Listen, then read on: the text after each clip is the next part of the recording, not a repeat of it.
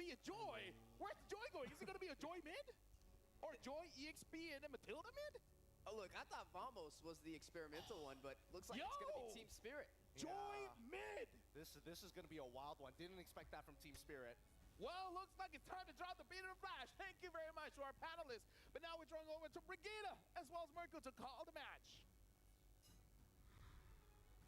I love the energy from LaFell, and I'm definitely carrying it over because this is a very important match between the only remaining team from the West up against the so-called Western team Slayers. Welcome to the caster desk. This is Brigitte and Mirko, and we're about to find out what's about to happen in game number 1. What are your thoughts on this surprise Joy in the mid lane by Team Spirit? You want to know a fun fact? What?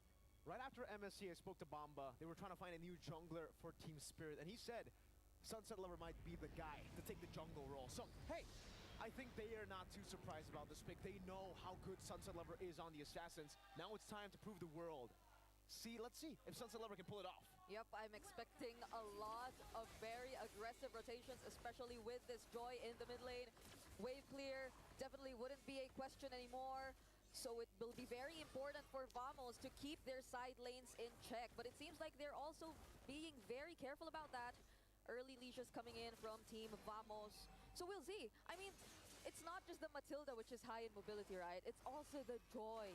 So they can really move quick around the map. And again, the panel also mentioned it earlier. There's little to no kill threat in terms of their XP laner. Kid Bomba right now, it's time for him to show that Bomba mentality. This is a high loss. You won't be able to pick him off that easily.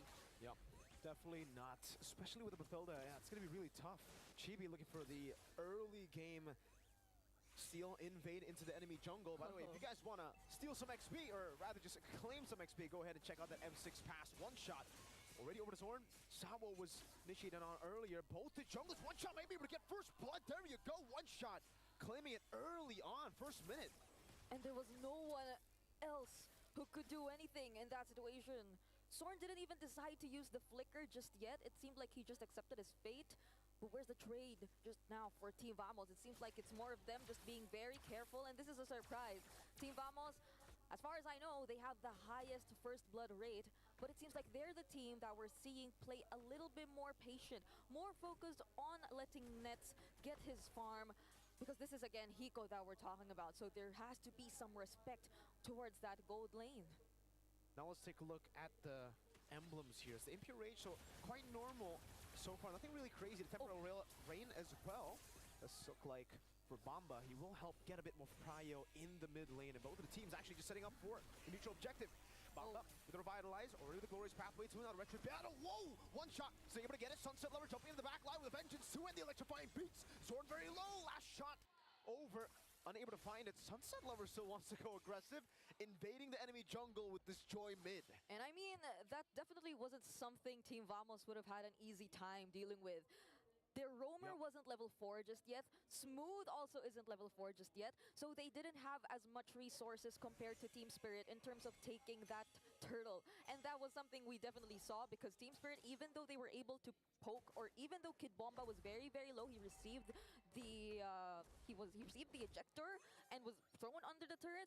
He was still able to throw out and put out that Glorious Pathway just to zone and even keep all of the members of Team Spirit intact. So now they're clearly in the lead so far up against Team Vamos. They're yet to find a single pickoff even with a Jawhead in their lineup. This has become a pretty good answer. Oh, what is that damage? That was just a Soul Sever to hold on to Soul Sever. All right, yeah, Vamos have to respect Spirit's damage right now. They're scaling to that mid-game power spike really well, and it's exactly how Gideon put it. If Team Spirit can actually win in the individual lanes and translate it over to neutral objective wins, it'll be very tough for Vamos, because usually it's okay with the composition with Sicilian to be behind here. But the fact that Spirit have so much dive and there's no real response if Sunset Lover jumps in because of the Vengeance, it'll be very difficult. Unstoppable Force, one shot just blinks out of it.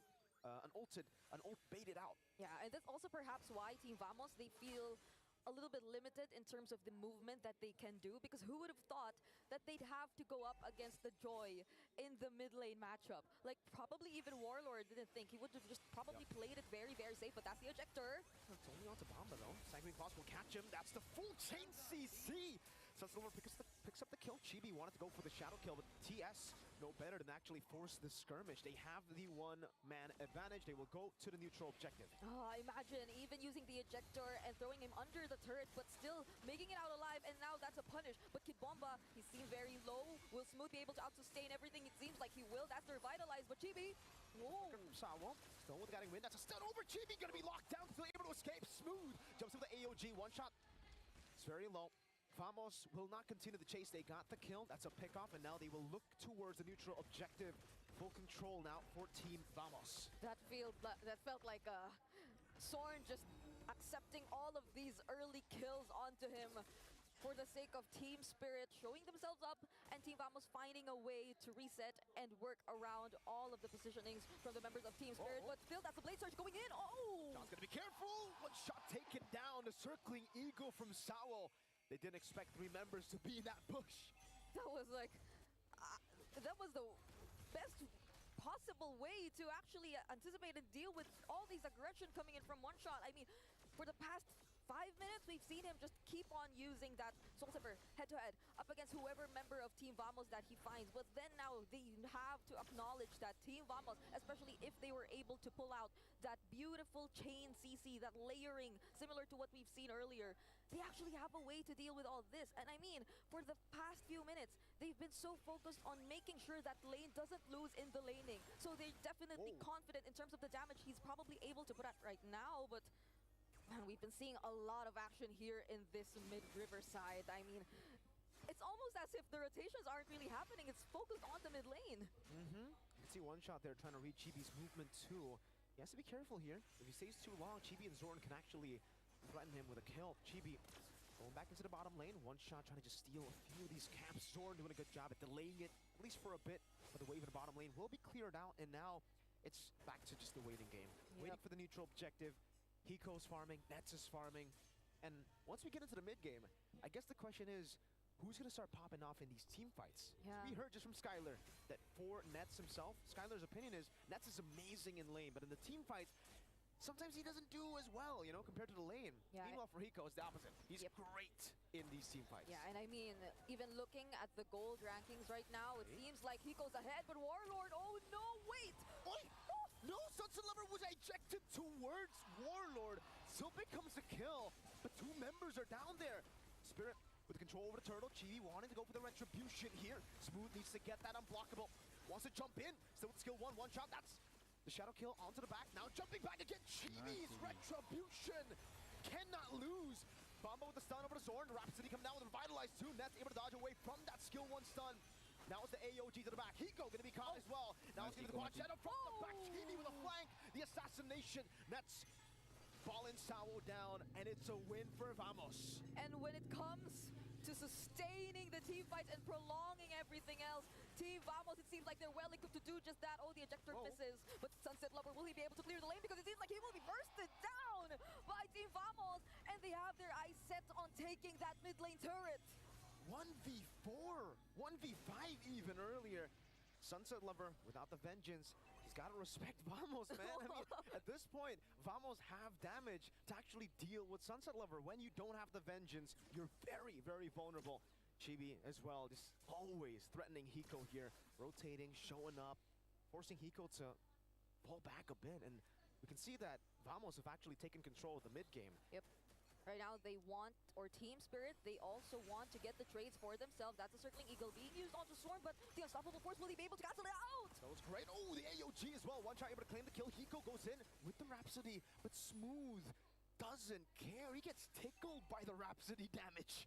Man, if Team Spirit decide to play it all together as well, if they go in all 5, you can't expect Team Vamos to find it that easy to position themselves, especially with Sunset Lover constantly on the lookout for disrupting these team fights, and them just being so confident to take out Sword. 5-man rotations, so from the bottom lane all the way to the top.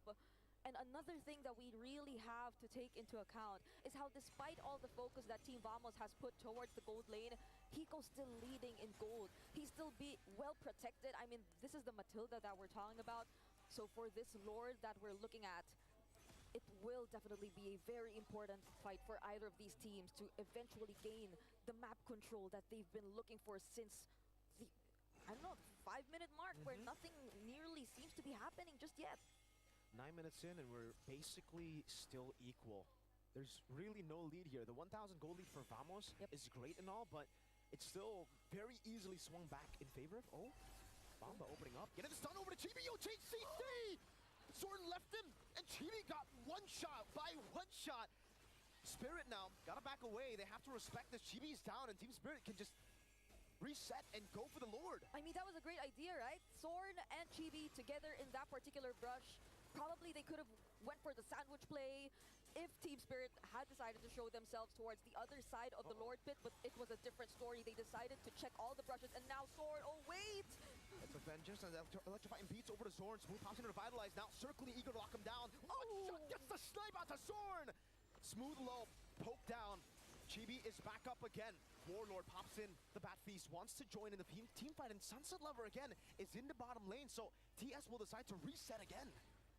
I just remember that this wasn't, it really isn't a Jungle Joy, so the Vengeance, that's an additional layer of problems that Team Vamos would definitely have to deal with, but we're still here in the Lord pit. They don't want to, either of these two teams want to give this up. That's the Glorious Pathway once again, but Smooth will be able to sustain this. He's in the middle of everything. Oh wait, it's from behind! Quad Shadow, AOG, he go with the flicker out. Smooth. That AOG won't connect. The Sanguine Claws will bomb up. One bad impact. Kid Bomba still surviving with just 1 HP, a sliver of health. Warlord's mana is going down quick, but he claims the Lord for Vamos. Earlier, it seemed like Team Spirit were able to set things up for them to have that Lord take. But Team Vamos, they were just able to buy enough time. They were the ones who were able to turn things around this time, and currently Nets is in the lead in terms of gold. And Team Vamos, they will definitely make use of this Lord, possibly taking out almost all of the inner turrets whenever they gain the chance or the access towards it. This is a very difficult situation for Team Spirit. The sustain that Team Vamos has in their hands and the lack of burst damage that Team Spirit has as of now, it seems like it's starting to become a problem. Tier 2, number 1, down below, taken out. And you can see the itemization here for Nets too. I think he's building towards an endless battle. He has the mana beats. Zorn walking up, now stunned up. That's a double stun from Bomba and one shot, but it is just Zorn. He can take that. One shot again with the arrow. It will be TS allocating most of their resources into the bottom lane. A full dive. One shot caught on the AOG. Now that's a taunt as well. Good revitalize from Bomba, but that's going to be a turret taken down. Sunset Lover walking back and forth now in the midst of it all with a Vengeance and the electrifying beads over the net. Sunset Lover able to dive all the way. Now it's a killing spree. Hiko gunning them down. Sunset with a triple. One shot with a double. Team Spirit had wiped Vamos out. The definition of punish and timing proven to us by Team Spirit. Wait. There's no way. They're looking for the end. There's a big wave in the bottom lane. TS, they're going for the gamble. Wait a minute. The minions will spawn. Team Spirit in the mid lane. Oh, wait. They're already on the base turret. Oh, wait. Is this it? Are they actually going for the end? No one's going home. The minions spawned in their base, and they're just going for it. Zorn needs to get the nice shot. Eco is just targeting the base. One team fight. And they turn it around. They secure game 1 against Team Vamos. What an unexpected turn of events for Team Spirit.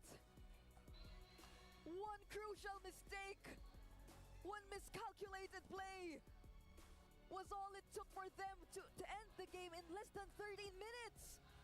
One big fight, one big moment from Sunset Lover.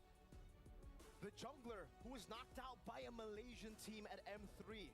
Now he plays the jungler in the mid lane. That's the joy in the mid lane with Vengeance. He's still got the mechanics in him.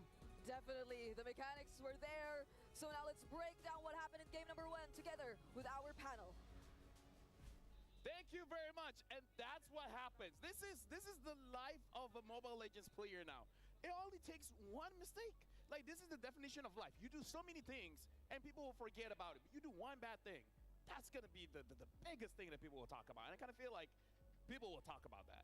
Oh, it's definitely going to stick for sure. It stings that we lost in that particular way, but why did it happen? Number one, I gotta give it a Sunset Lover, right? Because in a majority of the early to mid-game fights, he did not want to participate. They were playing 4v5 in a lot of the scenarios, and he was able to get his 3 items on time, find the levels that he needs, and that Vengeance really making the difference for these dives once all the ults and resources had been used by Vamos. And it's interesting because it was on a little bit of an untraditional method, right? He pulls out the Joy and puts it in the mid lane.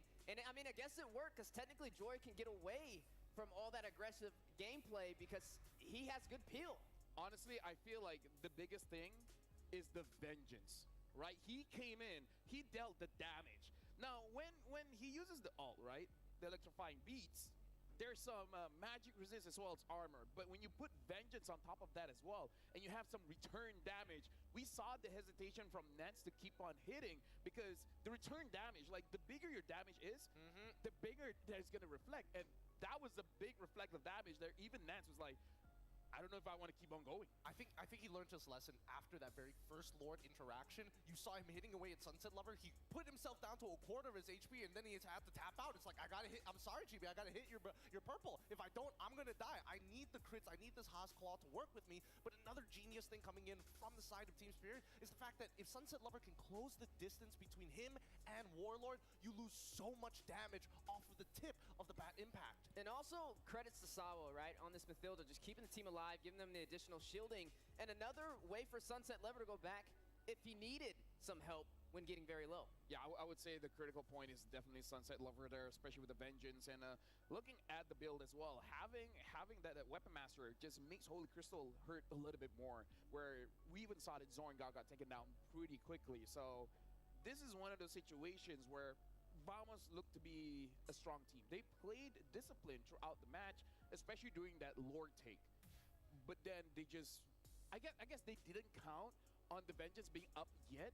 Like they thought, okay, maybe the Vengeance is down, so we can deal with the Joy. But once the Joy jumped in with the Vengeance, GG, lights out. Yeah, but there's nothing much you can do with it, right? You're hoping that Smooth maybe has a taunt to try and kind of pull the Joy away in the middle of the dashes, but as you saw in that very final fight, Smooth already jumping in very heavily to try and take first inhibitor turret, which I don't think is a bad move. It's actually a very powerful siege tool that Gatot has, especially when you have the artilleryman Sicilian in your back line. But once you are out of ults, that's when you're expecting the clap back coming in from the side of Team Spirit.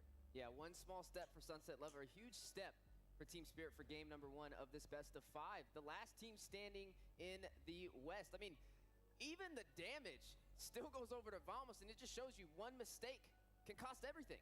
Yeah, and now we got to look at the goal graph here just to show how big of a swing that is. Look at Team Spirit. They actually controlled the game for the first like 6 minutes or so, but then Vamos was able to take the lead, and more importantly, they hold down the lead up until the last moment. That very last moment, look at how fast the dip was. They were 2,200 gold ahead, and then it swung all the way down, and then the game ended. I think that Vamos in this particular matchup was actually trying to find angles to get in an early snowball, maybe for Chibi, maybe even for Nets in the early game. But I think that Team Spirit, they've done great preparation. You could see the movements on the map to deny them, body block them, always marking each and every man, understanding that if somebody's standing on one side of the wave, we're not falling for any macro feints anymore. We need to keep our minds very elevated and stay on what's important, and that's keeping Hiko alive. Once we get into the mid game, we also saw a bit of personality from Vamos. Hey, you made one mistake, now I'm going to take your mid inhibitor. Now I'm going to start pushing into your jungle. Now I'm going to start taking every turret on the map as quickly as possible. Yeah, there were a lot of times you saw Vamos just bounce back, even if they fell on an objective. The defense was definitely there for them to be able to come back and take the Lord away from Team Spirit. A lot of those occasions worked in their favor, but then at that end game toward that push, that's when you got to see Sunset Lover come alive on this Joy. And now we gotta drop to the beat of the flash, where we're gonna look at the MVP for this game, and I feel like it's gonna be Sunset Lover, because I gotta say that play was the game-winning play. Like if you want to see a play of the day, that's play of the day material for you. It's so good. It was so very, very good. I mean, look at his item build, right? We know that his emblem was my Weapon Master, but he doubled down on getting not only a Holy Crystal, but even the Blood Wings. And it's important to understand that with this emblem, you're multiplying your damage really, really quick. But he's not just greeting out. He's not like, oh, I want to get a lightning charge. I want to get the extra movement speed. I don't want to cut through with a holy glaive. No, he does initiate starting off with the glowing wand. He still understands, hey, I need to reduce your healing first before I can guarantee the one shot. Yeah, and then he runs the Temple of Rain as well, right? So when he uses that ultimate, that electrifying beats, his ults or his skills are going to go on cooldown, so it's going to be even more damage, and that works really well with a hero that gets up close and personal. Yeah, like we can definitely see it at Sunset Lover. He was completely fine. If I die, I die. As long as I take someone with me. And he took out 3 people with him, and then the rest, one shot just clean up. We're going to look at the highlights here, and I got to say, this is a good way to start game number 1, where you really can't expect anything. Because if you're looking at the game, it starts off with Team Spirit doing well. And Vamos, you know, they were able to recover the lead and then just lose it at the end. Yeah, I mean, we also have to talk about the full composition coming in from Team Spirit, right? How does all these heroes interact with each other? I would say, yes, it does look a little bit like a dive composition. It's pretty good at diving overall. But the beauty of it is how they run them down. Look, the inhibitor breaks at this point, and once the Glorious Pathway is through, that's when you're waiting for Sunset Lover to jump into that line. Oh, I just saw a mistake. Yep, they forced themselves into a choke point, and even worse yet, even Hiko was able to get free Death Sonata shots to allow the rest of Spirit to catch up. No, that was not the mistake. Was it the ejector? Yeah, like he wanted to eject the Joy, but he ejected Nets. Oh, yeah. So Zoran, instead of tossing the Joy, he accidentally tossed the Bruno. I mean, it's a double-edged sword. Yeah, if he threw the Joy up, they would have won the fight. But he actually threw the Bruno. Oh, that was. I feel like we're going to have to ask him later about that. No, I'm pretty sure it was like, because the thing about the ejector is that once the Joy is completely on top of Nets, it's really a coin toss, right? Like it could literally hit anyone unless Nets buys the potion to make sure that he doesn't get. But oh, that was unlucky.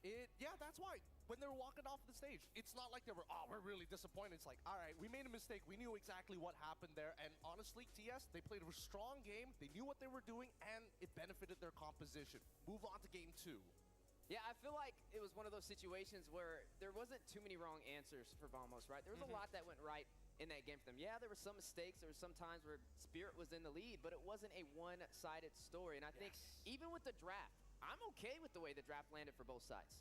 Yeah, so one thing that we have to say, they got to be careful here. They want to make sure that they don't get tilted because losing in that kind of way kind of messes with you. But something that we got to talk about, we have the ROG phone. No, it was physically, but unleash unmatched gaming performance with the ROG Phone 9 Pro mobile masterpiece that seamlessly blends high-power gaming with sleek modern aesthetic. And this is how you use a Joy Mid, right? Get yourself an ROG phone so that you can drop to the beat of a flash. But to let you guys know as well, from the 18th of November all the way to the 29th of December, participate in M6 Lucky Gift. Join the draw for a chance to win Claude's new Epic Skin, Challenges Flare, and Beatrix's new M4 Epic Skin, Lightseeker, which I personally tried out. I haven't gotten it yet. I have no idea how Husky got both of them, but it is what it is. Don't miss out this rare opportunity to get Beatrix M4 exclusive and M4 Prime skins returning for a limited time. With my luck, I don't think I'm going to get it, by the way. Hey, just a couple more rolls. You're going to get it at some point, right? And that's not the only thing people should be excited for, because a new optimized game has come also by MLBB, Magic Chess Go, a multiplayer strategy game, now soft launched in both Malaysia as well as Singapore. So you can pre-register. The pre-registration is actually underway for other APAC regions, so no need for fast fingers. You don't have to worry if you're not a big Joy player. Take your time and really focus on your compositions. In one day, I went from Warrior, now I'm Grandmaster. It's an amazing game. It's an amazing game. And like you said, it's optimized. It didn't really use a lot of battery. With just one single charge, I played like 16 games. What? On one charge. 16 games. 16 games. And I've been top 4 in every single time, by the way. So just saying. That's a fair point. It is 60 FPS as well. I'm surprised that it's optimized too. That is a machine in a beautiful game as well, and I'm definitely gonna have to try and maybe get some tips and tricks from you. Oh no, dude, you'll get it instantly. You get it instantly. But yeah, we gotta talk about these teams now because this is a best of 5. Losing one game, it's okay. You can come back, and we saw that Vamos had very good discipline in that game. So like you guys said, it's not one-sided. Now, we got to go into the mental of the team. We were able to talk to Smooth, so we'll see what he has to say. And hopefully, they're A-okay right now. A long journey ahead. Smooth said, I'm disappointed that both Malaysian teams are in the lower bracket. We were really hoping that this wouldn't happen. Even if both teams make it through, we might have to face each other in the end. Our journey in the lower bracket will likely be a long one. We need to stay mentally prepared and build our stamina because only those who can endure will survive. And wise words where it's going to be tested right now. Yeah, it's truly going to be tested, and even if they do win this series, there's still a very long journey ahead of them. I love Smooth's mentality because he's very realistic about things, right? In his own professional career, so many times has he been cursed with second places all the time. And finally, when he qualifies and makes it into top 8, he understands the journey ain't over yet until you're lifting that trophy. Yeah, definitely a lot of pressure on the line for the Malaysia region, right? Trying to get out of the bottom bracket and get back up there with those at the top. And it's going to be interesting to see how they pull this off, right? I mean, even in the player interviews, we got to see Team Spirit and Vamos competing against each other, and they're very humble about the situation. Yeah, and now looking at Team Vamos here, again, mentally, they got to be prepared as well as their stamina. And sometimes in tournament, you have to have, short-term memory loss, right? Just like, okay, whatever happened. Recover, and at the same time, try to learn from mistakes. Like, whatever the coaches say, just trust your coach. Maybe Pop said, you guys have a late scaling comp. You guys didn't have to force it because there's a lot of game to be played. We'll see what the adjustment is going to be on game number 2. Yeah, just one game at a time is how they have to look at this. I mean, if history repeats itself, yesterday we ran into this situation where the best of 5s, both of them went all the way to a game 5 with both teams winning the first 2 matches. I mean, this M series has been full of excitement. It's been full of surprises. And we're only in game 2. They definitely have enough time to bounce back. Absolutely. But, I mean, on the opposite end, right? Team Spirit, they're playing on Malaysian home ground against a home ground team. The crowd is definitely not going to be on their side for a majority of these matches. If we're talking about a test of mentality in terms of stamina, you also have to make sure that overall your emotional state is not going to be shaken by the crowd screaming for every single play, every single success that the crowd is excited for. And now it's going to be much more difficult in the draft. Who would have who would have seen that the Joy would be coming up in mid? I know I didn't. I didn't either, honestly. I mean, like, we've seen Joy mids before, but not in M6. I agree, but at the same time, it's not like it's an impossibility. We've seen the draft actually, well, not even the draft, the meta right now being pried wide open with a lot more interesting red side picks and even blue side picks. And I think that even Joy, after we've seen BTK show off that it can go into the EXP lane, it's a late scaling monster. And if you want to play long range and you lose damage when you get shorter, Joy's a pretty good option. You know, I'm wondering with game number 2, if Vamos is going to take red side or if they're going to go blue side. They were blue side for game number 1. They were kind of forced to pick up that Bruno. We know Nets, that's not really his specialty play style. So maybe if they take the red pick swing, it could work in a totally different favor. Yeah, honestly, red side so far has been looking very strong for M6 because, again, that final pick can really screw with you. But now we were able to talk to Zorn as well. We have an M chat with him, and let's look at how he's feeling right now. How do you feel about the team dropping to the lower bracket? And Zorn replied, I feel sad that we didn't make it to the upper bracket. We need to review our strategy and gameplay. It will be very important for us to figure out how to recover if we were to lose the early game and focus on playing for the late game, where we definitely saw that they lost a bit in the early game and they were able to recover come mid-game. Now they just got to be careful not to make unnecessary mistakes or engages come to the late game. I think we can definitely see, the discipline being shown by this team. I mean, even prior to M6, we were always wondering if this team had hit a plateau because all they were focusing on was the early game for a large majority of the year. So coming into this, now I feel like Team Spirit is really testing that. How much have you evolved to your mid as well as your late games? I think that game 1, we saw a little bit of it, but now, since it's a best of 5, we're going to see a lot more, and I don't think Team Spirit is going to change the strategies. I mean, Team Spirit's comfortable. You saw Kid Bamba. He told Eterna, I plan on winning this 100%. I plan this to be a 3-0. And then you see beside him. Yes, I was like, maybe 3-1. He's like, I'm confident, but not that confident. He's a realist. That's why he's the godfather. All right, coming into this draft, I want to see which side they decide to be on. Initially, we saw Team Spirit going on red. I would only assume that Vamos probably also wants to go on the red side because, again, even when we look at statistic win rates, both teams have a higher win rate on red side compared to blue. Something to note as well. Thank you for the production team bringing this up. The last time we saw a Joy mid was Troublemaker from Umbrella Squad during M5 Wildcard. That was M5 Wildcard. So that's quite a while ago, literally last year. Oh boy, oh boy. Maybe that's where the inspiration came from. I mean, they're all from the same region, right? So information spreads quick. And now Vamos is going to be on first pick. This time they ban out the Bruno. So maybe this is just, you know, they haven't gotten used to it yet. They haven't gotten used to Bruno's power spike and etc.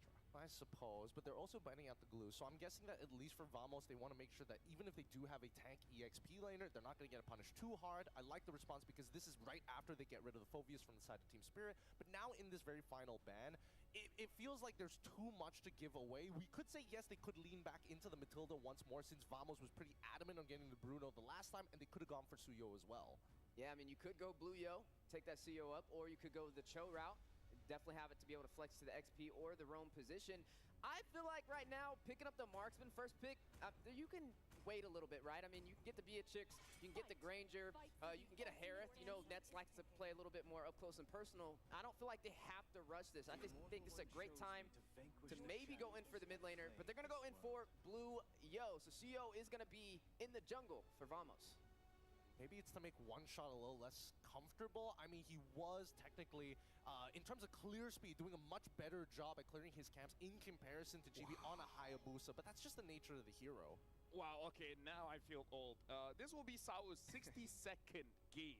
Oh my goodness. In the M series, just M series. It's his 62nd game in just M series. You know what's the wildest part? I've watched all 62 games. I have seen every single one of those games, whether on the desk or off the desk, just watching the M series in all of the games. He's heavily decorated. I mean, the only M series that we did not see him in was M4. So, yeah, there's a lot of legacy, there's a lot of history to kind of talk about between both of these teams. Vamos, Team Spirit, formerly Homeboys, there's Volts, and now here they are again on the grand stage to fight it out again. As you are going to see that Mathilda picked up with the Hylos. They're going to go ahead and show some of these cards early. Team Spirit, they might pick up the Granger as well because they ban out the Hilda. Hilda has been good, making sure that Granger stays far away from the team fight, but without that Hilda, he's going to be free hitting here. And Team Spirit kind of feels like having the Matilda as well as the Hylos is a very good answer to what Vamos shows on the table. Yeah, I think that, you know, Team Spirit is going to go back to the previous comp that we've seen in game number 1. They want to be able to punish their opponents. They want to be able to run them down. So I think that Vamos may have to pivot in terms of, hey, we need a composition that can fight on a dime but isn't reliant on our ults too much so we don't give a clear flag to TS when they do decide to unleash upon us. I wonder if Vamos, okay, I was going to say, are they going to go the Sicilian route again? But no, they're going to go in for the Valentina. Now, with Team Spirit, do they still go in for this Joy? I feel like it'll be a little harder, especially with a Valentina able to kind of get a little bit more crowd control to stop that Joy from being as mobile. But for the side of Team Spirit, they definitely have some options on the table. Technically, the Aurora could come out here. We've seen that picked up a lot, especially up against the Valentina. The Eve would have been a great pickup, but you have to risk giving Vamos the RWM. I Yeah. mean, we saw that Team Spirit is pretty open to pick Sunset Lovers hero last. Like, that's just the Joy. Maybe they have something even crazier for us. Like, I don't know. Bullshit. Well, they show up the Joy. Oh, fun. No, here's the thing. It's Flex, which is crazy. It's Flex. It's Flex. It poses a lot of questions whether or not Vamos is going to be able to handle it. Can they even find an early game opportunity against TS? If not, they're going to have to play mid to late. And even so, right now, I'm not seeing a lot of scaling on Vamos' side just yet. And right now, I feel like the high-value targets are going to be what's going to be ran in the gold lane. I mean, technically, you could go in for the Harith in this situation for Vamos, maybe something that Team Spirit wants to take off the table. The Granger, a high-value target as well, that's still walking for either side, and we have yet to really see what could be in the XP lane, because, I mean, the Katat could be roam still. Also a possibility. At least we understand that Vamos wants to hold back on what that gold lane pick is going to be first. I like the fact that, you know, Team Spirit, they're just covering their bases, make sure that you start limiting down on the potential options when it comes down to just the roam supports. Maybe even the Tigreal might be a follow-up ban afterwards. We'll see what Ren has in mind just a bit, because now we're looking towards Pops' side, right? If you make the comparison, we don't know where this, we're not exactly sure where this Joy is going to be, but more so the jungler is going to be a lot slower in comparison to the CEO, unless they're trying to play for something scaling or map heavy, like a Ling, or I would hope Alpha. Something crazy, like maybe Vamos can pick up, I don't know, Fredrin EXP. Against the high loss? Against the Joy specifically. Against the Joy. Because Fredrin is good against the Joy, and we've seen the evolution of the EXP. It's basically just a second roamer, right? As the timer is about to hit 5 minutes, they're basically going to swap lanes, right? Where the EXP laner will move around the map, and then the jungler will go to the EXP lane and start absorbing those minions. So, you know, it's open, but now the Khalid as well as the Cho gets banned out. So, at least for Team Spirit, they're seeing this Gato Kacha to be an EXP laner. I mean, options are wide open on the table. In terms of the gold lane, the only thing you've seen take out so far was that Bruno in the first phase of the ban. So definitely comfortability for both Nets and Hiko to be able to get the job done. Now, we got to see, right? If you do go the roam route, I believe Tig is still there. So Tig could go for the side of Vamos. Wait. I haven't seen Nets use 1-1, but that's an option here because they banned out the Faramis, and one of 1-1's weakness is the Faramis. Because I'm thinking, why do you need to ban the Faramis here? Exactly. I was thinking the same thing as well. I'm not sure why the Faramis, and then I would imagine that the Loyi would have come first, and then maybe they start thinking of getting rid of Yves, and then force them to play something a little more awkward, right? But now that we're coming into the first picks of the second phase, I want to see how TS is going to respond to this, right? They could get their gold lane very early on, but I would imagine that they want to hold it to the very end unless they are abusing the Joy as the flex pick. Yeah, because they can pick up a Granger or a Beatrix here, because both options are open, and both Hiko is definitely comfortable with. If they really want reliable late game scaling, then probably the Beatrix. If they just want to bully out lane, then hey, Granger is a good pick. The Joy has just been such a power pick. It poses a lot of questions, right? Because now you see it in the mid lane, which means you could pick up the Eve. Okay. Because it's a flex pick, which means this is going to be Joy in the jungle. Yeah. All right. Something that I want to point out here, there's two, again, you have the Matilda who's able to enable somebody to dash out of tough situations. You have Joy, who I want to see whether or not Vamos thinks is a true problem. We've seen a couple of answers before, but maybe if they're going to experiment once again, I'm thinking maybe even a Minstar might be possible. Or Ruby, you know, something simple. Yeah, something simple like a Ruby. A Ruby would be good here. Has a lot of slow and sustainability as well. Like, the problem is the Joy. Who's going to stop this Joy from rushing in? There goes the CC, a great hero to get to the back line. All right. So they want to win out on that EXP lane. They want to make sure that high loss is, you know, a little uncomfortable here, but now they can still flex it out. That's why Coach Ren has done a very good job on this red side draft. Yeah, and right now Vamos is just picking comfort here because the CC is to face up against the against the high loss, because that's a winning matchup. And Harif doesn't have a lot of losing matchup and is one of Net's comfort heroes. So Vamos, they're just going on pure comfort, and then we'll see how this works out for them, because there's a chance that Team Spirit can counter this Harif pick. And now, you know, it poses the question, what's going to be slotted in that gold lane? I mean, there's still pretty much everything on the table minus that Harith. I mean, you can still see the Granger, you can still see the Beatrix sneak up in there. Hiko's definitely got a deadly Beatrix, but you have to worry about that AOG, right? You got to worry about that Gatot getting to the back line, as well as that CC. And there we go. 1-1. The 1-1. I mean, I was talking about the 1-1, but I feel like it was going to be a good pick for Vamos, but they're like, you know what? It's open. Might as well give it to Hiko, and Hiko has used the 1-1 before to amazing success. Thank you very much to the panelists, Gideon as well as Steph Weezy, but now we're throwing it over to Brigida as well as Miracle to call this game. Thank you so much to our panelists. And similar to game number 1, I think we're heading into this match with yet another surprise from Team Spirit. Coach Ren is feeling it today. He's been showing us some unique drafts since game number 1, so we'll see how Vamos will respond to this, because if it's just a matter of comfort, I think they're very much comfortable again with their lineup. Technically, Ren is the defending champion, right? He was the M5 World Champ, so he's a defending coach World Champion here at the M6 World Championship. And you can definitely see the experience here. I was thinking maybe something like a Clint to go and double down on the front to back with the Yi, but they go for the 1-1, so extra aggression. Say One Shot wants to go in, 1-1 can do that. If they want to kite back, 1-1 can do that too. I mean, they didn't really decide to go for a safe option, right? Even the Granger, in terms of range, if we're talking about range, those are some of the options that they can potentially pick up, but they really wanted to go for the aggressive plays. So we'll see if that will really happen in this game, because Vamos, they should have learned their lesson. Team Spirit is really a very methodical team, a very patient team, so they cannot afford to go all out and make the same mistakes once again. So still, of course, not letting go of that potential aggressions, because we're seeing it right now from Sorn, but Team Spirit, they really know how to play around this. But wait, what? Warlord in the EXP lane. Oh, both of the mid laners are in the EXP lane. It's a full lane swap done by Spirit and Vamos. I think maybe it's because I think Team Spirit initiated this, right? Because there's no way Vamos wanted the mid lane to be where CC would be. He wanted CC to go lane up against Bamba, but because it's such a bad matchup for the high-lows, they decide to lane swap over to the mid lane to give Bamba a better laning phase. And up top, it's basically the same, right? Valentina, it'll go as is. Great setup too, by the way, for a skirmish. Zorn gets into taunt. One shot still able to dash back and forth. Oh my goodness, that damage Smooth with the yo-yos. Even with Bamba and Sawo to provide sustain, it was not enough. Even with the Revitalize, even with all that, Team Vamos, this is clearly the type of early game that they want to play, and it's something you would expect with the CC in the mid lane. It wasn't directly towards interrupting the jungler of Team Spirit, but then the moment that they saw each other in that Riverside, it inevitably led to that death by One Shot, and that's not a great start, definitely, for Team Spirit here.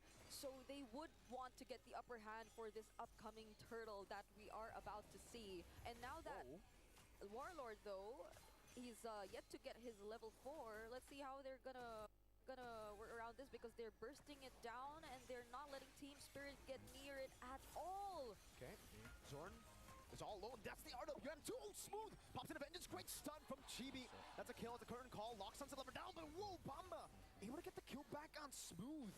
Becomes a 2-2 stat line at this point, but Vamos did take the turtle. Now Chibi trying to go for this invade, but Sawo and Sunset Lover will be able to keep it safe from that invade. Yeah, and I mean, they try to at least play it safe, but still get some sort of trades against Team Vamos, even despite all that. And I feel like they wouldn't really want to mine their gold lane as of now, but this isn't quite the best possible scenario for Hiko if we're just going to base it in terms of the matchup. But we've seen a similar scenario for Hiko even in game number 1.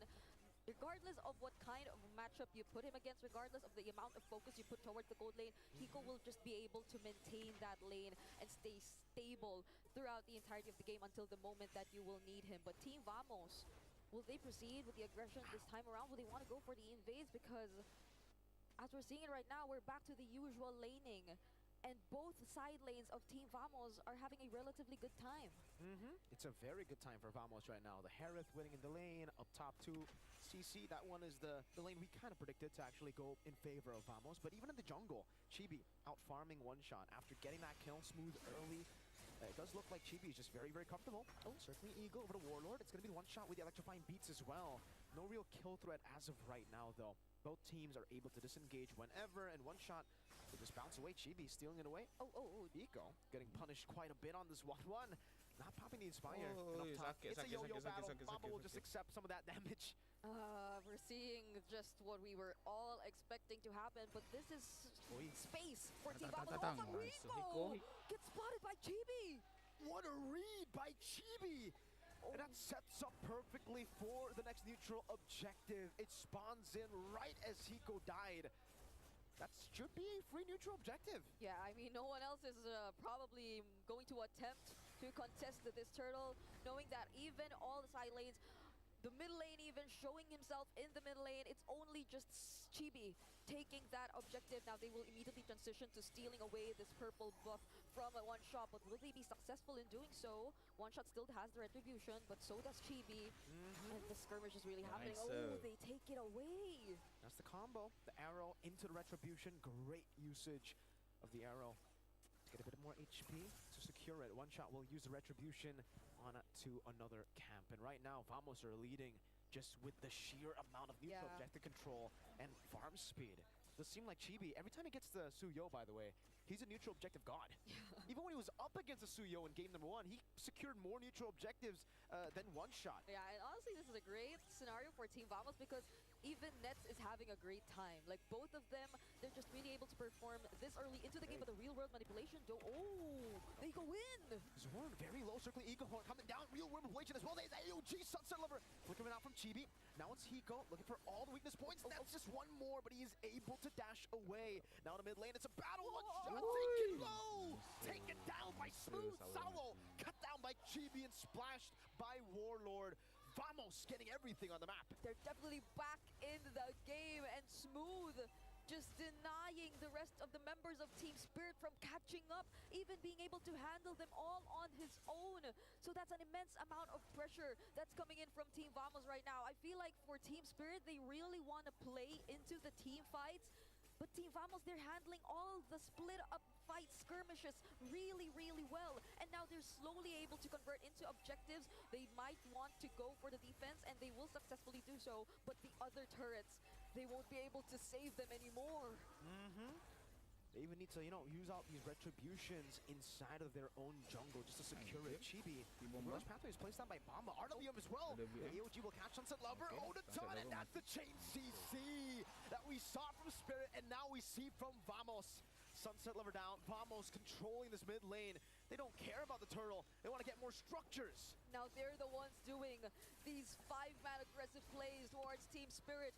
Imagine 6 minutes into the game, exposing one inhibitor turret already for Team Spirit, and they could barely touch Team Vamos' outer turrets. That's the struggle that Team Spirit is actually facing right now. They can't do anything. Literally, even if they want to commit onto Smooth, there's a vengeance. He can sustain all day. And unfortunately for Spirit, we're just so far behind. That's a 6,000 gold deficit for Spirit. Vamos are going to dictate every step of the way in this game. Yeah, and if you were Team Spirit, probably just really want to wait for that particular opening. But I'm liking how Sorn decides to time all of these Avatar of the Guardians, even Sunset Lover not having the best time just yet in this game. Look at that 2k gold lead in Net's hands compared to Hiko. That's a lot. Hiko only got his hands on the corrosion side, and imagine Nets is probably looking to build his holy crystal. Yeah. That's a quick holy crystal if he gets it before the 8th minute mark. Yeah, Harith is snowballing. One shot. Dashing forward, Chibi. Oh, they get the retribution. Chibi, Chibi, this might be a mistake. Strictly Eagle knocks him up. One shot gets the kill. Smooth the back line, looking for the flank. Will tie both of them up, but one shot on Hiko will get the help to revitalize to escape. So they get Chibi, but there's no shutdown. So Vamos are still chill with it. Yeah, and the second skill really helped a lot for Hiko to be able to find his way out of that curtain call. But this is how you visually see the goal differences that are existing between Team Vamos and Team Spirit right now. Even in terms of their junglers, Chibi, with all the objectives that they were able to secure with the 3 turtles that are in Team Vamos' hands right now, this is one shot. He's finding it very, very difficult to dive in, to look for the targets. Aside from the fact that they're very high in terms of mobility, I don't think at this point One Shot will want to go in alone. Like, Team Vamos, they're doing a really great job just trying to protect Nets. And Team Spirit, Hiko, I don't think he has the liberty to actually just jump around and dance around Team Vamos, considering the amount of burst damage that they could probably throw out at him. And now it's all about the farming game for Spirit. For Vamos, they can just take it slow as they want. They can constantly just play in the side lanes. And I think even if they force out a team fight, they have the tools necessary. A 6 that okay, there you that's go. a sign. That's literally the green light with the Holy Crystal to actually go for a fight. If Spirit wants to contest, and yeah, there's absolutely no way Spirit wants to contest this. This is a free neutral objective. 4 out of 4 neutral objectives. 3 turtles, 1 lord for Chibi. And when you see Team Vamos spamming the recalls, or better yet, forming the letter V, that's the indicator that they're definitely in the lead, that they're really dominating the game. And as of the moment, it's looking very much possible because they're just trying to manage the lanes. This is discipline from Team Vamos, but again, they cannot repeat the same mistakes. Yeah. one wrong call, one miscoordinated play could eventually turn things around once again for Team Spirit. So now they're looking to just sync up the lanes, but Chibi with one shot! Oh. Chibi very low. One shot might be dead here. He picks up the Holy Crystal. He's trying to run away. He will be able to run away. Chibi gets the BOD, already using the Retribution earlier. Has that bought enough time? Lord of the mid lane. Holy Defense still intact. Will be popped. And the Lord will be cleared out. Whoa. One shot might have actually defended, helped Team Spirit defend from the first Lord. Yep. And Chibi didn't really risk it anymore, but will he be able to catch one shot? Okay. My Lord. That was close. The Evil Queller. A pixel away. That was close. That was real close, man. Okay. Hey, one shot. That's he's cold with it. He just stuck by that recall. He committed. That was so close. But now, at least for Team Spirit, thanks to what one shot has done towards the bottom lane, I think they're able to breathe a little more. That's a magic sentence. They spot out Smooth and Warlord, but will they go for the actually? They use the avatar of the Guardian as well for Team Vamos. Catches Sawo as well. Now circling Eagle pop, but dismantled by Vamos. Spirit. Oh, wait a minute. Zorn was recalling on him. All right, he gets away from the weakness point. One more. They're all so low. He goes gunning for it. He needs just one more, but he's going to be caught in. Smooth jumps in with a vengeance, takes the double, and punishes Hiko for his overextension. Now with Smooth getting targeted by one shot. He's just there, poked down by Sunset Lover 2. 7 seconds on Bomba, and there's a big wave in the mid lane. And interestingly enough, it feels like Team Spirit are taking advantage of all the range, the Void Crystals. They're trying to slow Team Vamos down, but will they be able to slow them down? They're very low. The mini waves will be dealt with. One shot, able to survive. Warlord splash of damage. Now the mini wave still available, but Team Vamos in similar fashion, capitalizing on a mistake, shoves it in and takes game 2. It is now 1-1. With just the glorious pathway down, Team Vamos' call was to proceed with the fight. And they need not wait for any other objective. They just force their way through, and they equalize the series. 1-1. Vamos Spirit. I mean, are we expecting a full 5 games? I'm expecting nothing less, especially since we experienced it the other day. But let's break down what happened in that game. Let's head over back to our panel. Well, let me tell you what. Just like Hiko's pick, this game is now a 1-1.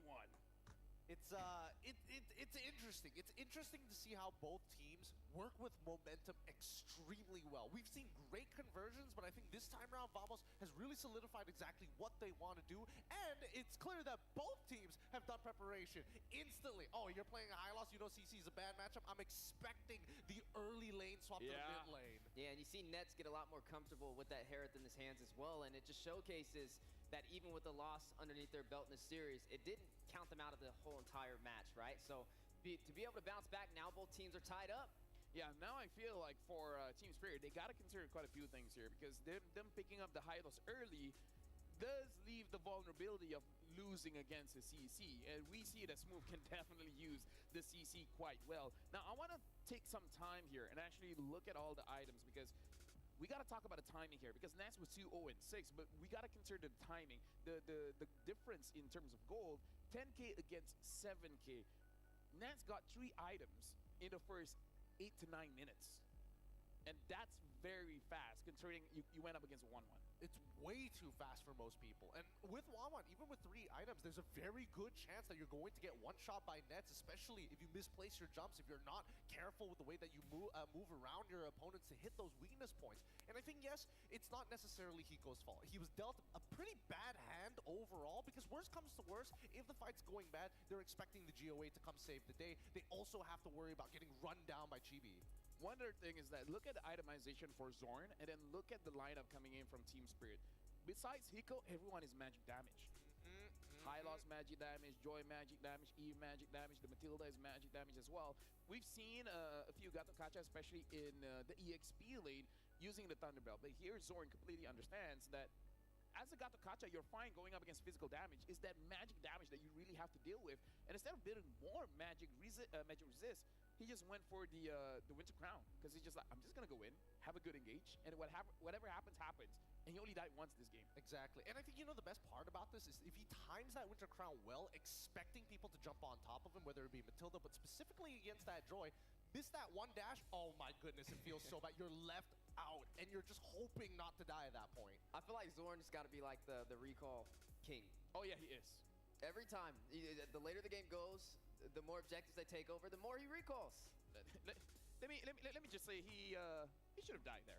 He should have died plenty of times. But now let's look at the emblem setup as well, just to see how Vamos really set things up, and just to say this is their comfort draft, right? Only Smooth is not well known on that CC, but War Axe, CC, going up against a high loss, I would not want to be the high loss. It's a pretty free matchup, and even Bomba understood that. That's why initially, it's not like it's the first time we've seen Bomba play a terrible matchup before, but they have ways around that with that initial lane swap. But Vamos with their pre-preparation, expecting to see it happen, also sending Warlord to take on Sunset Lover in that lane as well. It's all about control, and with Zorn, it doesn't really matter. Oh, you can't push as fast? Don't worry, I got Concussive Blast. I'll support you for that short bit of time before I move off. And you asked the question with Nets, 8 to 9 minutes, having 3 items, that 10K to 7K. He had the Bargain Hunter, right? So that helped him definitely get about like 90% of the original cost, and especially up against Hiko, where he went for the Tenacity route. Yeah, that's the interesting thing. He went Tenacity, and he was already having a hard time. Imagine if he didn't. Imagine if he took something like a Master Assassin. He will not be survived in that lane. So this is also another pick that Team Spirit has to consider. Like, that Hari from Nets is quite nasty. It is nasty, but I think they were really hoping that if we can survive the laning phase, once everybody's unlocked, even if we have to sacrifice all of our tier 1s, our team fighting capabilities are pretty good. We can bait a lot of resources coming in from Vamos. However, we need to rely heavily on Sunset Lover, who I gotta give him credit. He's dealing damage, but that GOA is too much of a problem. TS was not able to take control over the game because of the tempo, and Vamos, especially when Smooth is not only winning the lane, but spreading his influence outside of the lane, he's playing not to accelerate his own team, but to slow down TS at every moment. Just a small thing as well, look at Vamos damage. Everyone's doing roughly the same amount of damage, even Zorn, which does show that everyone is doing work here. But now we got to talk about the MVP of this game. And I feel like you guys got to be playing some yo-yos after this, because I feel like it's Smooth on that CC. And I got to say, one hero, honestly countering every single aspect of the draft coming in from Team Spirit. That's huge, because percent HP damage does well against high loss. But that curtain call, locking down that Joy, dude, that's genius. I mean, it's not only Joy. If Wanwan gets the opportunity as well to pair them both together, that's maximum value coming in Smooth. I love seeing Smooth as the MVP, because as an EXP laner, I can relate to him, but his level of influence over the map, his impact is always felt when he's doing well. Yeah, and you see him with the Festival of Blood and the Brave Smite as well, and then on top of that with the War Axe, and then he buys the Winter Crown. So he's in the heart of the battle. He has not really too much to worry about, because he's going to get a lot of HP back inside of those engagements, and that just goes to show 6-1 and 4 on the KDA. He was everywhere. Oh yeah, he was definitely everywhere, and like you said, spreading the influence, but that Winter Crown as well is very crucial, I feel like, for everyone from Vamos, because maybe they talked about it. What about just Winter Crown? Then we can deal with the Joy. Then it won't be that big of a problem. Now we got to look at the highlights here, and it's as quick as before 2 minutes here. Now Zorn honestly did a lot here, getting that taunt as well as the Revitalize. But then again, the damage coming in from Smooth, and this is like what, level 2? Yep, that was only level 2, and on top of the passive coming in from Zorn. Most people don't expect Gato to deal that much damage, but in the early game, that's kind of what he's known to do, kind of beat you up 1v1, even if he's 2 levels down. Although, we did see a couple mistakes coming in from Team Spirit, and a lot of it just came down to how hard do you want to force against your opponent. Their targets, Chibi and as well as Smooth. Smooth is a little hard to catch. Chibi may be a little more punishable, but at the same time, we heard from the cast itself, as soon as Chibi doesn't have that shutdown gold, there's not much value. And we've seen that even Chibi understands, hey, there's nothing to fight on the map. What I'm going to do is throw my body in, steal away your orange buff just to slow your EXP down. 3-level difference. Something that's nice to be seeing there is that Hiko got the weakness tag onto Nets. Nets immediately flicker out of there just to make sure that the range is not long enough for Hiko to use the crossbow of Tang. And then Smooth is just like, let me be the hero. He jumped in, immediately uses the vengeance because he knows what Hiko wants to do is get those weakness stack and then fly up. Vengeance killed Hiko first. And taking him down, I mean, it's huge, right? Without having him in the game with Hiko falling, that led to them being able to pull off that victory, and it just showcases, and that's he had the tenacity, right, on top of that, and still to be able to be bursted down first, a major victory for Vamos to even out the series. The battle of the vengeance, man. Oh, yeah. Game number 1, it was on the Joy. Game number 2 is on the CC. Battle of vengeance, there you go. Makes me excited for game number 3, right? Because now it shows that Vamos is saying, hey, even if you are winning on one side of the map, if we have another winning side of the map, we're going to have to trade here. It's a give and take in this draft. Let me just say, all hearts are beating for this game. And you guys can discover the beating heart of Qiddiya City, the gaming and esport district, the world's first real-life gaming hub and a beacon of gaming culture. Make sure you guys visit Qiddiya Gaming because they've been here for the longest of time. And I kind of feel like they'll be involved in way more esports tournament coming forward. So thank you very much to Qiddiya Gaming. Now, talking about game number 3, like we said, Gideon, draft. Game number 1, Joy mid, unexpected. Yep. Game number 3, CC, it might be unexpected coming in from Team Spirit. But you know what can be expected? What can be expected? A lot of guests for you guys at home from the 22nd of November all the way to the 29th of December. The M6 support chats will be available for a limited time. Limited time, again, up until the 29th of December. Purchase the support chats for 50 diamonds only to get a large amount of past EXP. That's the best way for you to actually get the cloth kit as well as the figurine up in front of here. With the chance to obtain a basic M6 pass, use the basics M6 pass to instantly activate the M6 pass and then get all of the goodies. It's the easy way of doing it, and honestly, 50 diamonds, not that much. Now, one more game to see who's leading the tempo for this series. Something we saw different in game number 2. We still saw Vamos on the blue side, but they banned out the Bruno. Yep. Is that a hard tell is what I'm concerned about. I feel like as long as Vamos controls tempo, they have a very high chance of winning. But Team Spirit, at any point of time, could have easily bounced back off of a single mistake being made. So not only do you have to play a perfect game coming in from Vamos, but you also have to worry about the draft and more so some of the tells. Because again, it didn't necessarily have to be 1-1 there. I guess the thing that I'm afraid of is if the Bruno is left open. And if Vamos has a chance to pick it up. And then Nets is like, I don't want it. But then they're like, we got to pick it. Bruno mid. I don't know how to feel about that. I don't know how to feel about it. Warlord is like, yes, Pops, I can do it. I can use a Khalid mid. I can use a Bruno mid. But anyways, right now it does look like, okay, so she's tall enough. I can see her. So Eterna is there, you know. Shout out to Bude Clara. Shout out to Bude Clara. But now we're going to go with Eterna where it looks like she's alone. Or are you with someone? Let's go over to Eterna. Thanks, guys. It's Eterna here, courtside reporter once again. And do I have a surprise for you today? Now, I'm wondering, do you guys know who Kazuki Official is? Yeah? You do? Exactly, yeah. Kazuki Official. Now, I've been hearing that he's apparently in the building. And, yeah, a lot of fans in the building. And I'm hearing that as a special surprise for all of the audience in the building right now, he's actually going to show his face for the first time ever, special for M6. Now we're going to walk over to him. And now the thing is, this is the first time that we're going to ever see the face behind the voice. So it's a huge deal. Let's call him over. Kazuki Official, please join us.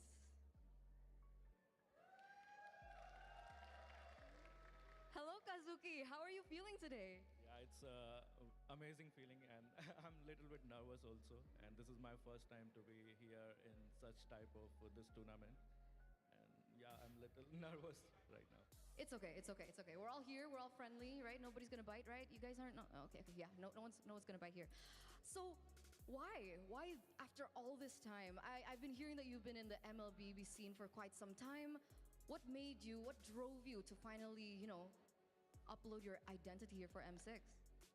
I'm playing this game from 2016, and yeah, it's already been a while.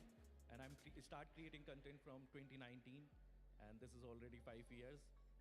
And this is the first time we got an invitation from Moontoon to be in the tournament. So yeah, I wanted to come before also, but yeah, this is the first time we got an invitation. So this is the first time you've ever been to an M Series event? Yeah, in any tournament even. Any tournament? Wow, it's an honor. Thank you so much for being here. Amazing. Okay, so now that you're here at M6, we want to kind of know, is there a particular team that you're supporting? I'm supporting every team because I can't be biased with any team because all teams worked very hard. Yeah, so I'm supporting everyone. But I especially want to see matches of Onyx PH. I want to learn more about their strategies and gameplay. Yeah. Why Fnatic Onyx in particular? I think everyone in India also love Onyx PH. We are very towards the Philippines teams.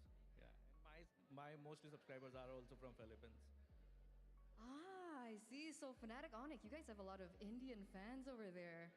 Very, very, very cool. Very interesting. What's the attraction to Fnatic Onyx PH? Is it because they've been doing so well? Is there a particular gameplay that you're excited about whenever you see them play? I just love the Philippines teams. Yeah, but it's still like I'm supporting every team because they work very hard to be in here. It's not easy to be in here. Yeah. All right. So coming back to your content, coming back to your YouTube account, what kind of content do you usually make? Like what particular thing really stands out about MLBB to you? I think we are covering everything. We covering guides, strategies, and tips and tricks, events, patch notes, skin reviews. Everything we are covering, even the tournament reviews. So I think there's nothing we are not covering, and we are the only in the YouTube that we are covering everything. Ah, okay. Is there a particular hero that you like? Favorite hero? Claude. Claude is good. Claude? Even now in this meta? Yeah. Yeah. Okay, okay. You want to know my favorite? My favorite hero? Do you want to know my favorite hero? Do you guys want to know my favorite hero, guys? You guys curious? Yeah? See, I love the crowd here. Thank you, Malaysia. Amazing. My favorite hero is Uranus. Yeah. Do you like Uranus? I'm a MM player, so. All right. So before we wrap things up and we continue this best of 5 series, I want to know what you have, or a message maybe to your fans out there who are watching right now. Okay, so thank you guys, thank you everyone to support me and your love, and it's like I'm honored to be in here, and yeah, and thank you my fans from the India, and I actually came in here just because I want to be I want our country to be recognized in this tournament, and I'm also working for that. In next 2025, we will establish a boot camp in India, and I'm working for it. And I will support many players in India. I will make opportunities for them, and we will also host tournaments in there. And so guys, this is the time you should again start the game who left the game. This is I just believe in me and believe in Moonchun. We will have an opportunity to be in the tournaments. So guys, this is the time. All right, thank you so much. We're gonna look out for that real soon. So once again, everybody give a round of applause for Kazuki Official. And we're gonna throw it over back to the panel. Thank you very much, Kazuki Official. By the way, Eterna, shout out to you. Very nice phone. And let me just tell Eterna, Gideon absolutely hates Uranus. Bad take. Terrible take. Awful take. Just the worst of the worst. Right? Like we've seen Uranus all around, but we really don't like it. It's a good thing it's not meta right now. Yeah, thank God. Thank God. Woo! At the bare minimum, you know, shouts out to Kazuki being brave enough to stand next to a Uranus lover like that. Oh, terrible. And Eterna is too much. It's just too much. Eterna is too much. What's your favorite hero? Honestly, because of my ADHD, it keeps on changing. But one of my favorite heroes, for sure, is the Grok Execute. Oh. Those were back in the days. That was back in the days. But now, we have a code here, so let's actually check that out. We'll talk about favorite heroes later.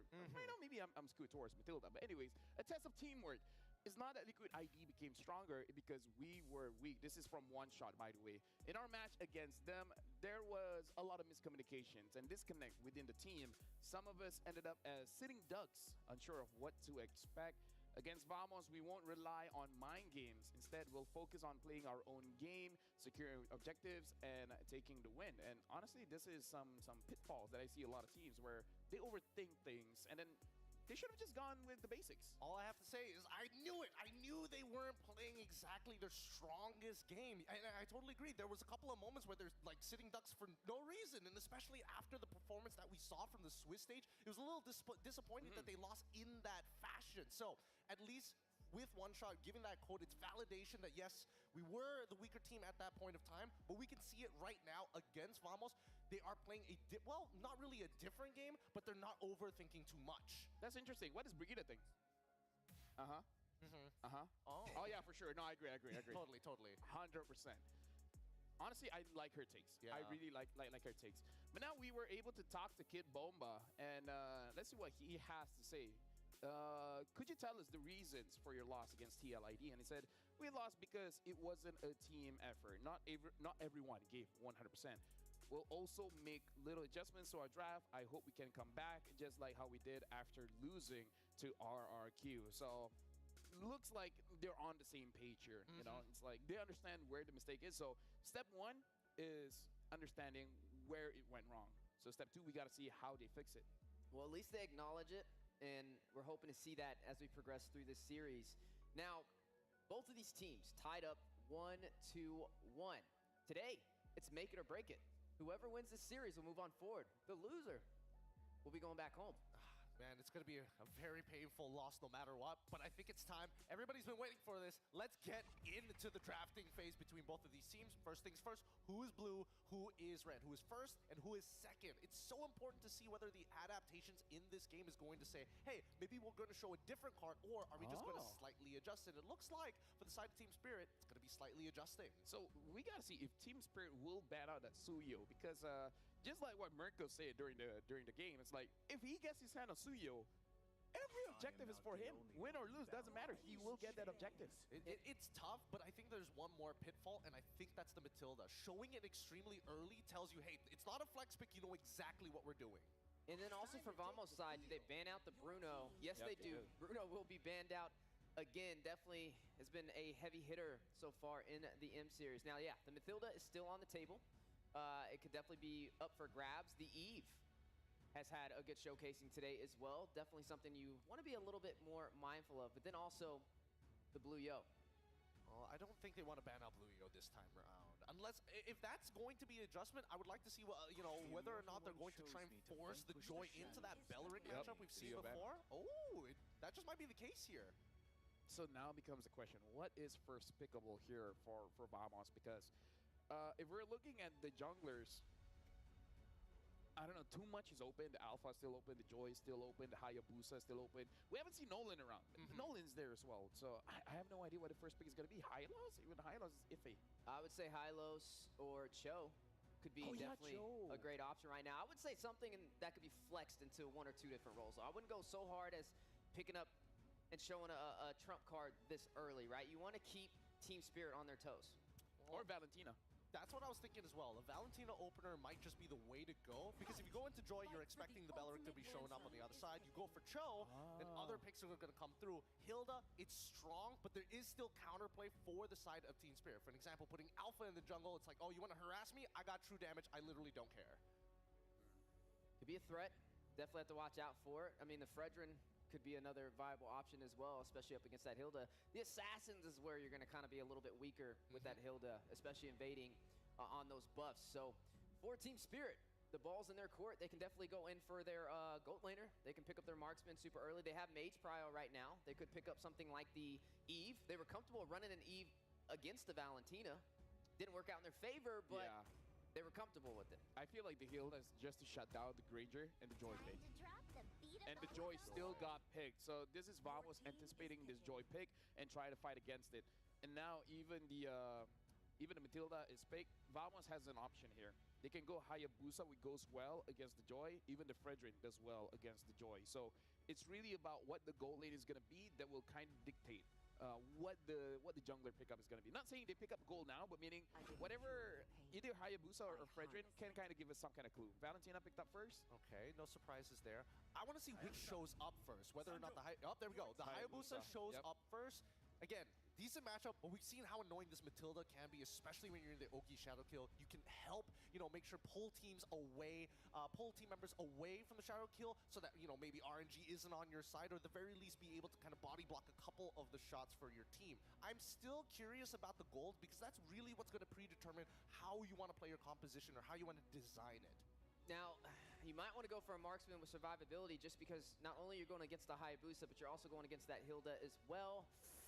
We haven't seen a Natan in a while. Natan has kind of slipped through the cracks. The Claude has been a little out of the ballpark for a while, but things we have seen, the Beatrix still going to be picked up, something that is definitely a comfortable pick, or the Moskov as well, but they're going to go in for that alpha, and this just seems to be the case because of the Hilda. Is it too early to show, though, Gideon? I mean, you already have the Joy.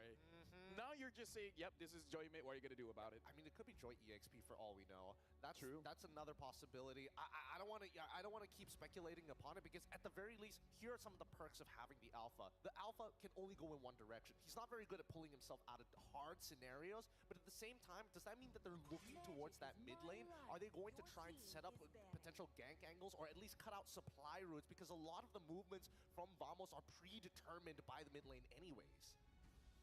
I'm expecting Team Spirit to go for, I would say, maybe a Hylos in the XP lane if they could pull it off, because it's still up for grabs. Maybe something that Vamos wants to take off the table. I mean, with the Mathilda, they don't really have too much crowd control aspect. Yeah, you have the Alpha, the Spear of Alpha. You get a little bit of a knock up there, but they need a little bit more oomph when it comes to crowd control. I could agree with that as well. I mean, Kid Bomba can still pick up something like the Arlet or Charizla. And that's what I was thinking as well. I feel like the Arlet would make a little bit more sense, but we're going to need to see those gold laners first, and that's the beauty of being on that red side. At least you get to see the full composition. So I'm assuming that they're going to wait until the very end to reveal it. They're probably going to pick 4th pick for Sunset Lover, and then 5th pick for Kid Bomba. But now looking at the bans, right? Banning out the Hylos, banning out the Harith. They want to give Hiko a good matchup at the bare minimum. Now, they could pull the Okie-doke on the Vamos, right? You could put this Joy in the mid. Then you don't have to worry about the Valentina too much. I mean, to be fair, I kind of feel like the Valentina has a pretty good matchup against the Joy because the Valentina can steal away the electrifying beats and basically just deal maximum damage all the time. So I feel like because this is not a Sicilian, at least Warlord has a better time going up against this. The Cho has been banned out, so Vamos has options here, right? The Gator is still open, the Jawhead is still open, and I don't know, maybe Zorn has some surprises here to deal with the Joy. Maybe he picks up the Bedlaric, who knows? I mean, I suppose, but I think at the same time, how are you going to kind of keep control over the waves? Like, Hilda, yes, is decent at, like, clearing waves, but then you start comparing it with, like, Gator, who basically one-shots the wave, right? Even Charizla is able to kind of hard sustain. We're not seeing enough of Vamos on ways to actually pressure the enemy jungler, or at the very least force out that priority, right? And I think at this point, now that they've gotten rid of the Hylos, that's one problem out of the way. But the Khalid, yes, this is something that I was expecting to be banned pretty early on. So does this mean Vamos, they're going to probably pick up, well, no, the Harith is gone. So, I mean, yeah, maybe Beatrix. Carry. Yeah, Carry would probably be next over there for Nets.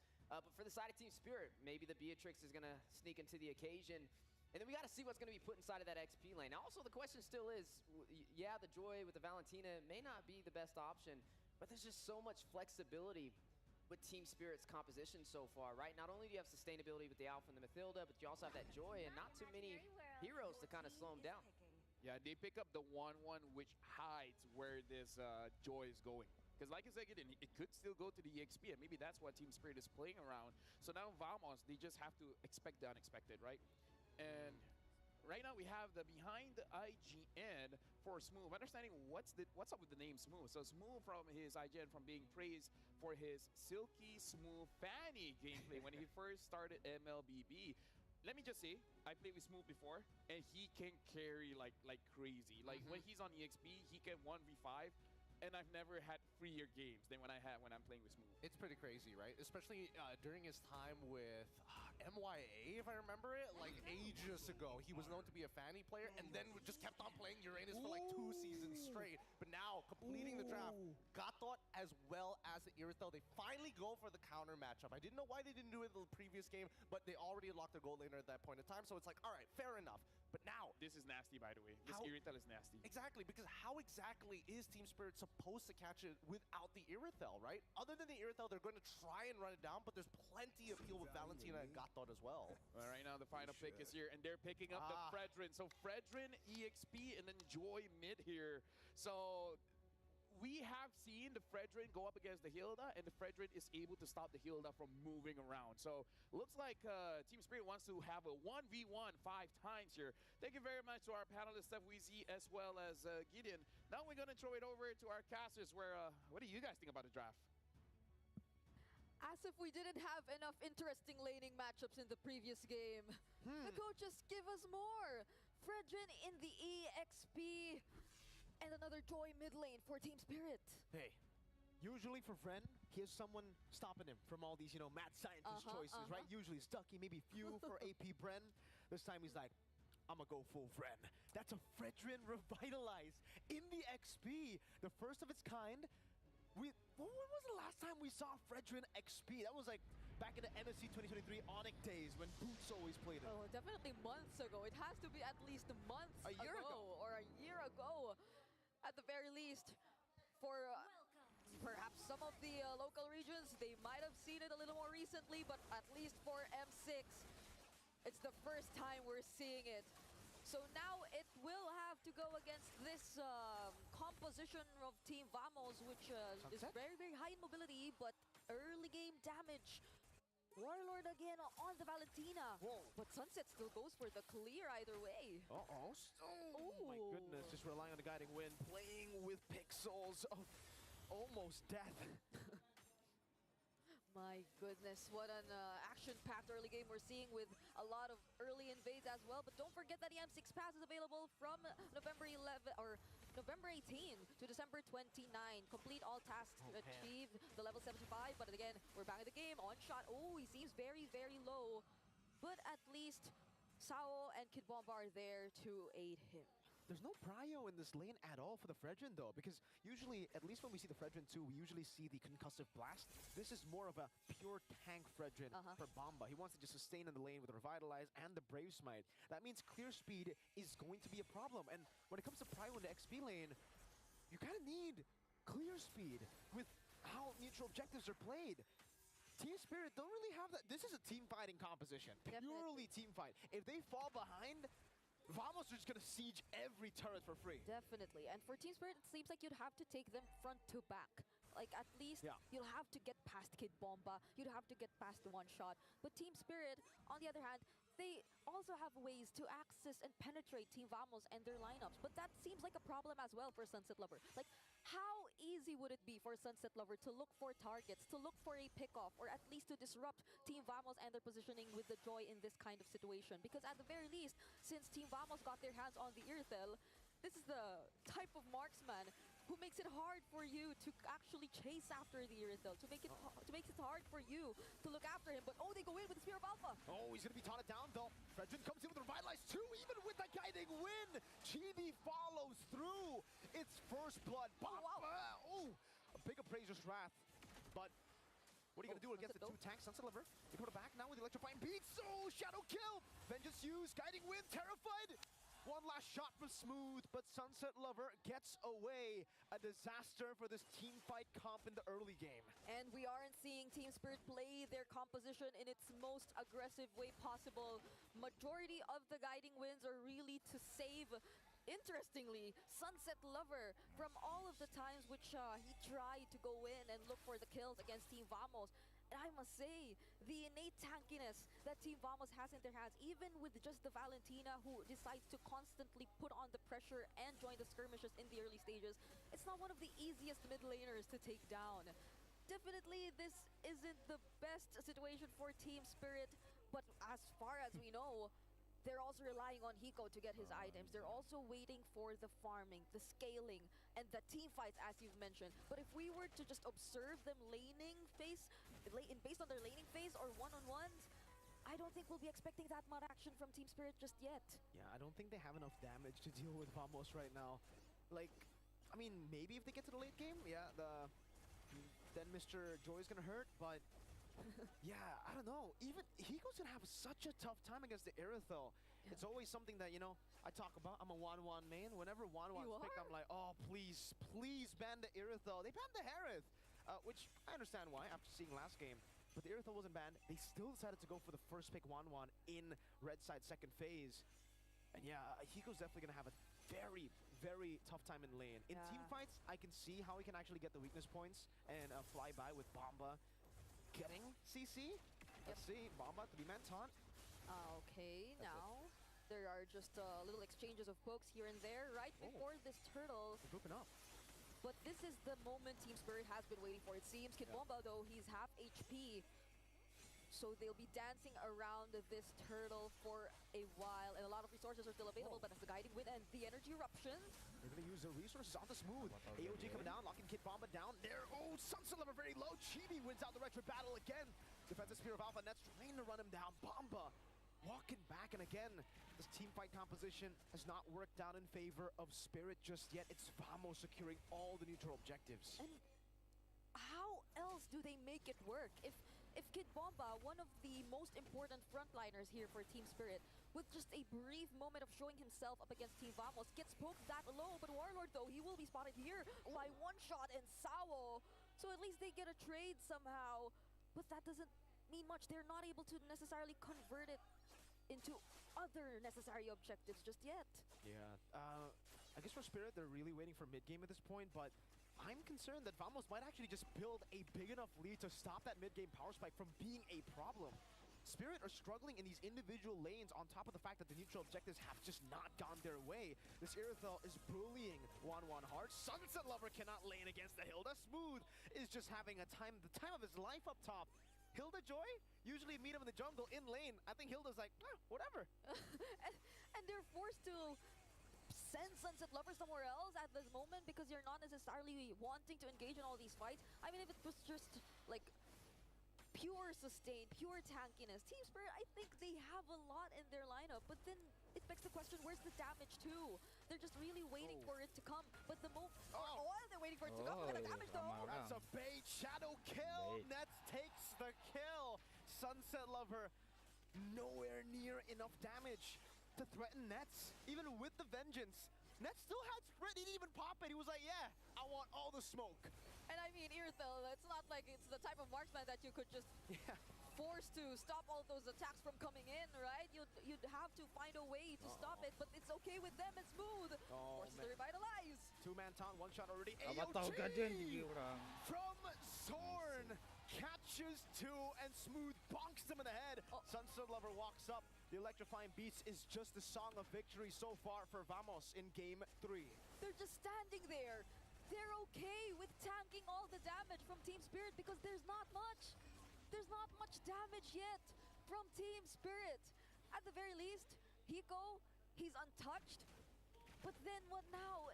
If every single time Hiko's left alone, or at least two members are left, but there's the stacks taken in from Warlord, but they're still not going to go for the engage. Team Vamos, all the while they're being very aggressive around the map. They're also just making sure that they're able to convert it into the turrets, into map control, and not necessarily into unnecessary team fights that Team Spirit may capitalize on.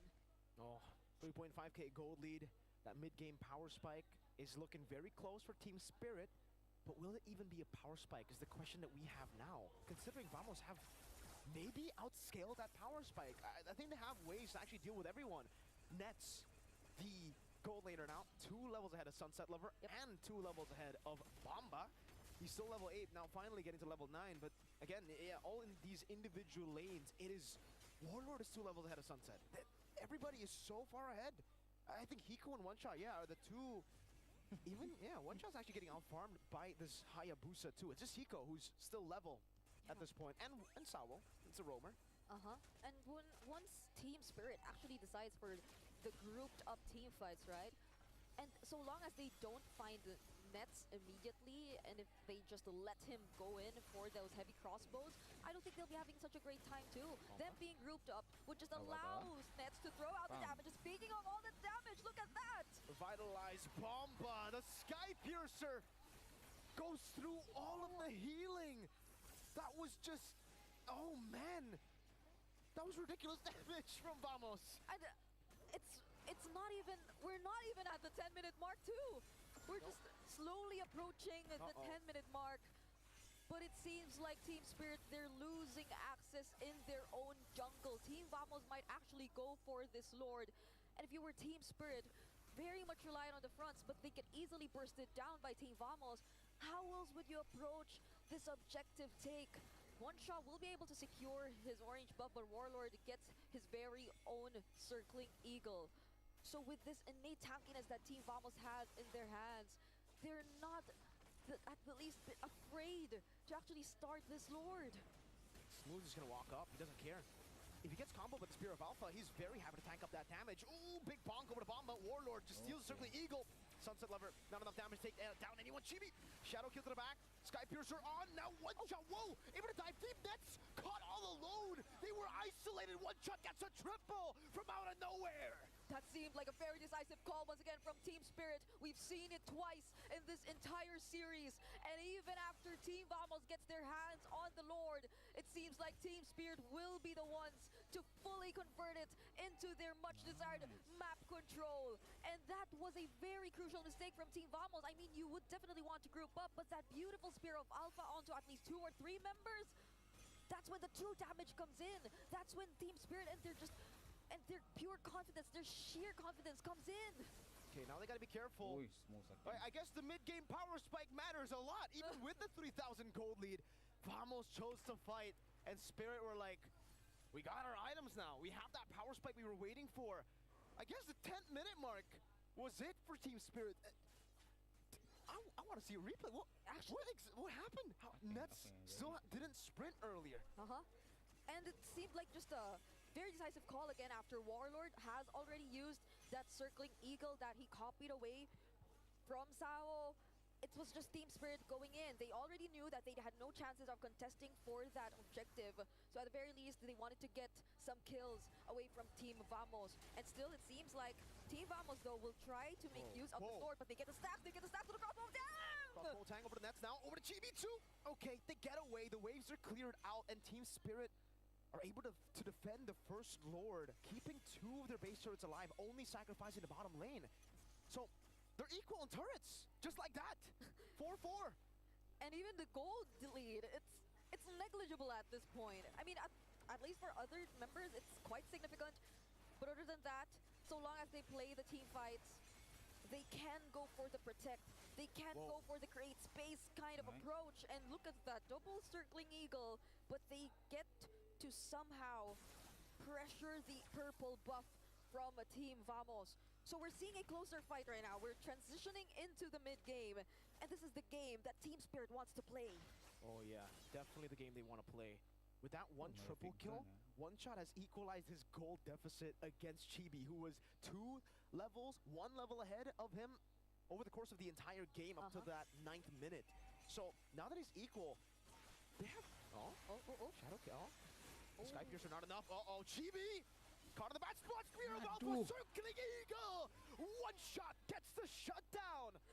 They just waited for the quad shadow!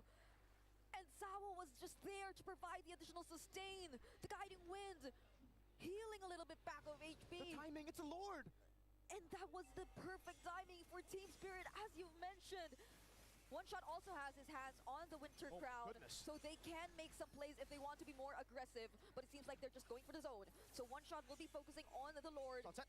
Smooth has some vision. Sunset Lover goes for nets! With a full dive! Sunset Lover!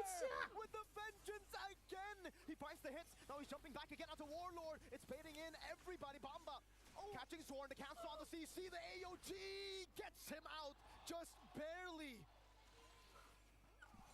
Such a close call for Zorn, but he gets back to the base.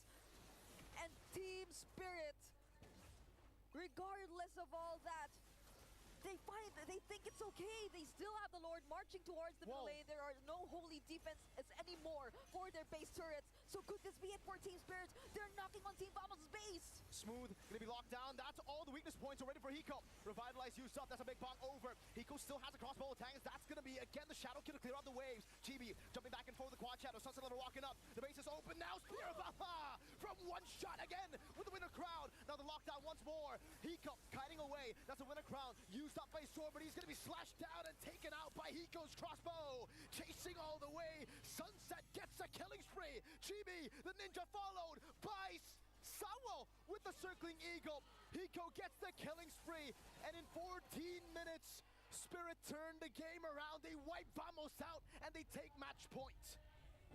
Regardless of that attempt from Chibi, there were other waves incoming. And so Team Spirit turned things around and are currently in the lead for this series.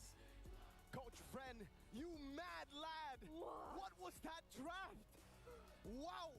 That was the bomba mentality right there. Just sustaining everything, buying enough time, creating enough space. And it seems like that's the way Team Spirit wants to play into the aggression of Team Vamos. They're definitely comfortable with all that. Let's hear from our panel what they have to say now that Team Spirit's leading 2-1. I agree with you guys. Something happened in that 10-minute where it turned things around. Wancha was able to get a triple kill, and after that, it was all Team Spirit. So that was good by Team Spirit, but this comes to the question. Nets, he had the Irithel, he had the items, but he couldn't execute on it. Nah, he was overextending. A lot of these fights, one shot living up to his name, was catching him with that Spirit of the Alpha. When, honestly, as an Irithel, you shouldn't be that close in the first place. And not to mention, you had plenty of peel anyways. A lot of things started to break down very, very quickly for Vamos. But I'm pretty happy with Team Spirit's overall draft, right? The early game is going to be the hardest part of this game. Once they start team fighting, that's when you see them be their strongest. Yeah, we saw a couple of mistakes too, a couple of greedy plays, right? Chibi, he tried to take down Hiko on that side push play right before the Lord spawned in and was easily picked off, which created the opportunity for them to kind of siege through that mid lane. He didn't know that there were people there, but at the same time, he should have had this instinct. Like, this 1-1 looks a little bit too comfortable. Something's fishy here. Unfortunately, he couldn't smell the fish. And again, I just got to talk about Nets here. 1, 3, and 3. He had 4 items, but I would say mid-game, he wasn't really able to contribute much in terms of the damage. And then once Joy got the Holy Crystal, there's not much that Nets can do about it. Absolutely. That's why if Vamos is going to play a composition with such an early lead, they have to keep on pressing the advantage. As soon as they let go of that lead, and more importantly, as soon as they lose that very first Lord, it's not like their wave clear is the best. Both teams generally struggle to deal with waves overall. So that first Lord was a very pivotal point to actually put some permanent currency in their pocket. And the power of Joy has just been shining for Sunset Lover in the mid lane. I mean, he's just been on point again with that Temple Rain as well. Very hard to deal with, right? I mean, it's picked up. You don't know if it's going to be in the jungle. You don't know if it's going to be in the mid. And that just shows the versatility from Team Spirit to pick up the pieces and take the advantage in this series. My only worry is that, like, the Irithel was an amazing pick against what Team Spirit has. So if the Irithel can do it, now I'm scratching my head. What other picks is really there for Nets now? Honestly, I'm guessing that they're going to go back to more comfort picks all over again. If you're unable to not only win out your lane, which I think he was trying to do his best in doing so. Hiko played a strong game as well with a lot of support from the rest of his team. But once these 1v1s were done, these team fights have just not been looking as clean, right? We saw the early game movements coming in from Vamos specifically, and based on the damage, everybody was getting involved, right? Zorn's creating space, even Smooth was rotating out of his lane really, really quick, knowing that Kid Bomba doesn't really come online until he hits level 4. And in that short period of time, yeah, you're putting back one shot, but once those 2 items come through, once he does have that War Axe ready to go, once he does have that Queen's Wings, it becomes very dangerous to stick around longer than you should, especially once you've used your resources like your ults.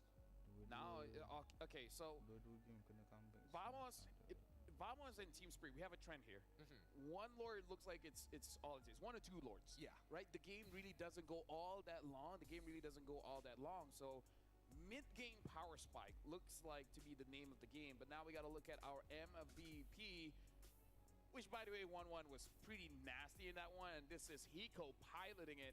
So the MVP is going over to Hiko on that 1-1. And again, like, he went deathless on that 1-1. He went deathless, even in a losing matchup in lane, which is very surprising. It means that there was a bit of sacrifice, there was a bit of give and take during the laning phase, but he still hit his item power spikes on the right time, right? He never felt like he was behind. It never felt like he was, completely out of these fights, but he was very intelligent with the way he's going in and out. He's looking for angles to kind of split the formation of Team Vamos away from not only Kid Bomba, but his general front line. And that's when Sawo can kind of fill in the gaps with the help of the guiding winds. Yeah, I was going to say, with the Mathilda pickup on top of him already having the tenacity, it's a nasty combination. I mean, he was all over the place in Hiko. What he couldn't get done in the previous match, he was able to get done here for this game. And now, it bids you the question, is Mathilda worth the ban? Oh, I think Matilda might just be worth the ban. It's putting a lot of stoppages and more so creating more opportunities than I would have liked to believe, because just look at the way these fights are playing. The front line is sustaining despite being 2 levels down. They're able to come up with very creative angles. Okay, so for some reason, Vamos didn't have enough damage to do with Team Okay. I would have putting a lot of stoppages and more so creating more opportunities than I would have liked to believe, because just look at the way these fights are playing. The front line is sustaining despite being 2 levels down. They're able to come up with very creative angles. Okay, so for some reason, Vamos didn't have enough damage to do with Team Spirit, and Sunset Lover was actually able to dish out majority of the damage, and then One Shot just came in, and this is the pivotal mistake where yeah, I kind of feel like we're at that part of the tournament where no way will a marksman be all alone in the map. So maybe GB thought like it's just one other guy, so his OG Shadow Kill will be able to handle 2 people, but that was basically the whole squad, man. Yeah, he was banking. I mean, he even picked up that Sky Piercer within like... Yes, getting the Winter Crown is one way of potentially, disrupting that combination. But I think there needs to be a valid argument of banning it out entirely, because now their backline, and especially Nets, he's struggling, and he's struggling in a way that I wasn't expecting. This is the best thing about a best of 5 is that adjustments can come in, right? You saw what was the problem, and now it's really on you guys. Do you guys acknowledge it to be a problem, or are you just like, we just made a few mistakes. It wasn't that big of a deal, right? It's a good thing that after this we are going for a break, so both teams, honestly, Team Spirit as well as Vamos, can really consider it out. So we're gonna go for a short break. After this, we're coming back. Right now, the score is 2-1. One more win, and Team Spirit moves through. We'll see you guys after the break.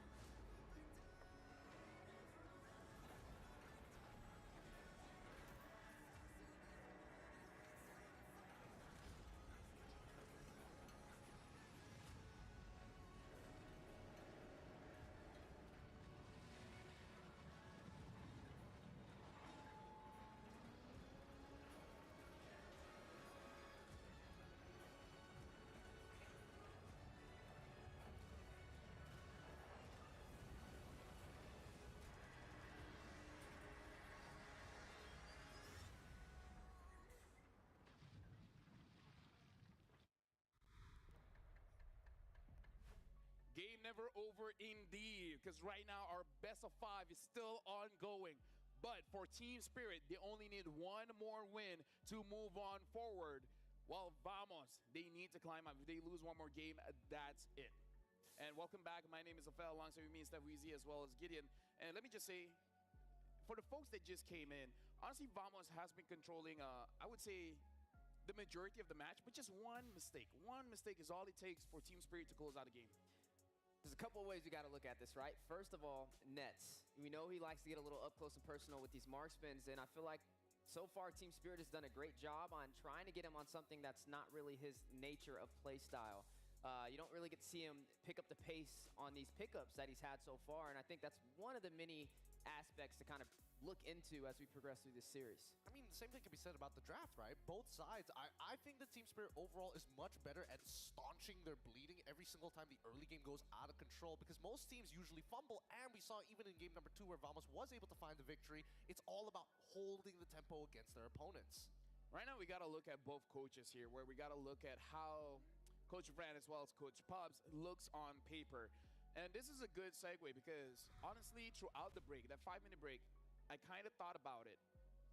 And I feel like Joy should be banned because it really does shut down Nance. Right now, you guys are looking at the numbers here. When it comes to the first pick rate, Pubs has more of it.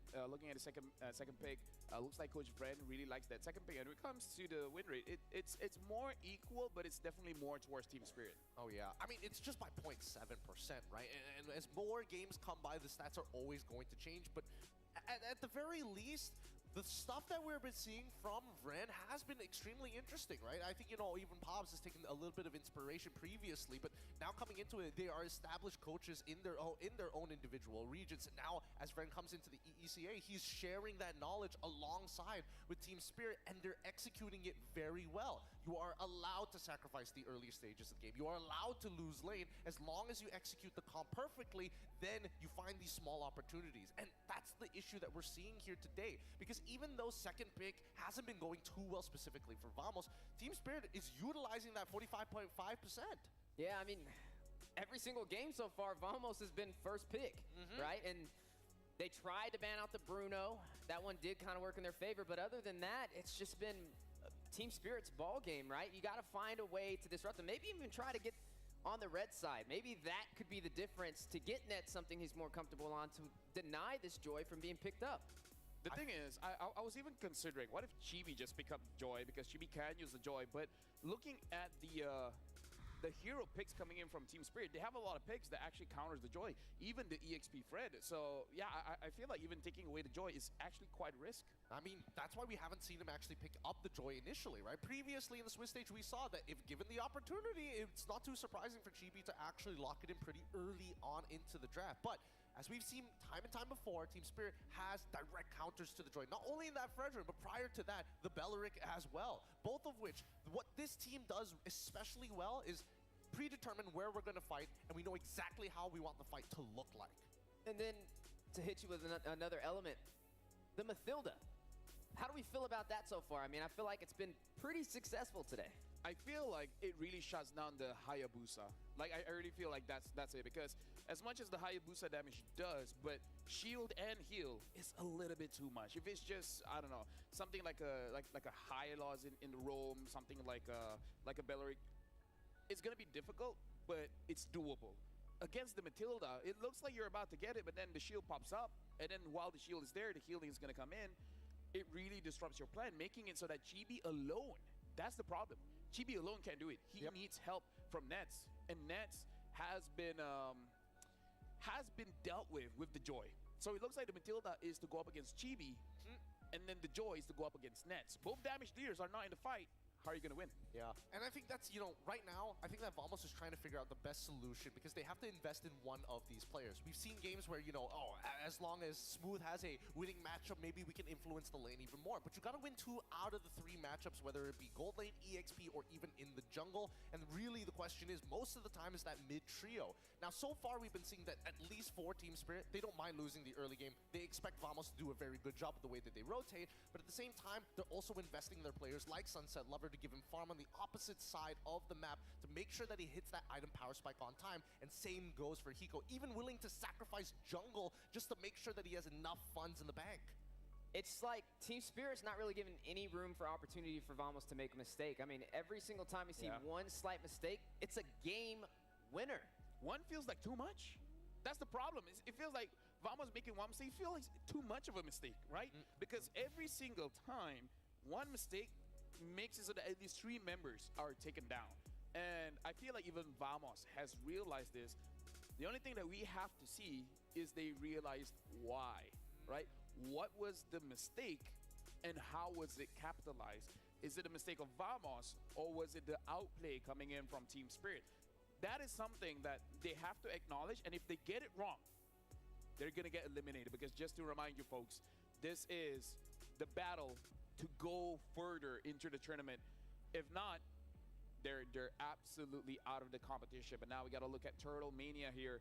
GB is number 1, and honestly by quite a lot. 28 turtles so far. The second being Dax with 24. Third being King Kong with 18 turtles so far. So GB has been contesting the turtle a lot, and more importantly, he's been winning a lot of those contests. Oh yeah, he's great at the retribution, but it's also great that he has a support system in the early game to get those turtles. And I think for these first 10 minutes, it's going to be really important for them to maintain that tempo, because we've seen Team Spirit do it again and again and again at completely shutting them down just before that very first Lord. Now we have Lord Terminator here, where Fabian is number 1 alongside with Dax, both having 15 Lords in Turtle, followed up with Sakai's with 12 Lord and Chibi with 11. So, although to be fair, if you look at Vamos' game, again, just 1 or 2 Lords, and it's either win or lose.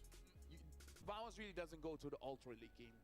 Yeah, you got to be careful, right? You want to not overextend, but you also don't want to miss an opportunity by not taking one.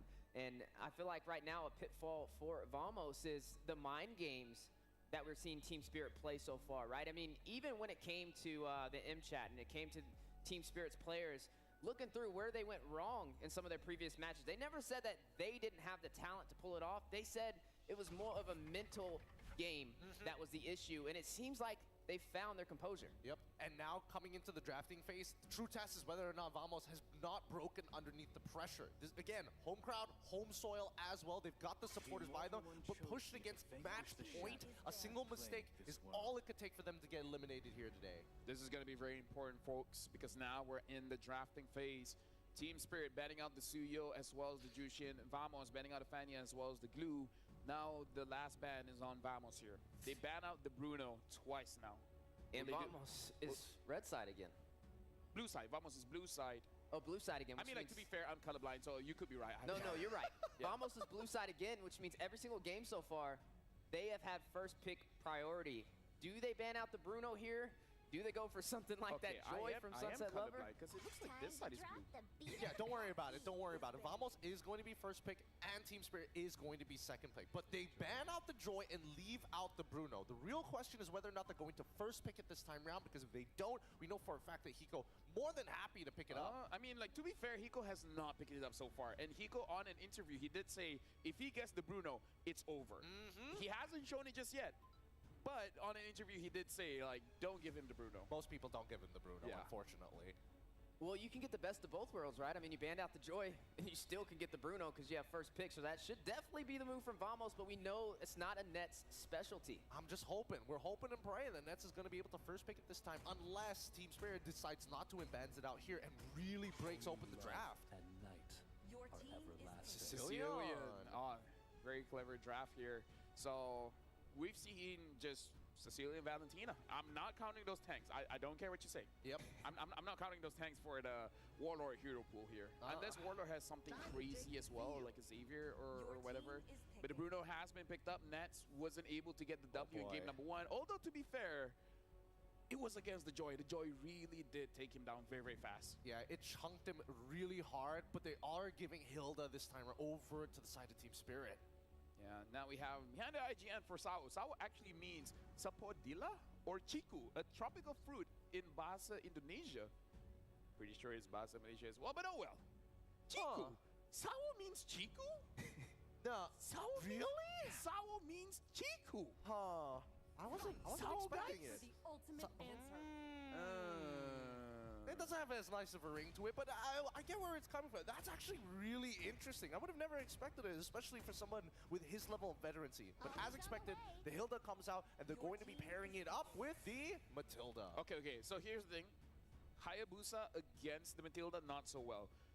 Alpha maybe though, right? Because you can stay in the fight for a little bit longer, where the Hayabusa is like skill-based heroes that has very long cooldowns don't do well against Matilda. Agreed. There's two ways of taking it. It's either you take the alpha, or maybe even consider like picking up the Suyo once again to kind of fulfill Suyo that ban. flexibility.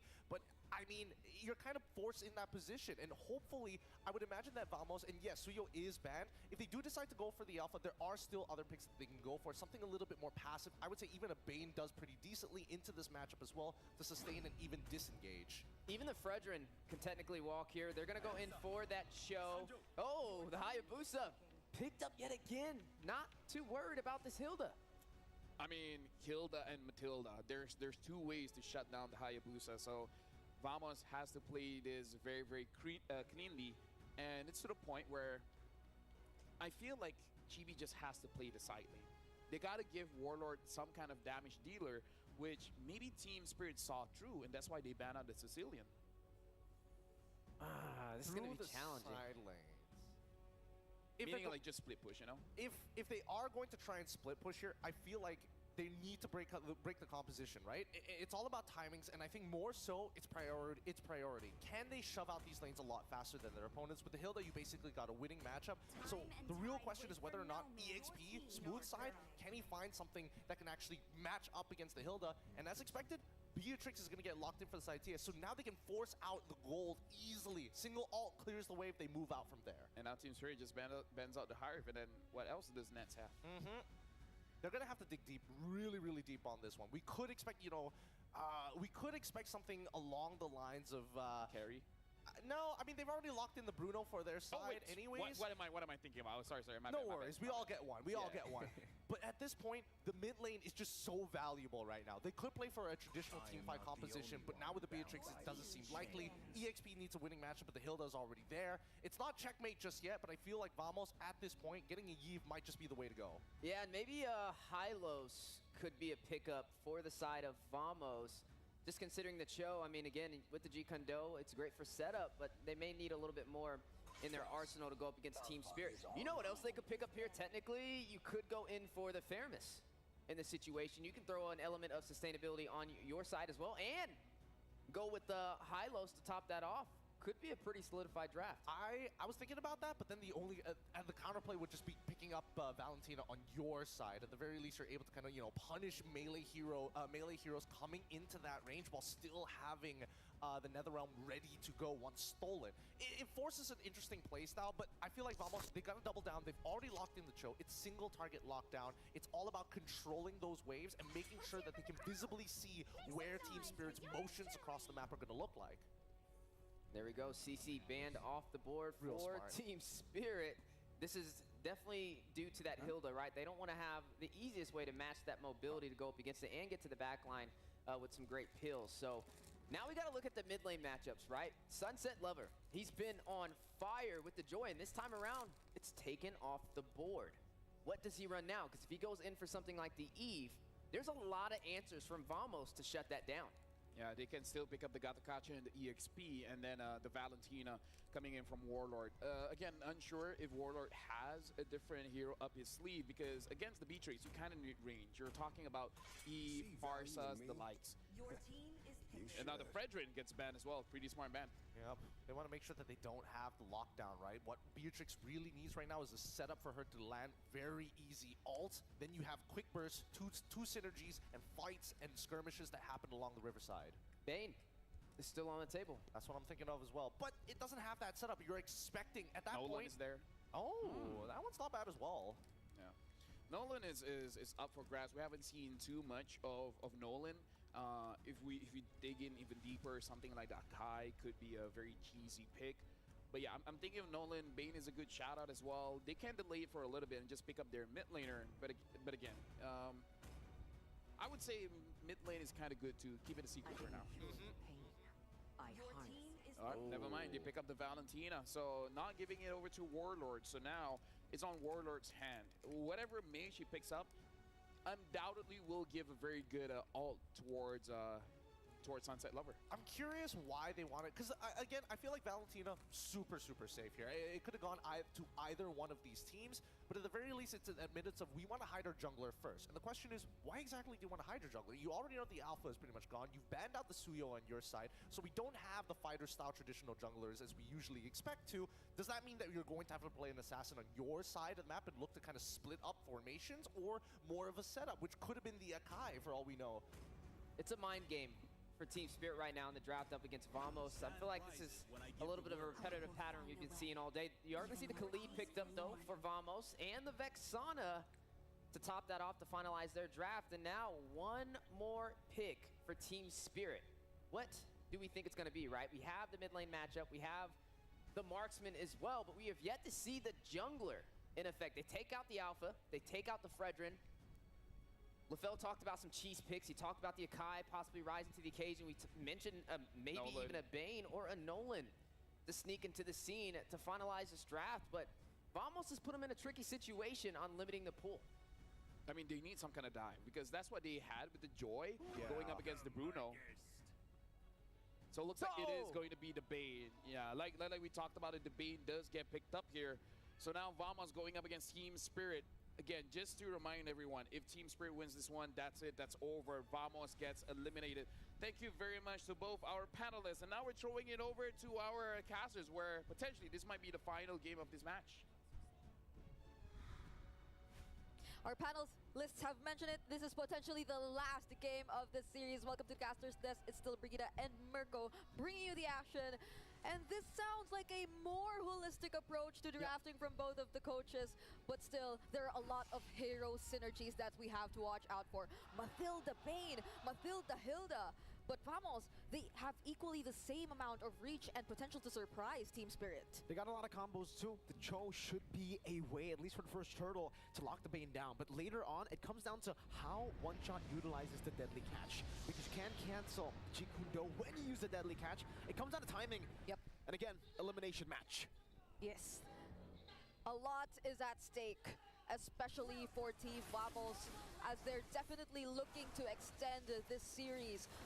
Fighting in their home ground, they definitely would want to proceed in the lower bracket. But will Team Spirit let that happen? One thing I would definitely want to talk about, as mentioned by our panelists, is wait, Sword! Nice. Bracket. But will Team Spirit let that happen? One thing I would definitely want to talk about, as mentioned by our panelists, is wait, Sword! An early steal from Zorn. He didn't even let me finish my sentence. That's the...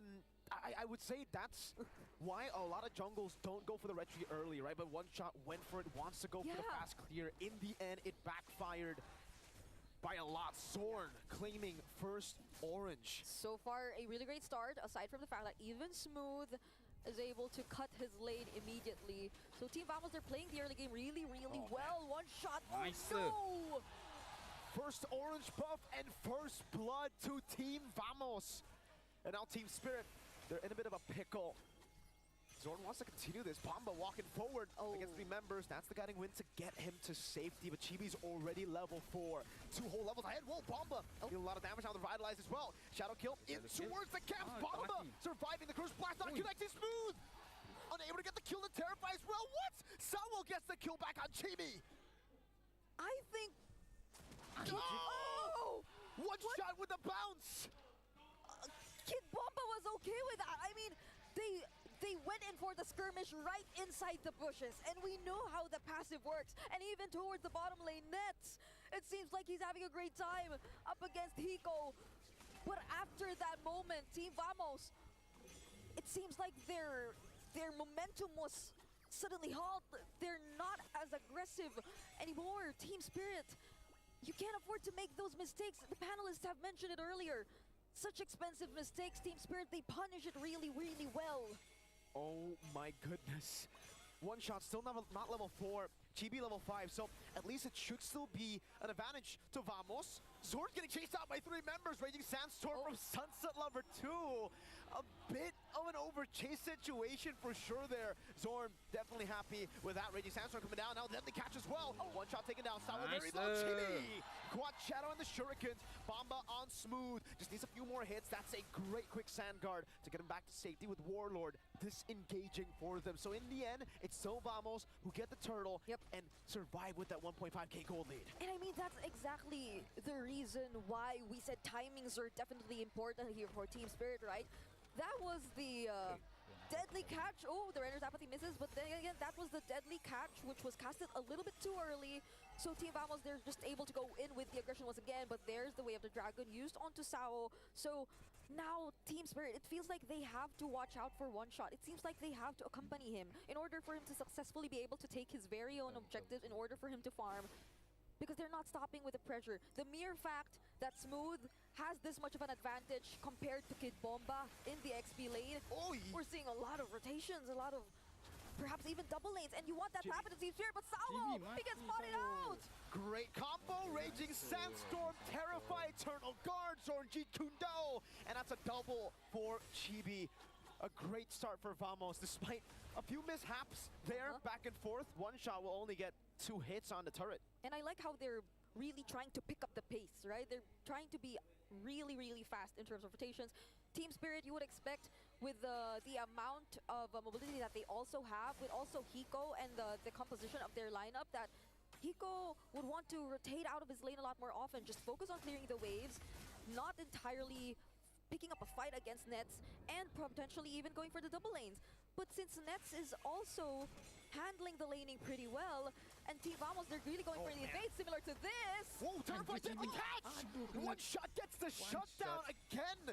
It's all about the Deadly Catch timing, and that one was perfect. Bomba walking up the Terrify to disengage. Turtle number 2 has spawned in the game, and Chibi is down. Yeah, he won't be there. So Team Spirit, they want to get this turtle for themselves. Kid Bomba zoning 3 members, but will they still go in? They don't have the retribution. Bomba's cool with taking all that damage. Bomba wants to walk back in. Gets the guiding win as one shot takes the neutral objective, and we are back to almost dead center. Equal game. Yes, Hiko's able to breathe too. He's able to attempt to go for the double lanes. He wasn't for like the past 5 minutes. He was just restricted in his own lane, even under the turret even, because like there's just so much rotation, so much pressure coming in from Team Vamos. But that's also one of the advantages we're seeing. That one shot still goes for the engage with 3-man knock-up! Great kick into the Curse Blast. Nets takes that kill away, and Vamos are now trying to grasp onto that lead. They want to hold it for as long as possible, but that big lead that Chibi had over to One Shot is no longer present, right? One Shot is also level 9. That's a good shot from Hiko too. Nets though is doing a very good job right now on the Bruno up against this Beatrix. Zorn, he needs to be on point with his picks. Every single mistake, a wrong targeting on the Way of the Dragon, and especially if it's not well coordinated with the other members of Team Vamos, Team Spirit, they have a lot of ways to punish that. Aside from the Deadly Catch, once it's timed really, really well, there's the Terrify and the AoE ultimates coming in from Hiko. But we'll see how this goes, because Team Vamos, they're starting to group up a lot more often. Checking out the items, there's not much of a difference in terms of the lane-to-lane matchup, but oh wait! Oh, Bennett's Rage! It's actually going to be turned around. Kid Bomba taken down though, Smooth, able to shot enough damage. Sunset Lover goes over to Terrify. Chibi, the assassin, coming in the end to assassinate Sunset Lover. That's a 2-for-1 as the Bane gets a turret up top, but it is traded by Vamos in the bottom lane by Nets, who is still free farming.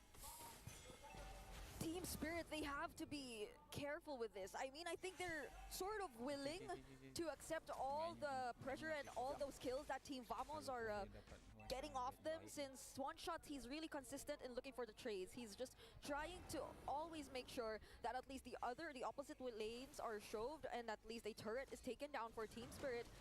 But then if they get more and more kills such as this, oh no! Raging Sandstorm into one shot, now Deadly Catch, Bennett's Rage! Hiko getting the combo down, Smooth very low, still has a quick sand guard, no CC available, Eternal Guard not connecting though. Smooth went away, Sunset Level with a chase, Smooth should fall, unless, no, he will be taken down. Vamos will be happy with the neutral objective trade with One Shot and Smooth. Smooth and Sword? I'd say they're really doing a great job Amazing. at buying time, distracting Team Spirit, and preventing them from just keeping their head in the game and focusing on the trades that will not allow the lead to grow that big between them and Team Vamos. Each and every time Team Spirit chase after the members of Team Vamos, it's always either a neutral objective or a turret, as we're seeing right now. So Team Spirit, they're starting to feel that they're really behind. 2K goal lead for Team Vamos. And imagine, Chibi doesn't even have his hands on the Sky Piercer just yet. They're just really this much ahead and focusing on the damage. My question is, does Chibi even want to go Sky Piercer this game? We saw how volatile both these teams can play just last game, and Chibi had a Sky Piercer. He had a lot of stacks on that Sky Piercer, and when he died, when he got shut down, he had to sell it. That became a very useless item towards the late game. So I think for Chibi, it's safer to go for normal items, right? Just go for the Elphic Roar, Hunter Strike, maybe a BOD as well. Zorn has a great position, but gets spotted out in the bush. It's the Pixel Brush now. Hayabusa up top, Chibi still just farming. And based on the items that I'm seeing, yeah, Chibi is not going for Sky Piercer. Yeah, he's not. They're just going for sheer aggression here and damage. Both Chibi and Nets are doing really well. Nets hasn't even been picked off by Team Spirit just yet. Not to say that they have the pickup capabilities, but oh, the way of the Dragon onto Hiko! Raging Sandstorm though, only connecting onto Work, Mr. Bamba. Raging Sandstorm from Sunset Lover! And Hiko gets the Nibiru's passion. Bamba still surviving. Oh, Salo with the save. Wow, Warlord down. They want to go for the chase, it seems. Hiko, no flicker, has to be careful. Team Spirit, they got that fight turned around. Clutch Flask of the Oasis. Sawo even using the flicker to ensure that Kid Bomba is within range.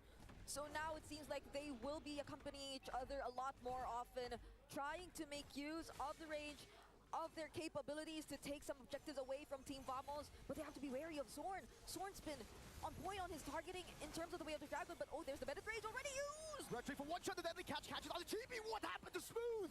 Evaporated. Eternal Guard connecting on a Bomba. It will be a kill over. Smooth for Bomba, but Spirit get the Lord. Sunset Lover always just scheming in these bushes. Yeah, and it seems like this is the way to play around this Bane lineup that Team Spirit has, right? If you just overextend a little bit, they definitely have the tools to be able to answer back. Now they have the Lord in their hands. They will try to gain a little bit more access towards Team Vamos map. And the flicker is still in cooldown for Zorn, so they could potentially be a little bit more aggressive this time around. One thing to note, if you let Hiko and one shot within range of a turret, they will definitely seek to take it down.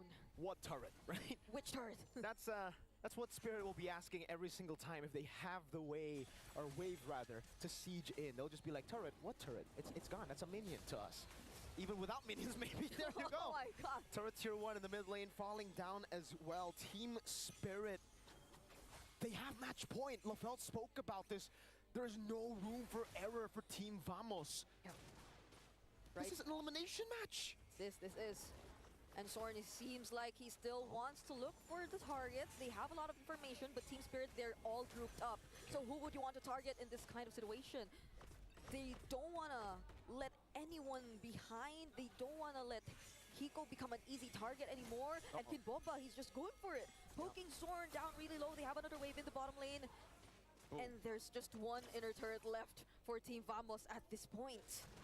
The siege composition is ridiculous. So much poke from Hiko in one shot. Oh, Wind of Nature from Spirit. So the big problem, I would say, for Vamos now, another big problem to add onto the list, is the fact that there's a Wind of Nature for Hiko. Yeah. Most of the members, if not all the members from Vamos who can dive to threaten Hiko are all physical damage. Nets, Chibi, Smooth. It'll come down to Warlord to get the last hit, and on Vexana, that's tough. Yep. And this is the type of gameplay that Hiko introduced to us even. The first time they were able to respond to the Bruno and the Siege comp, Team Spirit were just able to play so naturally with the Beatrix. Picking up an immediate Malefic Gun, and that's the Eternal Guard gone for Team Vamos. They know it too. 26 seconds before the next Lord, but prior to that, it seems like they want to go for a play.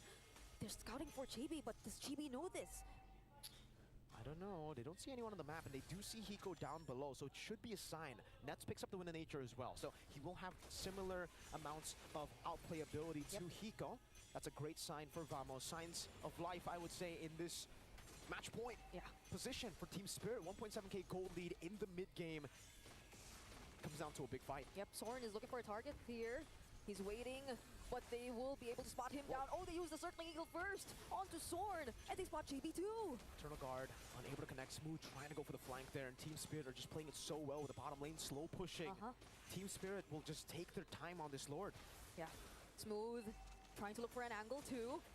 But Team Spirit, they know it. Oh, that's a thing, Manaka once again! He gets Hiko. The deadly catch comes down. It's a win of nature. Hiko still able to kite away. Smooth gonna be locked down. Chibi gets the retribution, but two members have fallen. Sunset with a chase. Nets with a worldie. That's the bounce of the Crime Claw cannon. Nets sliding tackle. Hiko with the dash forward. Nets able to escape the guiding wind. Gets him closer, and Nets escapes. Now, it's the Lord that will be dealt with by Team Spirit. They will be able to clear this Lord super quick. With two members down, can they get more? He doesn't even walk past the tier 2 turret. That's just how quick Team Spirit are able to deal with it. And they are looking to get even this sole remaining inner turret for Team Vamos. Oh, our Wilderness misses. But they take out almost all turrets away from Team Vamos. This is a problem now. That was almost perfect for Vamos. They got the kick on Hiko yet, but it still did not get a kill. They didn't get Hiko. So what does it take to take Hiko down? They just have too much peel. The deadly catch, the Valentina Terrify, the Mathilda. Yep. Look at this. Yep, Nets was focusing on Hiko the entire time, but the heal was there, even with of nature. And they were able to just punish the members who were trying to go in for the backlines, namely Soren and Smooth. If Team Vamos were just a little bit closer, if they tried to go for the more committed follow-up, that could have been a wipeout too for Team Spirit. Definitely. So it's nice to see that Team Vamos, they're being very cautious with their positionings as well, knowing that Team Spirit is one of the teams you have to watch out for in terms of the team fighting.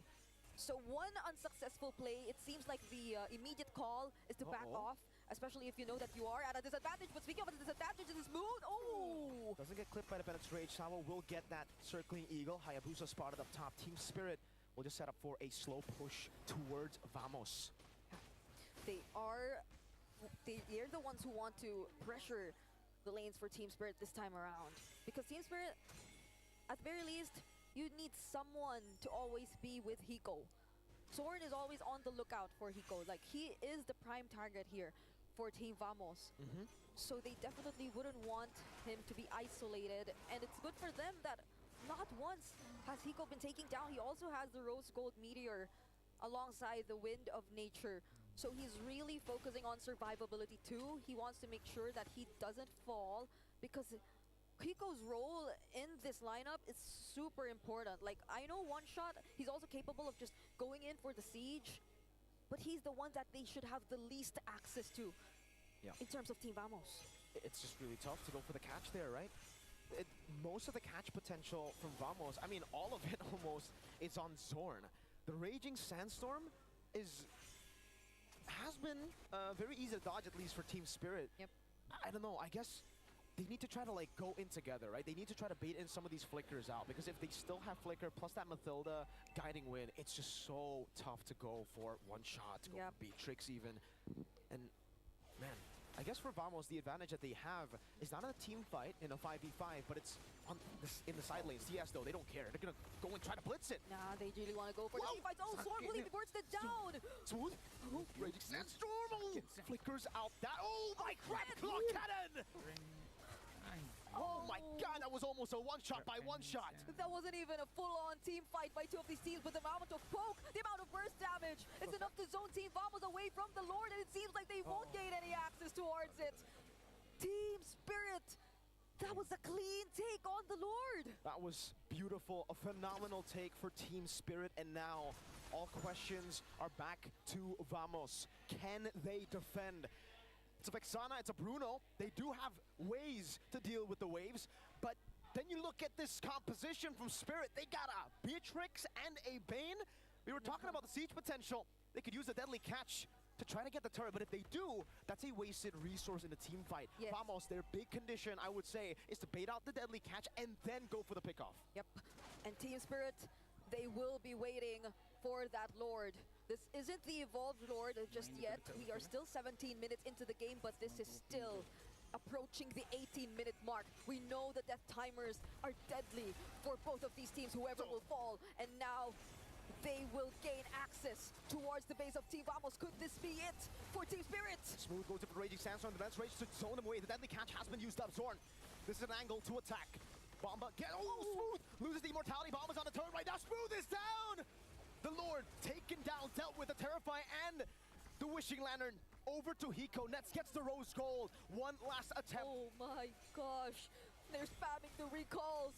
Team Vamos, is this it for the hometown villains? Zorn able to get in the way of the dragon, but he gets the kick back towards the team. Hiko with a nature. Nets gunned down, but the Mirror's Passion still able to slide tackle forward. Hiko gets caught by the Eternal Guard. Nets is fighting for dear life. Dashing in again. Hiko very low. Hiko going for it, but Chibi knocks it down.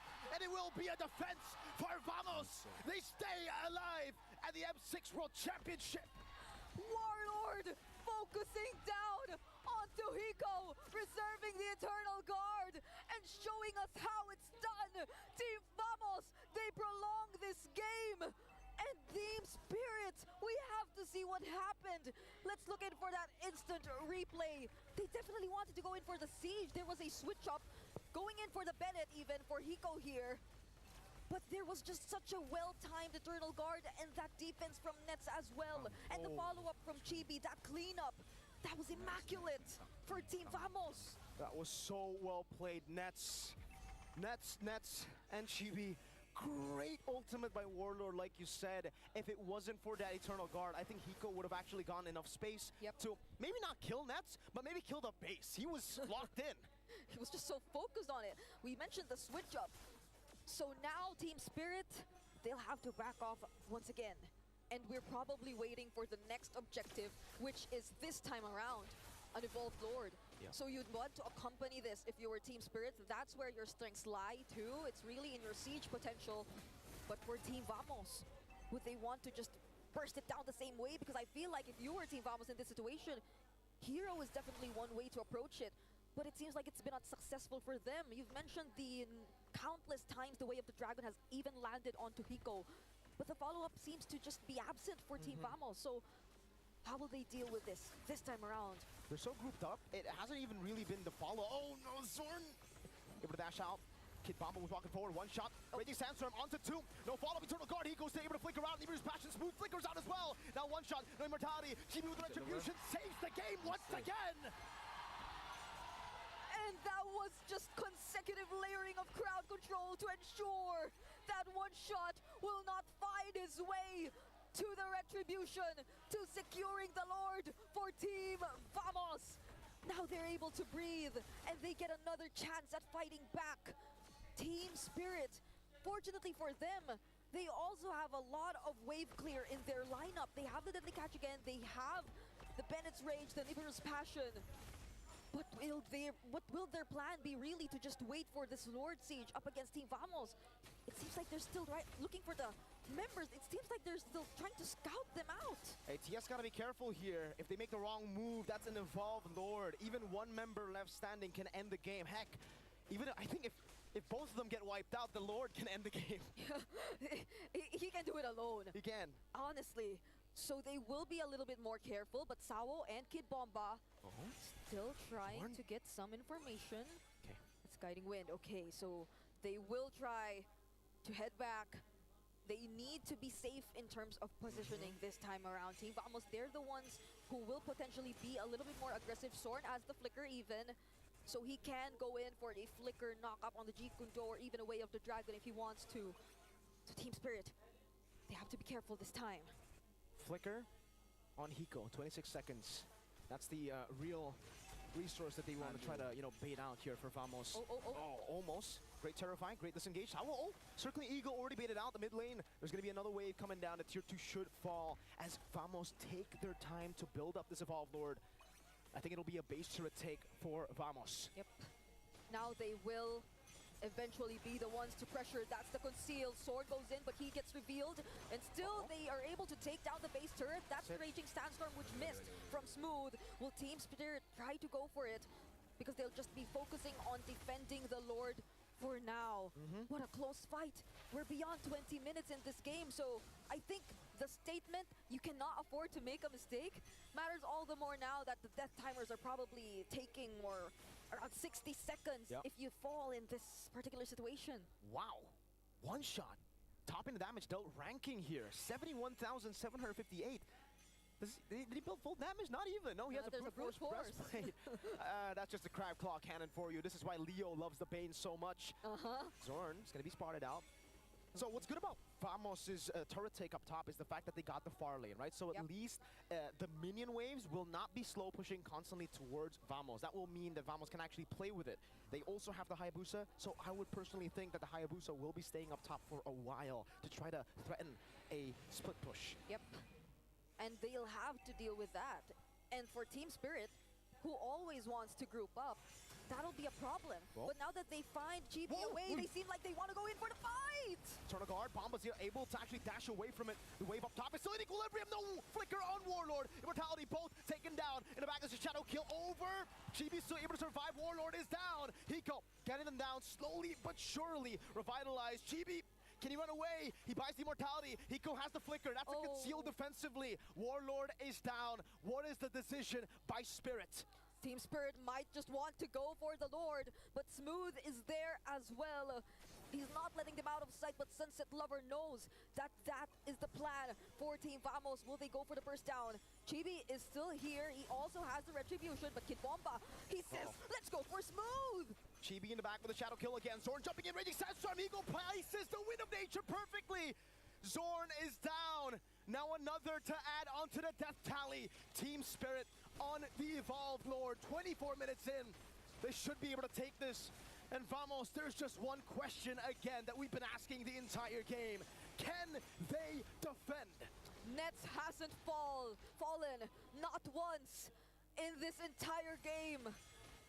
And they have to repeat it once more for this upcoming defense. Warlord has already returned to the game, but Sword is not here to add on to the pressure of Team Spirit to make them very cautious of their positioning. And there goes the circling eagle once again onto Warlord and the Bennett's Rage, but they're able to dodge it either way. But there's still the Evolved Lord marching in the mid lane. This might be premature abilities to be using very early in the siege, but we will see. Evolved Lord in the mid lane. Massive one. Eternal Guard catches Warlord. Raging Sandstorm with the flicker. Hiko still in the back, hiding away. Chibi will try to go for it. Team Spirit will bid adios to Vamos. One shot from the side. The siege potential. And the pride of EECA will reign. And they defend their spot in the competition.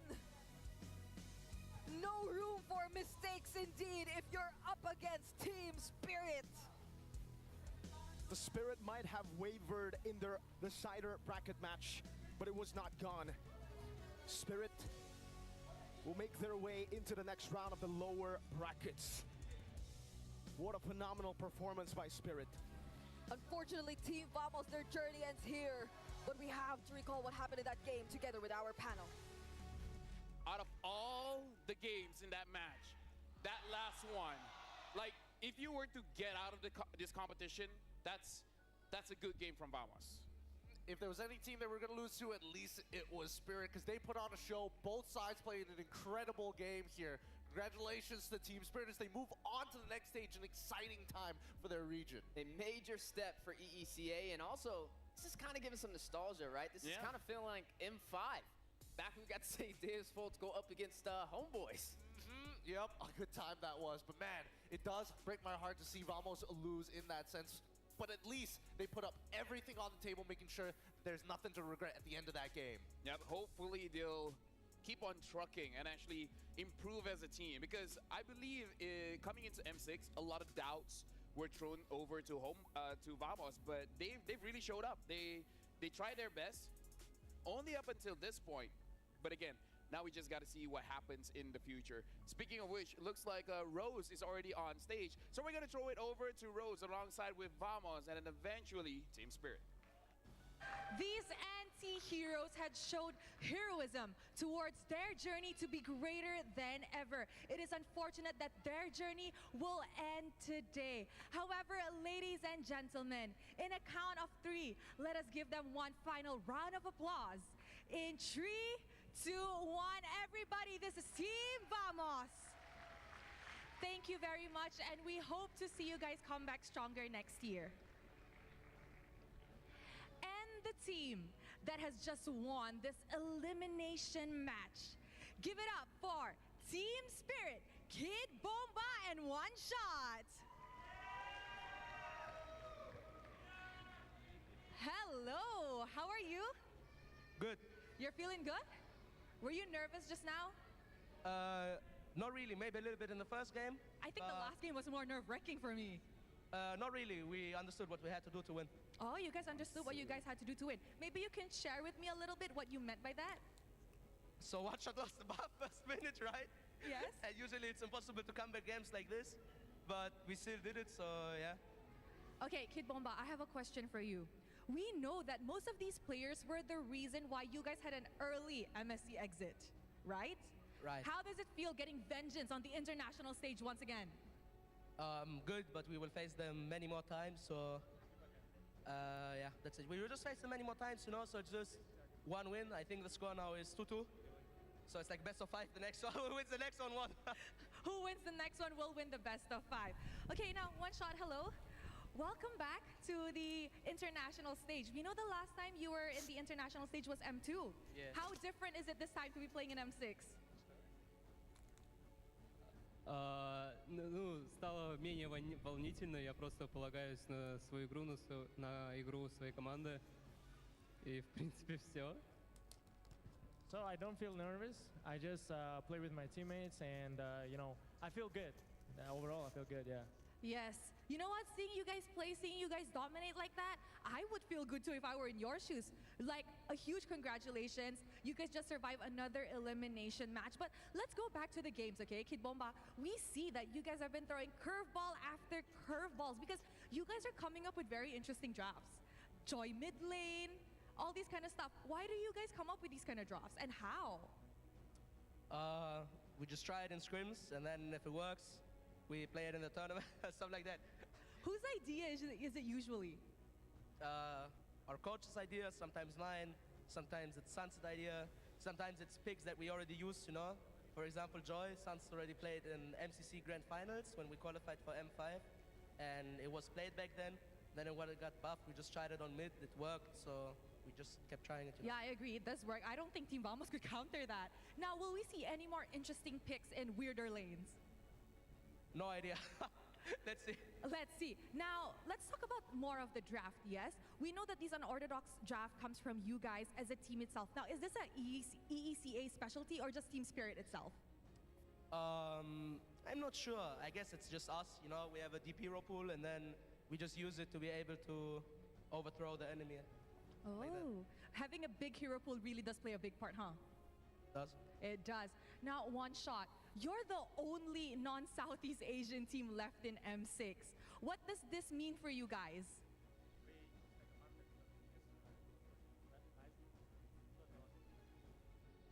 Мы хотим показать, что наш регион очень сильный, что с нами надо считаться.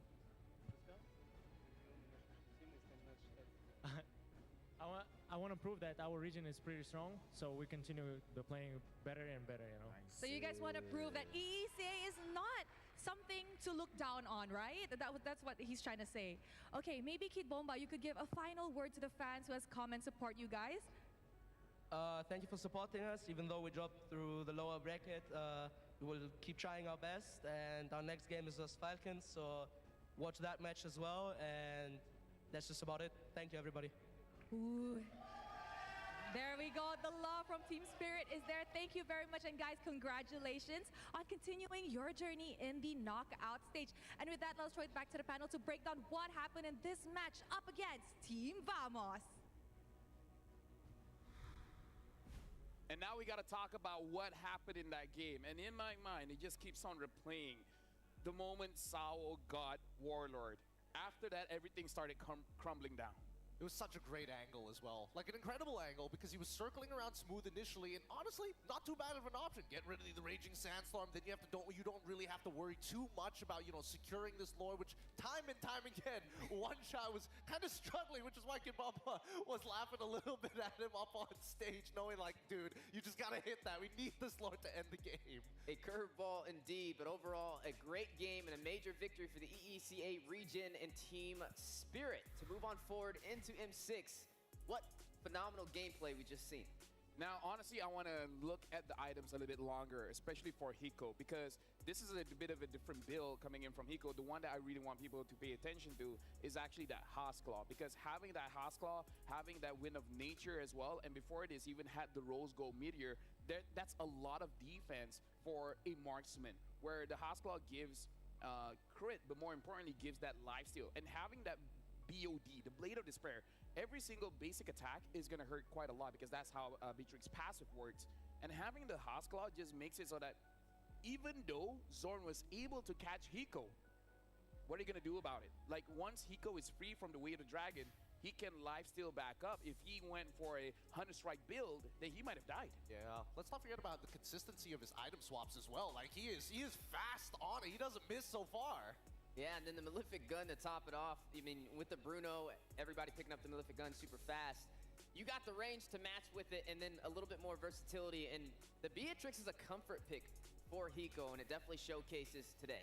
Yeah, and again, looking at, I would say the hero pick here, Vamos, they were able to play the side lanes very, very well up until the point where Warlord got picked off. And this is just one of those situations where one mistake is all it took. And again, if Hiko didn't build the way that he built, he even had a tenacity. Zorn caught Hiko quite a few times. Hiko should have died if he went for the old build. I mean, I want to say that it's going to be enough, but at the same time, he also has supplementary heroes to make sure that he can successfully do so, that he has that one or two autos that could make the difference in those types of fights.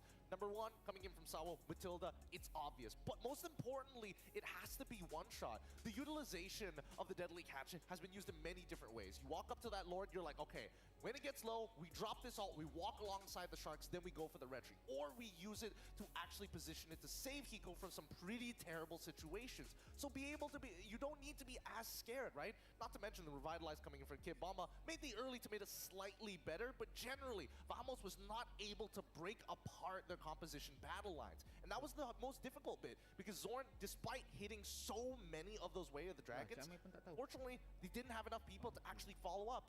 And as soon as Warlord lost his position and got compromised, it becomes very difficult to start falling back. Just a mind game overall for Team Spirit up against Vamos, starting all the way in the draft. And then we saw a few mistakes slip through the cracks, and Team Spirit was able to capitalize on that. Having the Matilda in the mix definitely made things a little bit more challenging. The sustainability, the later the game went, the harder it was to deal with. The curveball shots with the Guiding Winds and the Circling Eagles from Sawo were challenging. And then looking at Vamos, I mean, look at Nets. Overall, we saw that crit come alive when they were defending for that base crystal, and he even has a higher damage output than Hiko on the Beatrix. The entire team, 77, in terms of damage, Vamos did quite a lot, but now we got to look at the MVP, and let me just say, he got the Matilda all this while. It's only a matter of time until Sao gets the MVP. And again, that very last catch. Woo! Talk about game-changing. That was incredible. I mean, we've seen a lot of impactful plays coming in from Matilda players. Sao now joining the ranks of them as well.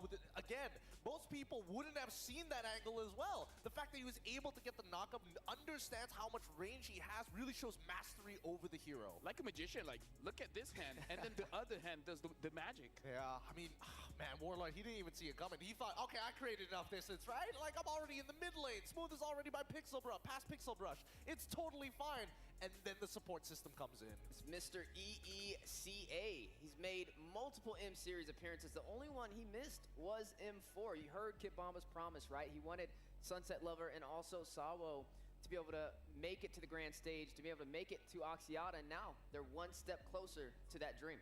And now we got to look at the highlights of this game. And honestly, this game, there's a lot of highlights. Oh, but yeah. again, like, this is just one of those things. You just take one play, and then that kind of describes what really happened in the game. Yeah, but both compositions were pretty difficult to pull off, right? Team Spirit is expecting these responses from the side of Team Vamos, but if they group together, they give up side lane pressure. So it's this awkward balancing act between both teams as Vamos wants to be able to kind of pick apart the members from Team Spirit to create 4v5 advantages, and even so, despite everything that has happened, the likelihood for a team fight composition like Team Spirit is extremely high, with GB, with the rest of his team, creating not only opportunities of finding Hiko, but stealing away the Lords when it seems nearly and virtually impossible, helped drag this game longer than it should have been. Yeah, that Matilda was a problem, but again, we talked about it before the game starts.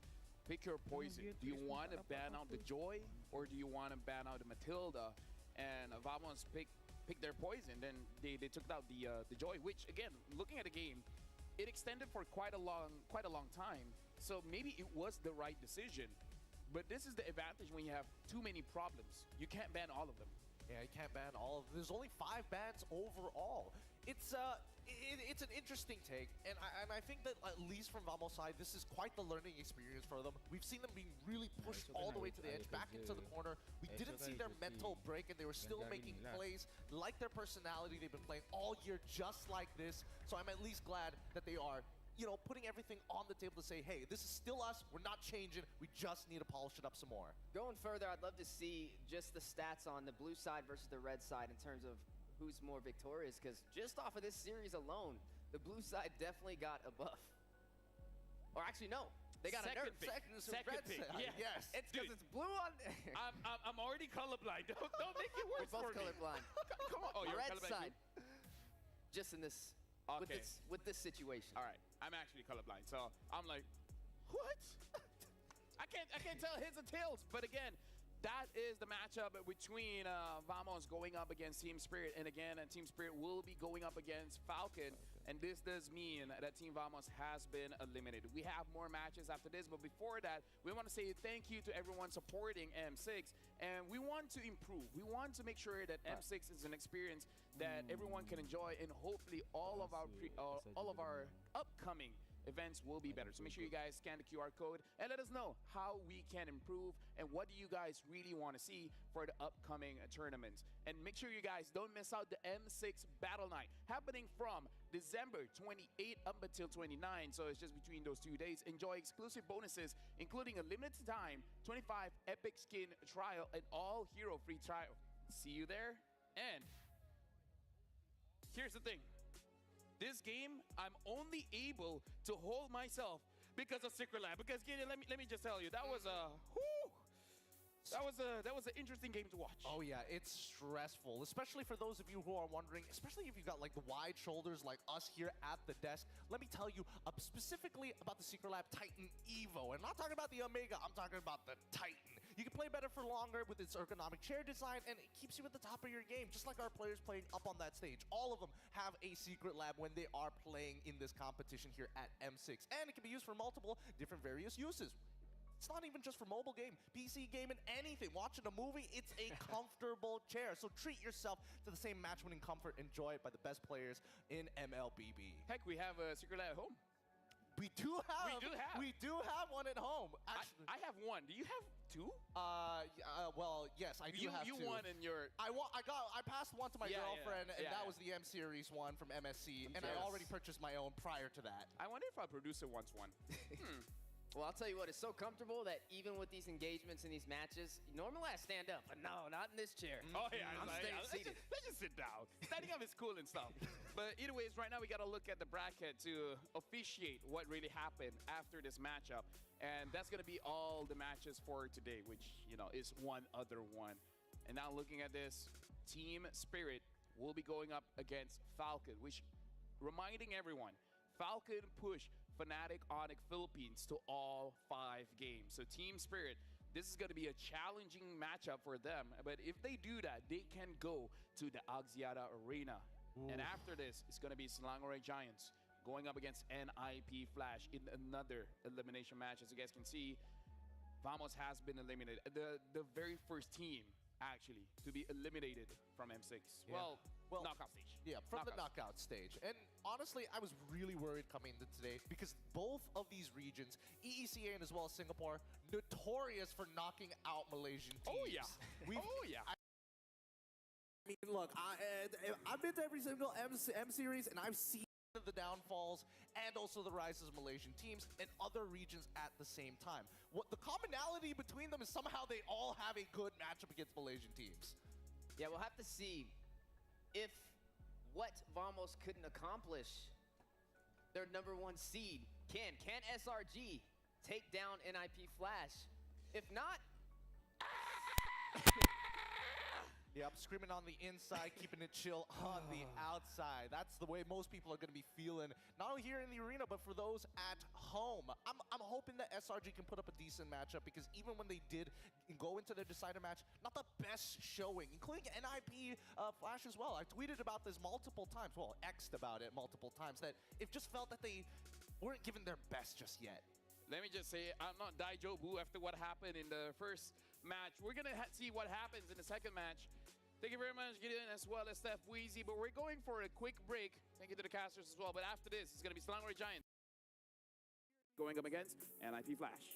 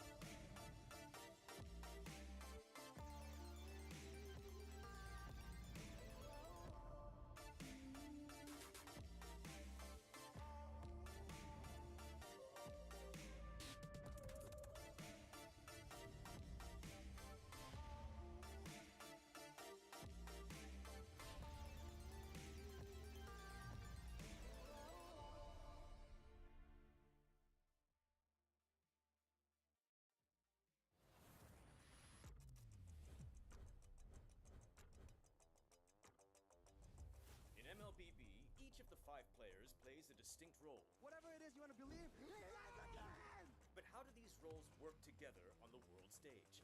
Go, it's Sans, who picks up the... Mid laners and roamers are the bedrock of the team. Looking for the knockup, not able to find a sense who he wants for. Takes him out. Whether it's picking beefy tanks, mages, or sustain, together they provide crowd control and damage in the early game, making space for the team to farm or secure objectives. Then we have the EXP laners, usually playing tanky heroes. They poke and zone the enemy to create opportunities. All right, let's see another fight commences here. Gear goes in. It's going to be a lot of damage played. While the roamers pick to fill the team's needs and support if needed. EXP laners must win their lane and protect their tower with aggressive, confident play, ensuring map control for the team. Ooh, final slash. Finally, we come to the junglers, the early to mid-game finishers, and the gold laners, the mid to late game finishers. Fiery, the god in the jungle, takes a double kill. For junglers, whether it's frontline tank utility or assassin early game assassin burst, they form the core of the team. They act on the space created by their team to finish off objectives, utilizing power spikes with the early game advantage they get from farming the jungle. Should be a retreat from the Burmese gold, and they get sent down into the ground. Gold laners focus on farming for gold to become late game monsters. 1v3. They are savvy observers, staying out of trouble and positioning well to deal the most damage with their fragile heroes. Do you agree? How would you describe the roles that make MLBB greater than ever?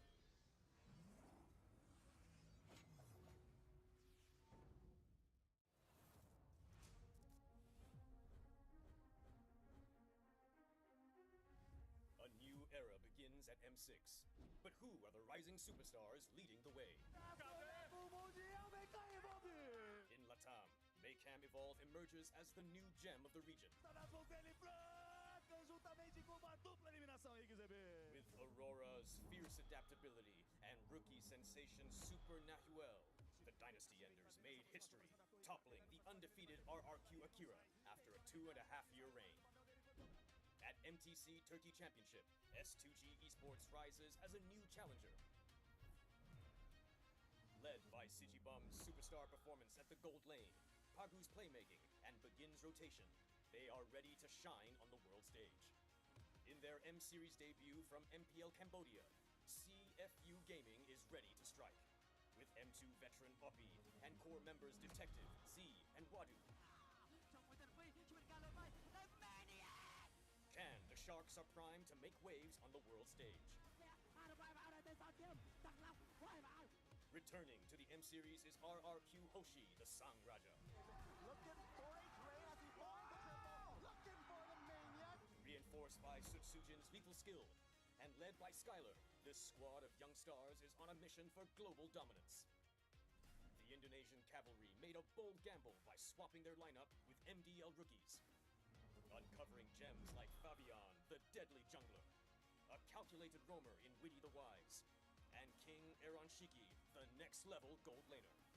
Team Liquid ID rises as a new M-Series challenger. It's a double, but Roy goes down 1 by 1. It's a maniac.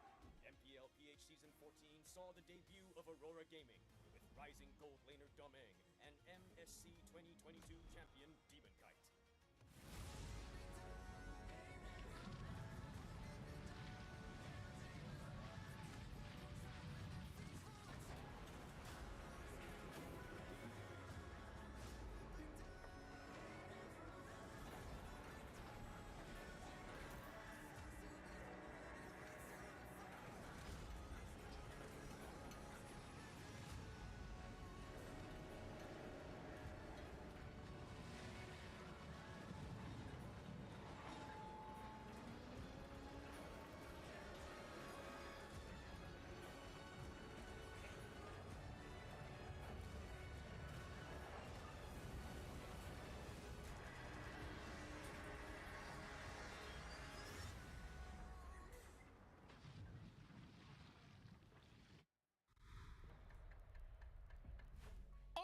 minasan! Welcome back to the M6 knockout stage where this is an elimination match. And unfortunately, if you guys just tuned in, Vamos has been eliminated. And another Malaysian team will be going up against Singapore team NIP Flash. Welcome back to the M6 knockouts. My name is Nafel. Alongside with me is Steph Weezy as well as Gideon to call out the games for today.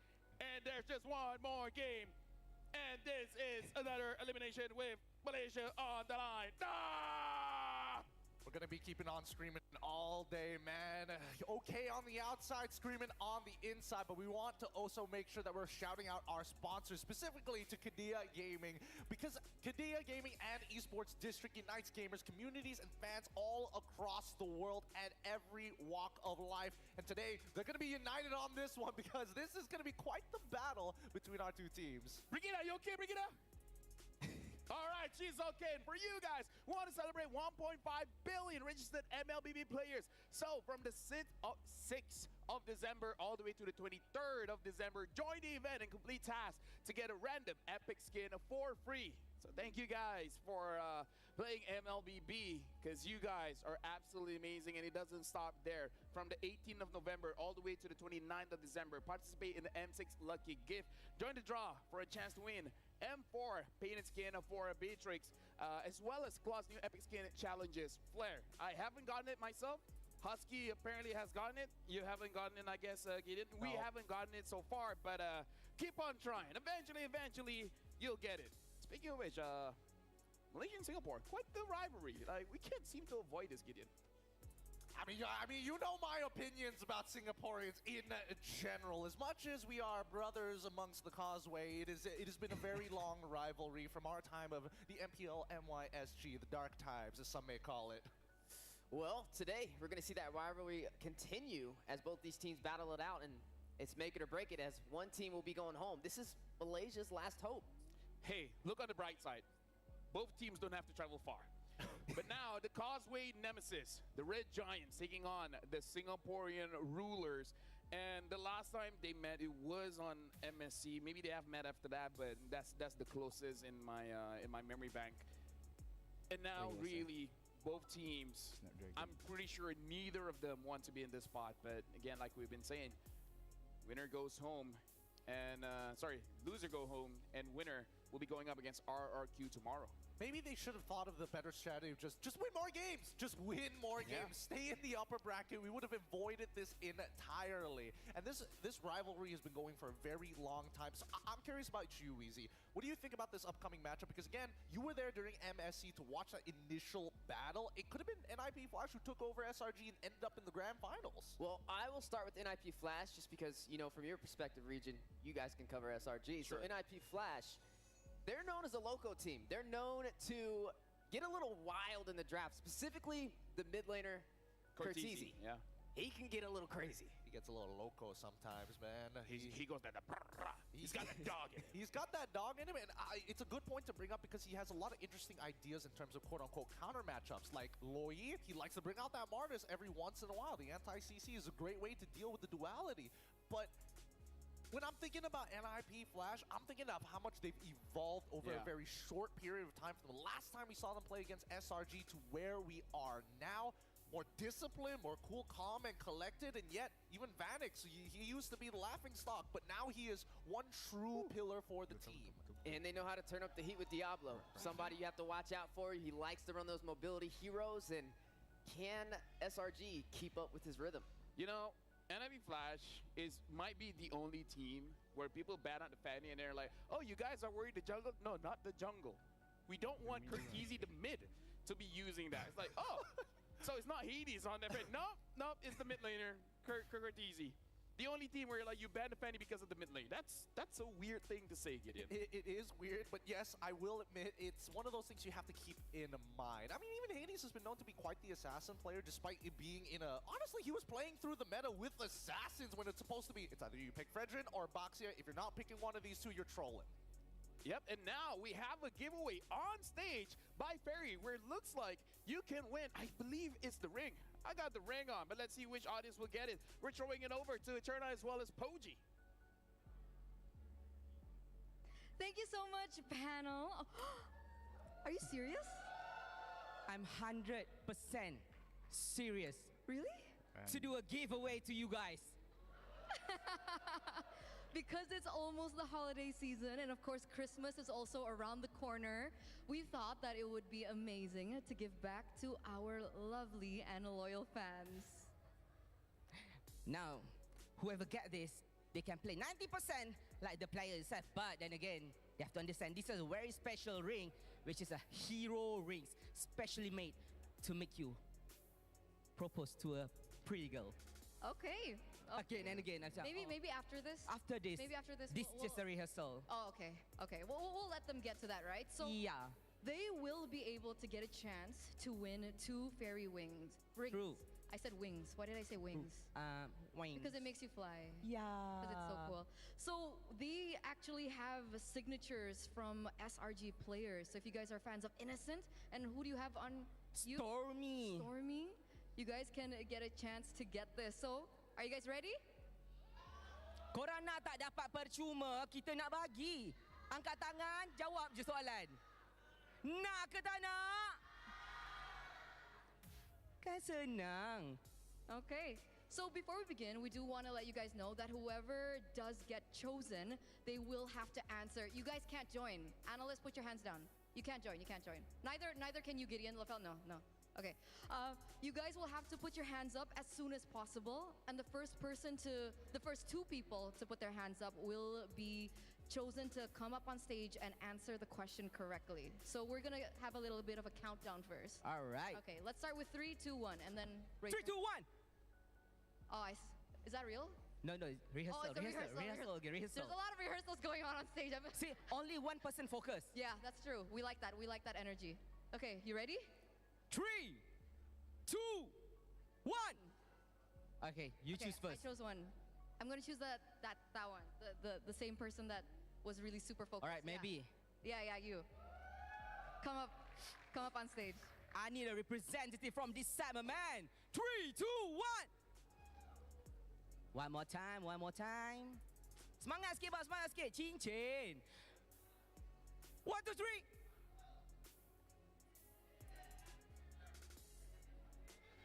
You have to choose that one, right? You have to choose him. All right, come.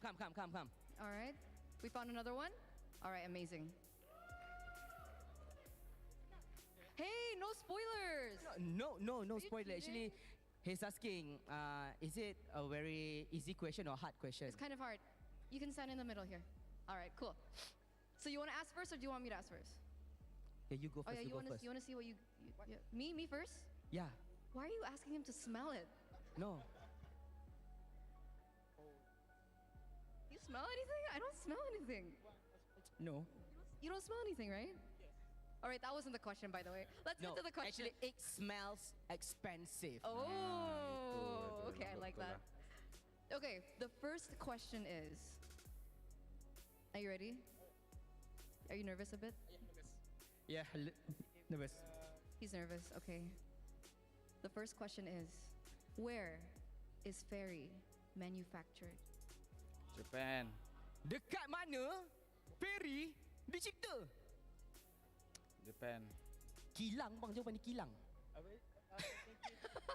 Why'd you push the mic? It's okay, we'll give you. Okay. It's okay, just talk to the mic, it's okay.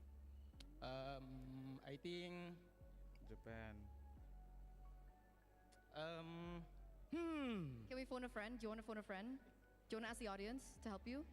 We'll allow that. We'll allow it. It's okay, right? Yeah, Phone sure. a friend, phone a Can. friend? You want to do that? Yeah. Yeah? Okay. Can you apa ni?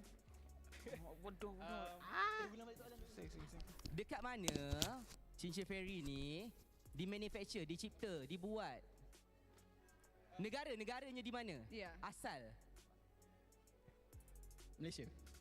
No. It's okay. No. Unfortunately, no, not Malaysia. It's not Malaysia. You know what? I'm feeling nice today. All right. I'm feeling generous today. So does anyone in the audience want to help him out here? Does anyone know from the audience?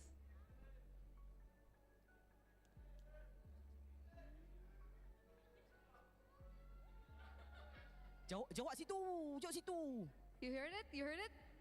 A lot of people are helping in the audience. Switzerland. Close. Close. Close. Close. Very, very close. We'll give you one more chance. We'll give you one more chance. Yeah. Okay, macam ni bang. Jawapan dia, Okay, I won't look. dia. I won't look. round apa sebelum knockout? Tu jawapan dia. Sebelum knockout stage kita ada round apa? Oh. Okay, you got it? Nobody was helping you, right? Switzerland. Pendek je. Round apa? Swiss. Yes! Congratulations! You got it right! Woo! Congratulations! What's your name again? What's your name?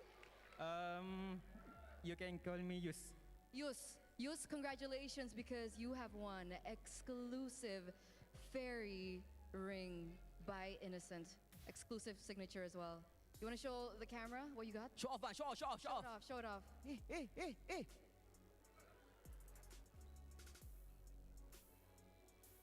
Amazing. Seronok. I'm so jealous. Oh, feeling happy, right? Feeling happy. Nice one.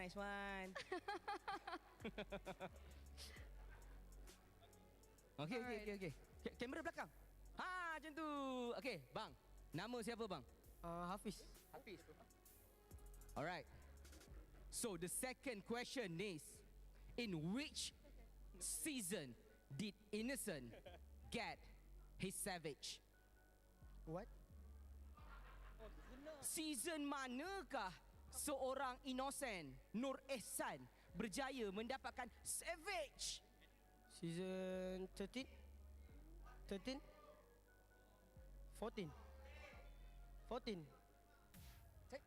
Kena yakin. 14. Yes. Sure. Yes, sure. Nak tanya penonton dulu? No. 14. So he's quite confident with his answer. So season 14. Correct.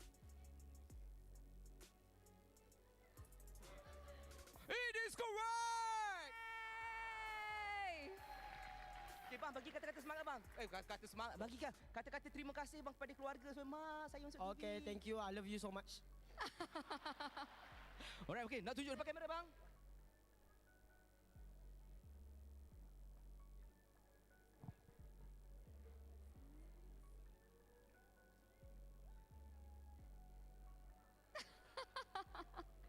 Alright, next one. Maybe Ferry should give us another 2 more for me and Eternal as well. Yeah, we're waiting. But Poji, it looks like we are gonna end this segment. Maybe we have to keep an eye out for more giveaways in the future. But we are gonna throw it back to the panel. Do you guys want to help us throw it back to the panel? Help us throw it back to the panel? Lempar balik ke panel? Iya, no, bukan ringnya. Bukan. Maksudnya macam ni. Alright, let's go back to the panel. Okay, macam tu. ready? 3, 2, 1.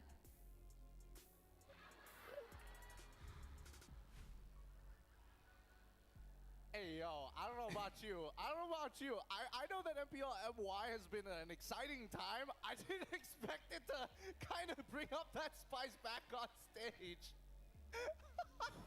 By the way, Turner already got the ring. Thank you very much, Ferry. Okay, I already got the ring. All right, I got the Stormy ring. I got the Stormy bling. All right, thank you very much, Ferry. Thank you very much, Turner and Poji. Well, I do not have a ring, so Ferry, if you want to be generous, maybe one for Gideon as well. Hey, man, I already got myself the Swiss-made Blackberry Dragon Hide Leather. Genuine, by the way. Looking real good. Thank you so much, Ferry. Yeah, it's crazy to think that my watch is made of dragons. Anyways, we have a quote coming in from Arcadia. So let's see what Arcadia has to say before coming up for this matchup, which again is an elimination match. We just had fun, but let's bring it back. On leaving Bruno open, this is going to be very interesting from the coach himself. Bruno isn't a hero that always needs to be banned. There are times when you have to leave it open. We know it's a strong hero, but there are counters to it. Unfortunately, we weren't able to execute our plan properly in the previous match against FNOP. In this match against NIP Flash, we need to make sure we're well prepared they're a team with a lot of pocket picks, so I think we'll have an interesting match ahead, which, yeah, it makes it hard for you to really ban up against them, because if you ban Bruno, there's so many things that's open. Even the Marcus. I think in terms of things to be genuinely worried about, I think Moskov is something that we have to focus on as well, because Vanix has been popping off a number of times with it. Yeah, we've seen a lot of teams allow the Bruno to walk. Instead of just banning it, finding a way through it, and that looks like the game plan for Coach Arcadia. Yeah, and again, the curious case of Bruno, where honestly, we have seen a number of matches here, Gideon as well as Wheezy. And can Bruno be countered? Yes, but I feel like we have come to the consensus is like, how much is it worth, right? Because Gideon, I heard you talk on the panel before when I'm not here, where you're like, yeah, you can counter Bruno, but sometimes it takes too much, right? Maybe 2 heroes, maybe 3, and then like 3-to-1 ratio, like, is it really that worth it? Yeah, I think in terms of like a 3-to-1 ratio, that's when it's like it deserves to be banned all the time. But I understand where Coach Arcadia is coming from, right? As long as our players are able to execute, make basically no mistakes, then Bruno doesn't have a way out. But that's asking a lot execution-wise, especially for such a high-stakes game where Bruno, sometimes there's a certain point of the game where you can kind of turn off your brain and let the auto attacks kind of do the work itself. Yeah, we've seen a lot of methods come to fruition to try and shut it down. We saw the Angie Ling come out. We saw Granger put up against it. We've seen the Beatrix put up against it as well. But now we're starting to see when it's picked up on the blue side, red side tends to try and go in for that joy to create another issue, another element to disrupt just how strong that Bruno can be. Yeah, now we're looking at NIP Flasher, and just to give I'll give my own opinions on the Bruno, but now we got to see, will there be more surprises from NIP Flash, where personally, out of every tournament that we've seen NIP Flash, this might be the tournament where they're more settled in. They're not really trying anything too crazy. Even Diablo, he's just using up the high loss. He's using these tanky frontliners just to give space for his team, because again, like you guys said, Vanix has been amazing. Like, whenever he picks up the Moskov, I feel like the chances of NIP Flash winning is just much, much higher. Oh, for sure. I definitely think that NIP Flash is one of those teams you got to be worried about, right? They've got veterans all across the board. They clearly have the mechanical skill to back up, but at the same time, their drafts have been also incredibly intelligent. The one thing that sets them apart from everybody else, their success rate on the Bruno itself. The fact that they can push and pull consistently amongst 3 of their members, they have that 3-to-1 ratio, and they can execute it properly. And both their side laners are reliable, right? You have Vanix on one side, you have Diablo on the other. What one can't accomplish, the other one usually finds a window of opportunity, which gives a little bit of a thing to look at for SRG to be able to shut them down. Yeah, the way that Diablo really suppresses everyone's movements, making it very easy for Vanix to free hit. And just for the Bruno part, I've watched a lot of games, and I feel like one of the ways that I really like of how the counter really happens is how TLID deal with it and having extra range. They pick up the Granger, and then whatever the mid laner is, the Xavier, the Eve, the Novaria, just makes it so that, yeah, you guys can kill our front lines, but our back lines can deal with everything else. So I really like long-range sieging composition that TLID showed. I feel like that's a good way to deal with the Bruno, but like Coach Arcadia said, it's all about execution. And I can see 2,000 ways of how you can make a mistake in that execution. Speaking of which, gentlemen, looking behind me, it looks like both teams are just about ready. So, hopefully we're all ready as we introduce SRG and NIP Flash onto the stage. The journey down the Golden Road is never easy, yet the Malaysian champions endure. Make sure that the challenges from here on out will be dealt with smoothly. IOI, give it up for your Selangor Red Giants!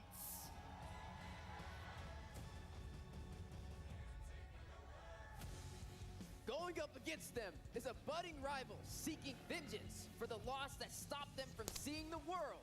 Dashing toward being greater than ever, it's NIP Flash!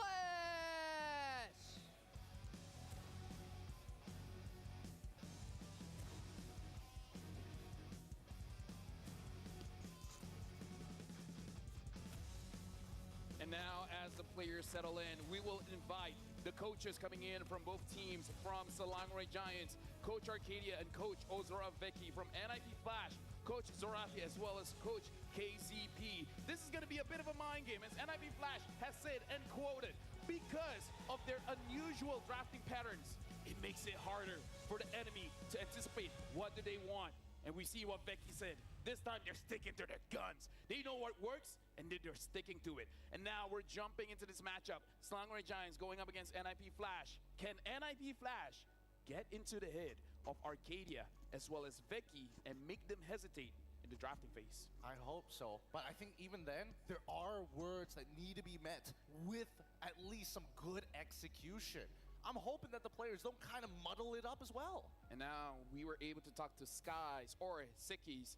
We noticed that you haven't been able to fully perform in your last match against Phenop. What happened? He said, I think we could have chose a better hero for me. A little bit sad, you know, with the emojis. Coach gave some suggestion and options, but I ended up choosing the wrong one. I couldn't play that game in the end, and I believe he's really talking about that Julian pick, which, to be fair, Onyx banned out a lot of his heroes, and he really didn't have much of a choice. Which makes me wonder, what were the other options? I'm guessing the Hayabusa. I mean, it could have gone, but the counters were already there. So there's no winning position for him. It's either Hayabusa or Julian at that point. Man, it's painful to see, but at the same time, it does mean that SRG need to evolve from their current position. So far, NIP Flash, it didn't look like they gave their best the last decider match, but coming into this particular game, hopefully it's going to be enough, because again, when we're looking at average GPM rankings, Aaron Shiki sitting comfortably on top. Second is Innocent at 828. Oh my god, look at the names here. Which, by the way, King Kong is a jungler, but he snuck in. He's at number 5. The untouchable Aaron Shiki, the half-man, half-beast Innocent, Kara, the gold standard, and Benny as well showing up, coming in from Falcons. Looking at that GPM, it's quite stacked. And I kind of feel like even at number 5, King Kong is making a name for himself. As a jungler, he's keeping up with gold laners. Gold laners. The farming lane, he's able to get it. Well, technically that means he's number 1 in junglers. Yeah. He's crushing it. He's crushing it. And right now, coming into this upcoming matchup, we've seen even in our previous best of 5, the gold lane was a very big part, a very big proponent of how people have been drafting so far. I don't know if they're going to take the exact same angle this time round, especially against NIP Flash, because it's clear that Vanix, when he gets his comfort, it's totally fine. It could be a point of attack, but at the same time, we've seen SRG drop games because there's just no junglers to play. Yeah, we're going to have to see who gets the blue side and who gets the red side, as we're starting to see a little bit of a pattern with that Bruno being picked up on the blue side. Coach Arcadia saying he has a plan to work through it. We're going to see if that comes to fruition as we are now jumping into the draft for our final series of the day to determine who will be moving forward and who will be knocked out of M6. I'm just going to say first pick, second pick. I don't care what colors you guys see. Don't worry. Because apparently I'm seeing different from you guys. Anyways, SRG, first pick here. Yes, I know Left is first pick. I just don't know the color. Anyways, SRG betting out the Cho as well as the Lu Yi. And NIP Flash betting out that Fanny. Sakai's or Sakis has been known for that Fanny. And the last time it was let through, it was during ISF. And I don't think it's going to get it. And now the Alpha ban as well. This is what every team has been doing against Slangoray Giants. Man, the ban out the jungles. I'm telling you, Singaporeans have like the best way of approaching when it comes down to draft, as well as macro, right? They've seen you. I mean, they've seen you not have your jungle pick. We're gonna force it out as early as possible. 2 in the jungle bans, and the question still remains: are they gonna get rid of the traditionals, right? What about Zhu Xin? Are they gonna let that through? Yeah, or the Bruno still walking through as well.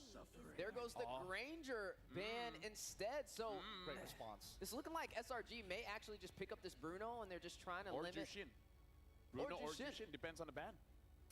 I feel like they're going to take Bruno first pick over the Jushin. But then again, that's just me. We'll see what this very final ban is from the side of NIP Flash, because they were saying, hey, our first 2 bans, we're targeting the Sikis. And then SRG said, you know what? If you're going to target our jungler, we're looking at Vanix. No Granger for you. So what are you going to do about it now? Another hot pick, too. The Mathilda still may walk through this entire first phase of the bans as well, which could be a 2-pick swing for the side of NIP Flash moving forward, as they are going to be banning out that Zhu Xin. So between Jushin and Bruno, they're like, you know what? We can handle the Bruno. Without the Granger, their other options are honestly 2 right now. The Beatrix as well as the Moscow, which is the picks that they have used before. And now the Bruno has been picked up by Innocent, half-man, half-beast. how does NIP Flash respond? All right. Firstly, they're probably going to look straight into the jungle, right? Suyo. Suyo for sure. That makes a lot of sense to me at this point of time. It fits in pretty much every single composition with its toolbox, overall toolbox kit. It's got sustain, it's got stuns, and it has iframes. Joy. We've seen how much of a threat it could be. May work inside of NIP Flash's toolbox. Can definitely be a threat. The Mathilda still walking. Could provide some survivability if they want to go that route as well. The Eve is still on the table, but they have to worry about the Valentina on the other side. If Leo is here, he would say the Matilda is still cacoing. Every time, man. Matilda Airlines saves the day, as we saw in our previous best of 5, but it's going to be Suyo and as well as High Loss. Once again, a staple for Diablo. I don't think it's going to go into the support roam section, mainly because JPL, he's more of a playmaker more than a I press one button and I tank, I big. Yeah, now SRG, just saying, if they don't pick up the jungler here, most probably it is going to get banned out. Oh wait, I just thought of another one, Nolan. I can't remember if the last game Nolan was banned or not, but either ways, it was. Either ways, SRG, Stormy has quite a big hero pool. If they want to pick up Eve, they can, because it is good going up against the High Loss. Afterwards, perhaps pick up the jungler, but they pick up the Hilda as well as the Joy, and the Joy does have a good matchup against the Suyo. Oh, it's going to be a little bit challenging now with that Joy in the mix. I mean, just from the last series, we see how impactful that can be. Now going on to the side of NIP Flash.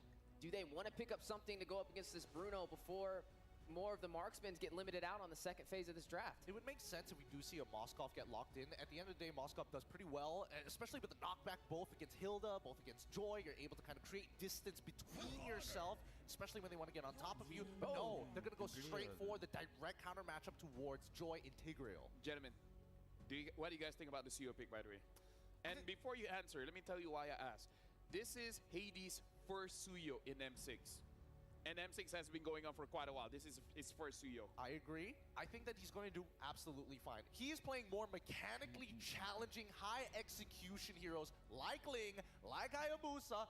It makes sense that Suyo, less execution overall, has a better skill set and overall toolkit like Box. Well, they prowed it super early, so I'm expecting him to be at least a little comfortable on that with letting that slide through the draft. But the question also to be asked is what's going to be put into this mid lane? You are seeing the Valentina taken off the board. The Lu Yi was banned out from SRG. They know how NIP Flash likes to favor that, to have the element of surprise. If you go for something like an Eve, which is still on the table, it's going to have a lot of threat with the composition that SRG has so far. You have the Joy who can rush in, pick you off. You have the Hilda as well. Now we got to talk about fun facts here. From the Swiss stage until now, both SRG and NIP Flash have only been on the blue side twice. Both teams only hold 50% win rate when they are picking first. Will this change? It's kind of funny. Watashi wa don't know. Look, hey man, you keep that with between you and JPL, but between the two teams, the fact that they have only a 50% win rate on blue side is kind of ironic, considering that yes, they are able to kind of play very counteractive towards their opponents, and overall having a better win rate on red side anyways. Second part of the draft, Valentino followed up by the Harith this time round, really wanted to limiting that pool. Oh, okay, so Aurora possibly could be picked up here for NIP Flash. Like I said, I just don't feel like the Eve would be the answer with this composition. Maybe even a Vexana could be something they pull out here. We have yet to see the response back to the Bruno, though. We talked about Coach Arcadia and how he felt about the Bruno. But for NIP Flash, we don't know what their game plan is for it. More so, it looks like it has to be very team fight heavy. They've got the Tigreal, they've also caught the High Loss. It only makes sense if they do so. They interestingly enough, they ban out the Vexana. They don't want some form of disengage. They might just devolve back down to Veil. I mean, like, here's the thing. Yeah, they ban out the Vexana just so that they can pick up the Aurora themselves. But like you said, Stormy is kind of bored using Valentina all the time. Towards he asked the coach, can I just pick up a Veil? Which, by the way, if they lost the game, they would have been eliminated. And then the coach is like, sure. So sometimes maybe just look at Stormy, and then coach is like, huh? And then Stormy's like, okay. Well, keep in mind, in NIP Flash, they are the Loco team. I mean, they could pull out something crazy in the mid lane that none of us are expecting. That's a good point, but now we're seeing that the target is definitely towards Vanix's side. They got rid of the Harith. They also made sure that the Moskov is out of range at this point. With Granger gone, it kind of forces him on the other counter, which would be Beatrix, but that's only to a certain degree, and it doesn't look like, well, actually, with the Tigreal, maybe possible. With what Weezy said, it will be funny if it's a Suyo mid. Because again, dare. Hades hasn't used it so far. Don't you Not dare. saying Curtizi has, but I've watched clips on YouTube. It has happened before, so I'm not throwing it out the window just yet. Oh man, how illegal would that be? Let this be a mid lane pick so that we don't talk about it anymore. Oh, okay, all right, fair enough. But let's see what this next pick is gonna be. All right, Suyo jungle. Thank God, thank God. But it's Farsa still. Farsa can still be canceled out by a number of abilities coming in from the side Joy? of SRG. Well, I mean, Joy's already can close the distance, right? But that's threatening. It doesn't immediately cancel it. There's some punish too. I mean, when you have a strong front line like a Tig and a Hylos on your side, and then you have the Farza who already has mobility, and then you stack a Flicker on top of it, there's a means for escape if you have the Joy or the Hilda trying to rush in. So definitely have to be careful for that. Not to mention now you have the artillery on your side, right? When it comes to these neutral engagements, these turtles, these lords, they have more range in this composition compared to SRG. I would agree with the range, but I'm also worried that SRG might play a really difficult comp if they like lock in Matilda, for an example, take a couple of Purifies. It's really difficult to execute. Oh, so they pick up the Eve as well as the Guinevere as a roam here. So this Farsa kind of doesn't have a choice but to go Purify. But again, you Purify for the Guinevere, but you want that Flicker going up against the Joy. So honestly, this kind of puts pressure on JPL, where I feel like he wants to engage, but at the same time, he has to look at his backline, because if Curtizi gets caught, he has to be there to back him up. Yeah, at this point, you might as well go Claude, right? You're able to use the BMI, close the distance, and natural counter towards Eve's side. That would make the most sense at this point. I mean, you're gonna, no matter what, it's gonna be a difficult lane against the Bruno. If you want to play something more passive, sure, you can go for the Beatrix, but at the end of the day, you need a wombo combo with something. Both are viable options. I see the fondest. Oh, but they pick up the Natan. Works So the same. a very late game carry. But honestly, looking at how Natan has been playing, honestly, I feel like Natan has a one item power spike at this point. So maybe we don't have to wait for that long. But now, thank you very much, panelists. Now we're going to throw it over to our casters for the very first game in this match. Thank you so much to our panelists. We're down to the final series of the day, and it's going to be between back-to-back champions of their respective region. This is Brigida and Mirko bringing you the action once again. And surprisingly, it's a balanced composition for both of these teams heading into game number 1. More surprising for NIP Flash, right? Yeah. I mean, when was the last time we saw Curtizi on an actual mage? You know, does the Farsa have like the Decimate ulti? Is this the new Farsa or what? Because yeah, Curtizi, we have seen him on mages before. Just it's not the common. It's not the thing we usually think about when we think Curtizi. But let's see how it works out up against SRG's Bruno and Yums' Guinevere. Yes, because if there's one thing I would immediately want to point out when it comes to Curtizi and his confidence heading into this game, it's that he's not picking up the Purify on the Farsa. So he's really confident in terms of positioning, or it's important that he has to be, because Yums would probably be constantly on the hunt for him, but it's not just Yums actually, it's even Sekai's, it's Cram. There's a lot of members from SRG who could just hunt the backlines of NIP Flash. Yeah, it does seem like for NIP Flash, their draft is more to shut down Bruno and Joy, right? Yves is going to have a very good time, I would say, the Guinevere and Cram on Hilda. We should see Cram able to get into that backline, but again, JPL goes in. Oh, what was that damage? Hades! A double kill, Yums and Skies disappeared! Wow. And I'm not sure if there was the Sacred Hammer too, or it was just JPL right in front of two members of SRG, but that was a beautiful Blade Surge. What was that? Stunning two members and that immediate burst down as well. So I think this is also one thing you'd have to be careful if you were SRG up against NIP. The amount of early game damage that they have in their hands, they could literally burst down any member they spot out from SRG at this point. Both Hades, Curtizi, and probably even a bit of like poke here and there from Vanix on the Nathan. I'm still surprised that dealt that much damage. It's not like he went for Thrill, so there's a bit more damage there. Season Hunter, Impure Age, nothing too crazy there. Bargain Hunter for Vanix though means that, yeah, like LaFell said, we might get like some power spikes very early on. If Vanix is able to just farm up and go even with Innocent on the Bruno, we might actually see the power spikes be very, very similar to each other, the timing at least. It's tenacity too, by the way, for Innocent. This is something I'm personally not used to seeing. We usually see more of an aggressive stance for Mr. Innocent. Great push. Wow, Hades with a blink getting away from the spatial migration.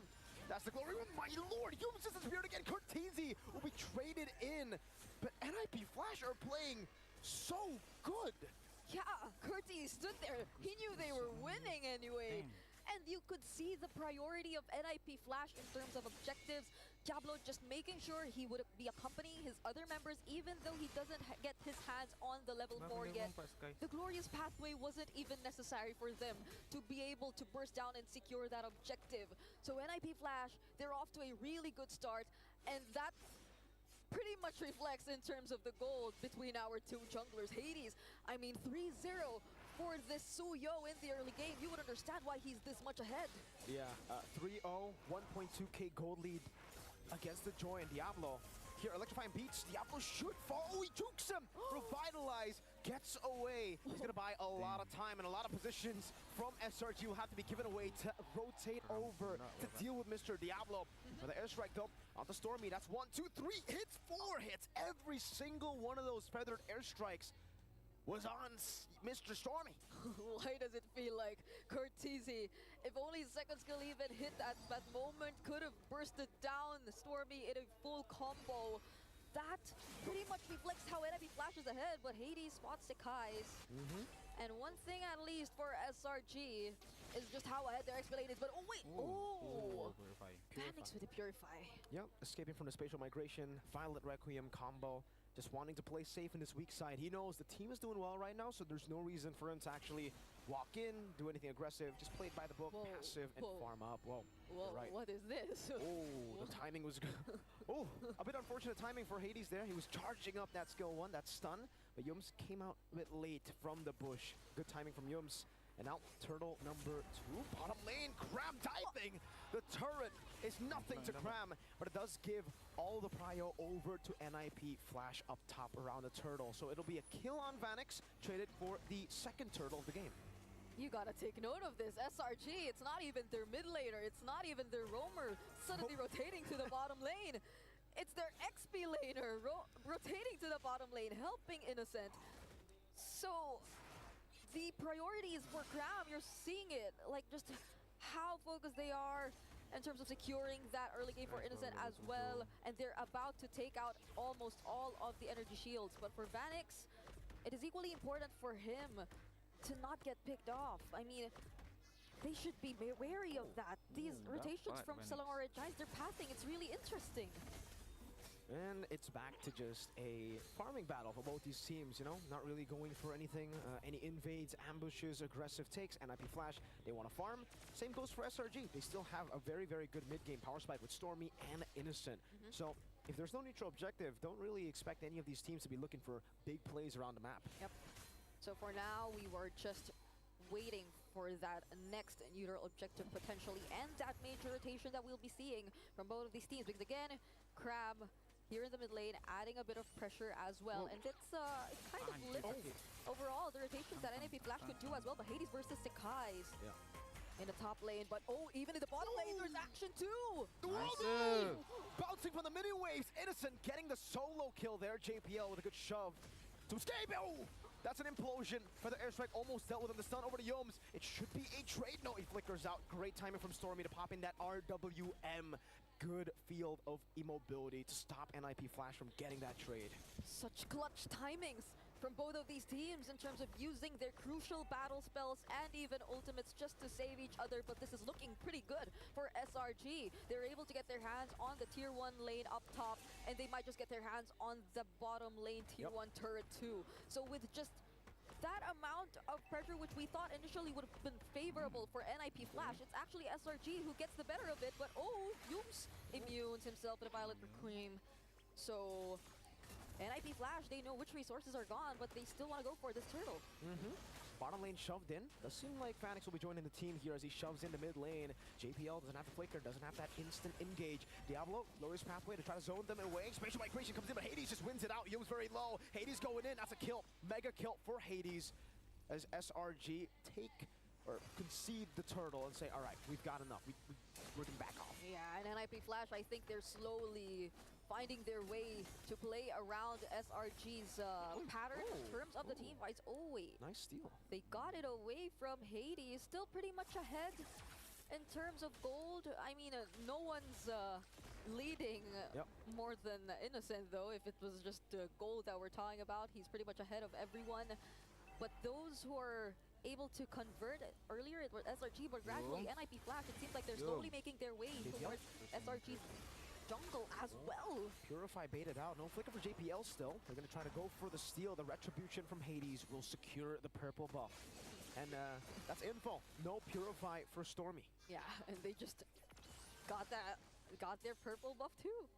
They've had some form of revenge from NIP Flash. So now we're looking at the current situation wherein we barely get to feel the discrepancy in terms of gold. It seems like it's such an equal game between both of these teams. Even in terms of skill score, they're just having exchanges here and there. So I feel like it's very important that we see who gets the better of the other in terms of the objective fights and the neutrals. But then, even before that, slowly NIP Flash working their way macro-wise in terms of the game as well. So it seems like they're just being so careful about their engages. This is not the typical hyper-aggressive approach we're seeing from either of these two teams. Definitely not. Yeah, I guess, you know, they've learned from their mistakes, you know. Early on in the Swiss stage, we saw just how aggressive SRG were in the best of ones. It didn't really pay off for them. So they've learned from that. Now they're going to play more to their win conditions. NIP Flash, on the other hand, they got a lot of success by playing a lot of the aggressive strategies in the Swiss stage, but I guess it's just because of the composition. They have a Farsa and an Atan. So if SRG want to play it slow, NIP Flash are gladly going to try to match that as well with this composition. They will gladly take the late game, the mid game too. We'll see. Item. Oh, Glorious Pathway. That's spatial migration used already. Feather Airstrike though. Oh, that's a very low courtesy with the flicker out. Cram trying to go in dive, and Hades zones skies away. Big resources used up before the Lord. Yeah, but I just want to say, Cram, he's just so consistent in making sure that NIP Flash will be able to position themselves well, but no, Stormy! He doesn't get saved by the Purify. Doesn't matter, the Purify Diablo with the DOT. Damage over time, slowly getting Stormy down. Diablo's an assassin with a high loss. JPL goes in for the flicker implosion. Doesn't find anyone. Innocent, meanwhile, getting his spatial migration, Valor Requiem, they're getting split up for their airstrike, and JPL's gonna be picked off on the other side of the map as well. Oh no, 3 members left for NIP Flash, and this might just be a 4v3 or a 5v3 since Stormy is about to return as well. So guys just trying to pressure them a bit. There's a reset though for the Lord, but they're not stopping anyway. That's spatial migration once again! Connecting Hades, unable to do anything. Skies gets the shutdown, and Cram is trying to go for the flank power. Wilderness Curtis, he's able to escape. Edison gets the fadeaway shot. Vanix forced the entropy back, and SRG gets the 2,100 gold lead plus the Lord. We were just talking about how NIP Flash could have just managed everything considering their composition, and even way back in the drafting phase, earlier they didn't have much of range, but when they picked up the Farsa, you would have thought that they were already able to answer just that. They have ways to reach Innocent, they already have ways to dish out damage from afar, but SRG, they also have the range in terms, or in Stormy, and it's not just that. There's no one in NIP Flash doing the same job as Cram. There's no one in NIP Flash just forcing out the cancels on the Fettered Airstrike and forcing those 2 damage dealers to stick together to make sure that they don't get picked off by the Hilda. And now it's SRG slowly knocking on NIP Flash's base. Holy defense already used for the bottom lane turrets. And they just have to really work their defense to this. RWM2 trying to get Innocent as much room as possible. You can see the 2 basic attacks on Vanix there. Luckily for Vanix, that did not crit. Wow, it was just so stunning to see that Lord fight, right? It was like NIP Flash were everywhere, and SRG just capitalized on every single mistake. They got the top lane as JPL failed the implosion flicker. They killed Diablo, who was alone with no initiator. And then the shutdown happened as Hades tried to recover the situation.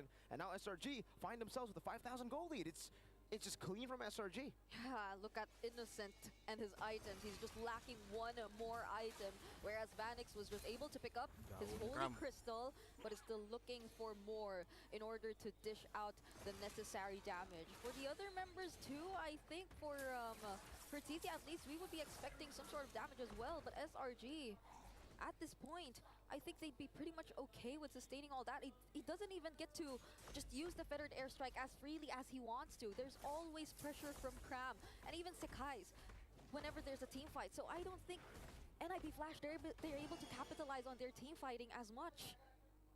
Not at all. Now they're really going to have to wait for late game. Vanix already has the Holy Crystal. Does Vanix have enough to actually deal with Cram? Because Cram has been a nuisance. So Stormy on opposition. Diablo goes in for the airstrike as well. Purify used. Oh, Spatial Migration finds Curtizi. An implosion. They'll catch him now. Vanix, will he be able to go through everybody? Skies is on a killing spree. And it just melts Mr. Man Vanix on the Natan. Innocent looking for 3 members down for NIP Flash. And it seems like NIP Flash grouping up together didn't work as well because that was a beautiful spatial migration for Dooms. And it seems like this might just be their walk towards the base. Diablo's doing a good job at baiting and buying time, but he will be slain. Now it's just JPL with a shove onto the minions. Curtizi finds himself back alive. That's a respawn timer for the airstrike into the cannon minion. They will be able to delay it a bit more. Hades and Vanix will spawn again. SRG still wanting to go for the end. Hades jumping in, spatial migration. The minions have been dealt with. They're gonna go for it, but Hades is still there. It doesn't even matter. Melfic gun range on the Bruno gets it done for SRG in game 1. They didn't even want to reach the late game, nor even probably stay in the mid game. SRG ends it in less than 14 minutes. One access to the base was all it took for them to secure the first game of the series. Well played to SRG, constantly just waiting for these mistakes from NIP Flash, capitalizing on them. And that's what really surprising. There were many mistakes happening on different parts of the map, but they capitalized on every single one. They punished every single one. And I want to hear from our panel how crucial these mistakes were for NIP Flash. Let's break down that game for you and head over back to our panel. I would say it's very, I agree with our casters here where Slangoray Giants was able to win, capitalizing on the mistakes for NIP Flash. Though I gotta say, this is not the kind of matchup that we were expecting, I guess, because it's less explosive. Where, honestly, both sides, they definitely made some mistakes where, to be fair, even we were surprised. Like, I feel like the first interaction between both teams, NFU Flash and SRG, where Hades got the double kill, I feel like it's mostly on Farsa's damage, but that was huge damage, by the way, in the early game. Yeah, it was. I mean, that early double kill, at that point, I was like, oh man, it's pretty done for Skies, right? Because then you're going to get continuously oppressed by this Suyo who just walks in your jungle and you can't really do much about it. But I have to say, this is one of the few games where you're looking at one side of the map and the next thing you know, you're looking at the next side of the map and it's just, why is it so messy?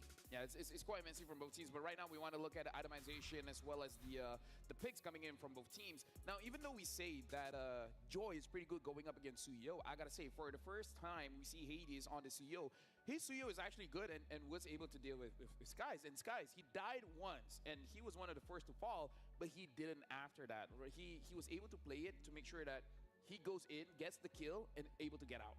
And I know a lot of fans are thinking it's a little strange for Curtizi running something not unorthodox, but a little bit more traditional, but not able to get the job done on this Farsa. Yumes, in the beginning, it was a little shaky with the spatial migration, Violent Requiem plays, but the later it went, he was able to find that ace in the hole to get the setup to deny a lot of these feathered airstrikes to allow the pickoffs, and then where he couldn't get it done, that's when you saw Cram follow up with the Hilda. Exactly, and I think, you know, the first item's very, very important here. The fact that he was going not only top boost, but making sure that he has an Athena shield is really important in a composition where a majority of their damage comes from magic, right? The big burst coming in from Farsa, not to mention that, you know, Vanix is also magic. The only other person who could deal some significant damage would be Hades, but he plays against attack. So that makes it a little easier for SRG to scale towards the later half of the game, but I will mention that at least for Cram, he was having the time of his life. Something to note here, we already skipped the itemization, but Diablo, he focuses on the armor, right? He's really making sure that he can take some damage coming in from Innocent, where again there's the joy as well as the. It's mostly the joy. I kind of feel like maybe he could have gone for some magic resist to deal with the joy, maybe a little bit better. Maybe he could have tanked it much more. I suppose, but at the same time, there's just, again, much better distribution of damage from the side of SRG, which is one of the few things that I was worried about NIP Flash coming in towards, like, the, mid to late game, where you do have those 1 or 2 items to protect yourself against the initial burst. And not to mention, if, let's say, Vanix is forced to stand next to Cartesi during that Feathered Airstrike, once the Athena shield pop, the extra auto attacks and even the, abilities being thrown by Vanix won't do as much, even prior to getting a Radiant Armor. Even so, I think that even SRG understood that their positions got compromised multiple times. I think this was a game of who could recover better in the middle of the scramble. And then we take a look at the gold lane matchup too, right? Innocent up against Vanix. We saw the Bruno picked up early prio, and then you even mentioned Gideon maybe seeing a Claude sneak into the cracks, but then we saw the Natan. Didn't really have the hottest moments inside of this game. You got to see Innocent definitely thrive in the gold lane for this one. He even picked up the Rose Gold Meteor for a little bit of that additional defense, and overall was able to get the job done with the Bruno. Now, say it, like, call him whatever you want. You may say he's guilty, but I gotta say, he's pretty innocent. We gotta look at our MVP, and when you get your hands on the Bruno, the half-man, half-beast, Innocent, is able to deliver 4-0-4. And again, the Farsa came close. Right, Curtisi on the Farsa was able to hit the Feather S-Strike quite a few times, but when he gets the Rose Gold Meteor, he's able to sustain much better. I'm pretty glad that they closed out this game before Curtisi got to that third item. At the very least, he was going for Wishing Lantern on top of the Glowing Wand, so it's not the most amount of damage this Farsa could potentially hit, but they closed it out just before that, which is great. Not to mention that Innocent, his laning phase was looking great already, but finding that initial kill onto Vanix early on and then calling for the redive upon him, that could solidify his lead, and that way they could actually recover through a lot of structural damage. Because a lot of it just came from, hey, if we keep on taking down their structures, at least the guys can find farm on the opposite side of the map and pull attention away from where he is, because he was the one who was suffering the most. Yeah, like, look at that. Like, the Worldie was actually able to secure the kill down at the bot side, and now we just see Innocent honestly positioning very well and not really forcing it out. The moment he sees that the Farsa is there, he is maintaining his position to make sure that he doesn't get caught. And the range, man, the Malefic gun. I can't believe there's still some argument saying that, Bruno isn't that great. I'm like, maybe we're watching different games here. Yeah, and then to top it off, he goes the Tenacity route and then the Quantum Charge as well. So not only is he a little bit beefier, but he has more mobility to work on his side. And so that's one of the key factors that helped him stay alive, alongside trusting in Cram, trusting in Yumes as well, to be able to find those setups for them to initiate.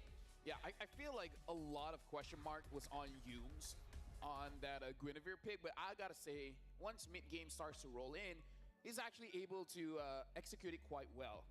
And by the way, just to say, shout out to Ferry. I got the ring, I got the bling. Get in as well. What color is this?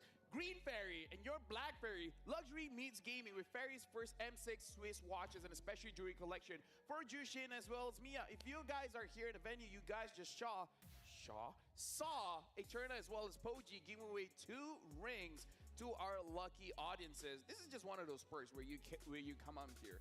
Sometimes, the sponsors feel very nice. They did a giveaway stuff for you guys, and really loving to watch, by the way. Well, I'll tell you what, I got this necklace, right? You can get this if you hit Mythic. Yeah, which most people should. They should. Just saying. Hey, pointing it out there to the 1.5 billion people out there playing the game. Better hit Mythic sometime soon. And don't forget that it does come in this beautiful box here. It also got the Fairy logo engraved right into it. It's nice and soft, and that's just so that you can keep it nice and safe in that box for that necklace, specifically for Mythic players. I got 2 Fairy boxes at home, and I gotta say, I'm very happy with my purchases, because again, I bought this with my own money. The ring is good. The ring is good. But yeah, this coming up for the second game, we can see that Vanix was pushed a little bit to the point where he had to use the Natan. So we're gonna see if they will change up the priority and maybe let Vanix pick up his hero earlier, because Natan is a good pick. Don't get me wrong. Maybe just not that comfortable, maybe?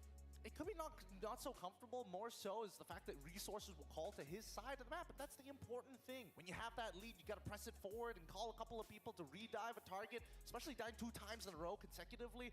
Ooh, really sets you really far behind. Yeah, and I believe we have a quote coming up, so let's see where it's from. It might be from NFP Flash, just to see like what they're thinking about this matchup. And yes, it is from NFP Flash. It's from Adamir, shaking the Giants. SRG has been shakier compared to before, which I believe even on this we all agree. And they barely made it into the Swiss stage, or I think he meant knockout stage. So I hope NFP Flash can turn things around and achieve a different outcome compared to what went down in MSC 2024. Just to remind, it was a 3-0 in that best of 5, but not gonna lie, yeah, they look a bit shakier. So we asked Ozaravecki what are his thoughts on this. So we got a quote coming in from Ozaravecki: obstacles on the golden road. I agree that SRG has been a bit shaky compared to MSC. There are aspects of the current meta that we still need to adapt to and master fully. You can see the difference between now and MSC. Back then, we played with confidence and comfort. But right now, we feel shakier, but it's still not impossible for us to bounce back. We can't afford any more losses. We need to focus on what we need to bring into the next game, where, personally for me, them being in the lower bracket, the fact that they're shaky means that they have more practice time, right? If they win, then they can play more games, and then they can start to solve the problems game by game. I mean, as we mentioned throughout the entirety of today, first you got to acknowledge the initial problem, and afterwards work towards solving it. And yes, the repetitions are definitely going to help a team like SRG kind of fully master every aspect of the meta. But truly, is it the meta's fault, or is it something that's happening outside of the game? I feel like the outside of the game thing was mainly MSC. That's where we saw them. They didn't have the confidence, and when they did, they won. But this meta, it's too wide, too varied, too open, and I don't think anybody has really fully encapsulated the entire meta just yet. Well, like I said, pressure burst pipes or makes diamonds, and we're going to find out what that is today as we progress through this series. SRG now up 1-0 up against NIP Flash, and it kind of makes you want to ask the question, where did NIP Flash go wrong? Well, we asked Diablo any message for SRG, and he said, for SRG, yeah. I'll make sure this time it won't be a clean sweep for you. We'll give you a hard time, and we'll make sure to avenge our loss. And is that a sun emoji? It is a silence. Shh emoji. Yeah. So it's like, hey, M-Chat, this is a secret, by the way. Don't show the world. Yeah. Definitely don't bring it up on broadcast. Definitely don't put it on the lower third and show it to the rest of the M6. Yeah, and then they're like, oh, so that's what he meant. We thought it was emojis. All right, with that being said, it's time to go into the drafting phase for game number 2. As you mentioned, Weezy, where exactly did it go wrong? I don't think it came down to the draft. I really thought it came down to the execution of the overall game plan. It felt like both sides were posing really interesting questions. Hey, if you're going to target our jungle, we're going to target your gold laner. It's a give and take every single time we hit the drafting stage. And again, NIP Flash is going to be first pick here. They're going to be banning out that Alpha. And SRG, now they have to consider banning out that Bruno because, quote, Arcadia said there are ways to deal with the Bruno. But again, we've seen time and time again, it doesn't take one hero. It at least takes 2. Well, now SRG is going to be on the red side, so they have that 2-pick swing. This is a good question, though. Coach Arcadia said they have a plan for the Bruno. So that means effectively it's going to create opportunity in the ban phase for the first half for him to be able to take something else out instead. What that may be, I'm curious to see, but Zushin is still walking on the table so far. There goes that Hilda ban out. We saw some great rotations from Cram on that in game number 1. I mean, so far he's been getting it time and time again. It's bound to get banned. How long has it been, by the way? Too many times. Too many times. Every series he gets to at least play it at least one time, and most teams are pretty adamant on not letting Hilda go through at all. But now that we see the Jushin, these are the expected bans coming up from the side of SRG. The only adaptation we've seen from NIP Flash is going to be in that Hilda. We're going to see what the next follow-up ban is supposed to look like. At this point, do they follow the exact same plan that they did in game number 1? You target the jungles first, then start moving towards the opposite side. Yeah, definitely a lot of questions, and we need some answers. For SRG, that also pose that question, if they don't ban that Bruno out, what do they take out instead? I mean, right now, we've been seeing Diablo, when you can't get it done in the gold lane, you get it done in the XP lane. So maybe limiting something from his toolbox could be a wise decision. Speaking of toolboxes, though, the Phoveus ban on the blue side to finalize the first half for NIP Flash. Now, the second pick, they have a strategy here. You know that both the Bruno as well as Suyo is going to be a hot pick. Choose either one, or the second strategy is have a throwaway ban so that if NIP Flash picks up the Bruno per se, they can have the Suyo +1. So that is a strategy. We do have to see if Coach Arcadia and Coach Ozoravecchi wants to take that risk. I suppose, but at the same time, Cho hasn't been touched, Matilda hasn't been touched, both of which, I would say, even in the previous game, yes, they locked in their supports pretty early on. They showed their hand pretty handedly. No mind tricks there. They're going to get rid of the Matilda this time round. And now first picks, I would only assume that NIP Flash are considering both of those options, right? It's pick your poison, like you mentioned, but I do think that at least from the side of SRG, now that they have shown off that they can play the Guinevere, it's going to make Cortese a little bit more hesitant in picking up that Farsa. We might even see a Lo Yi down the line.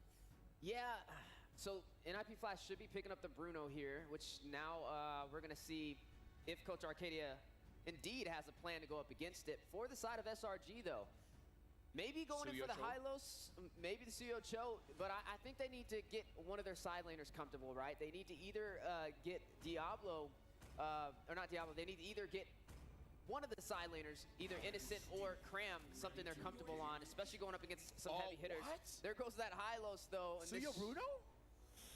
Oh, this is a Suyo Bruno, right? I mean, I would expect this to be a Suyo Bruno. However, NIP Flash has been finding a lot of success in the high loss with or without the Bruno, and I wouldn't be too surprised if they decide to go for like a high loss Bruno, Ling plus Farsa style composition where they can actually push in and out consistently.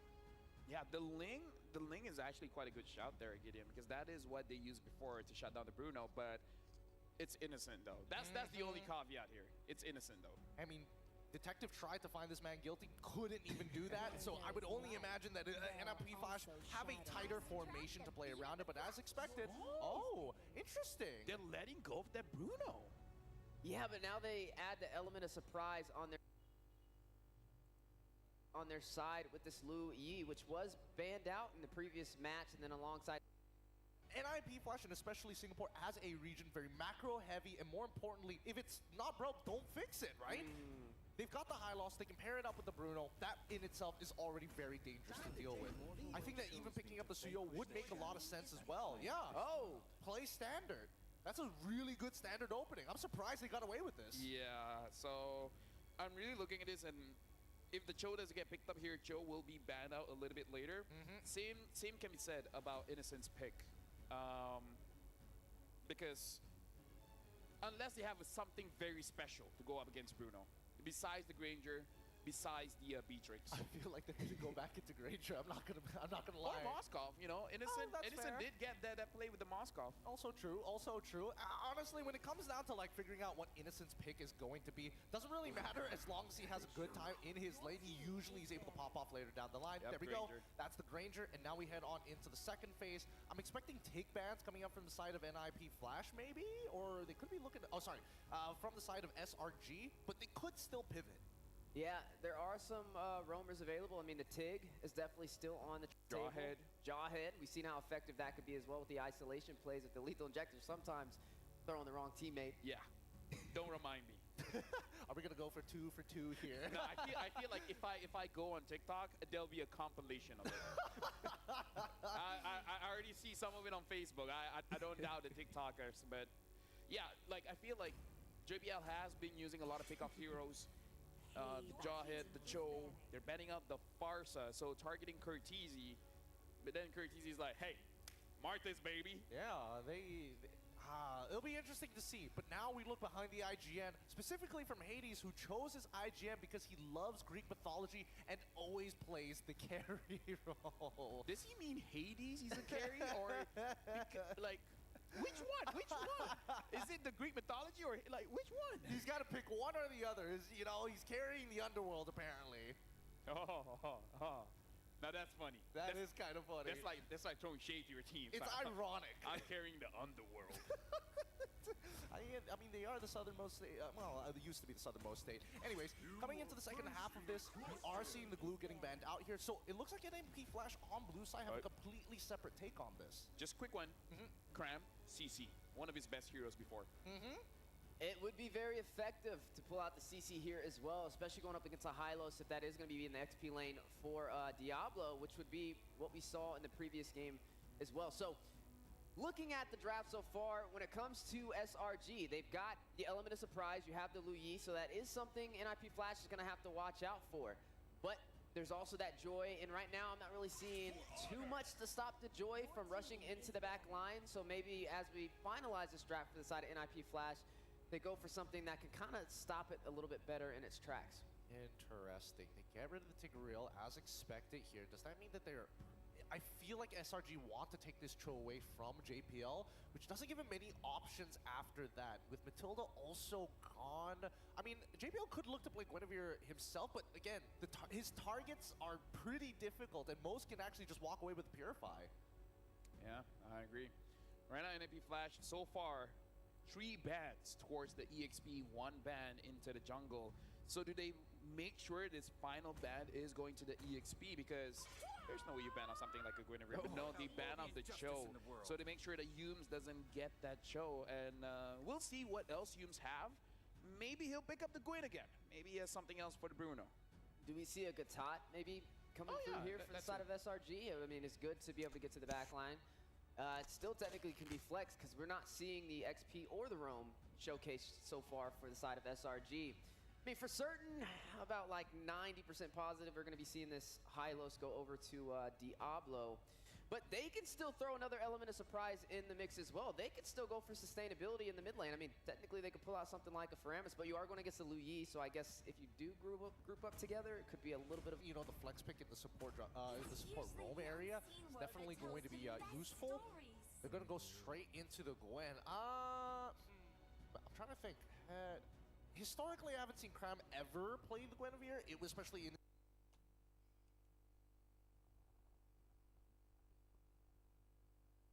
this time during MPL MY. It still technically could be the flex, but it doesn't work that well nowadays in the EXP, especially when you're up against these thick boys who generally just don't care and focus purely on pushing the waves. I prefer CC still.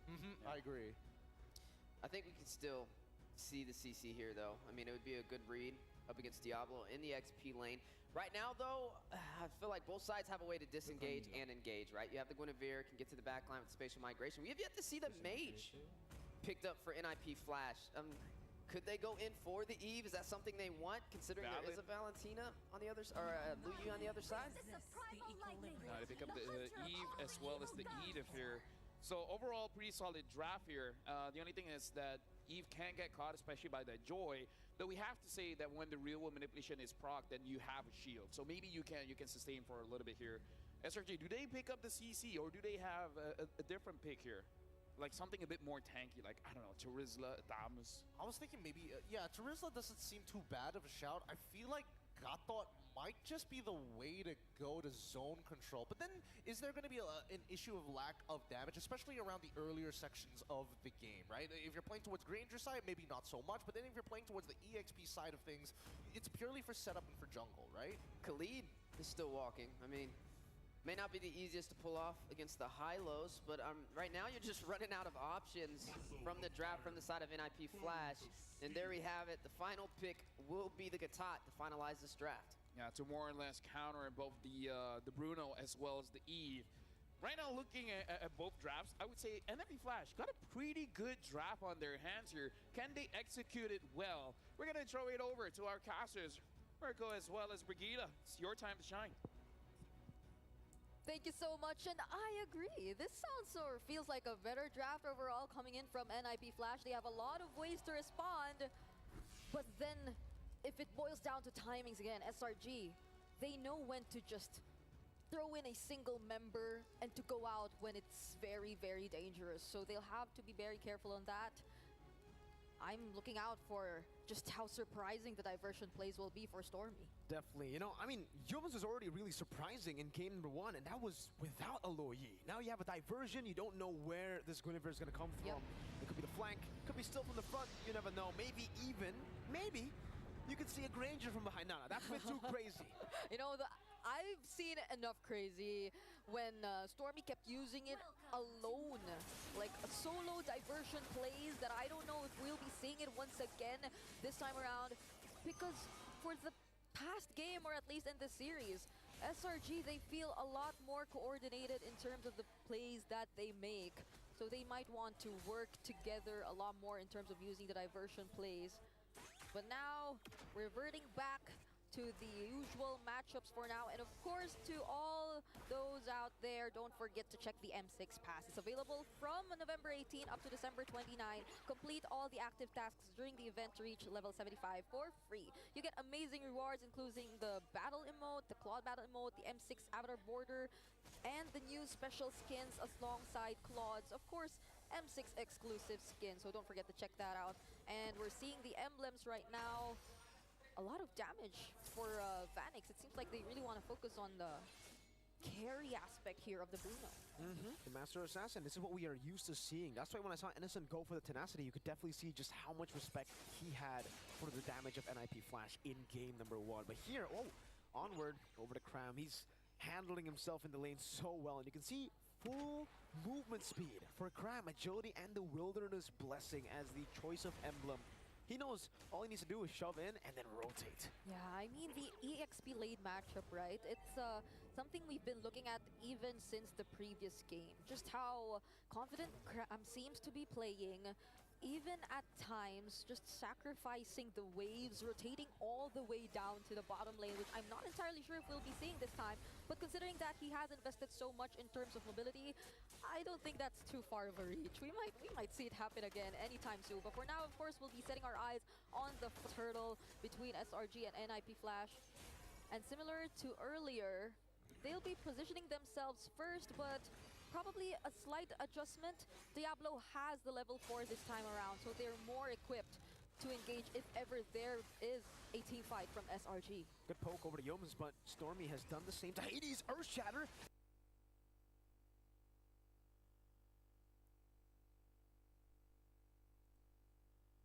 And the flicker onward, Hades picks up, it's Cortese actually picks up the kill. Hades will be caught on taunt. Sky's coming in as well. Electrifying beats goes through the revitalize from JPL. Sky's though caught on the bad spot, will just be poked down.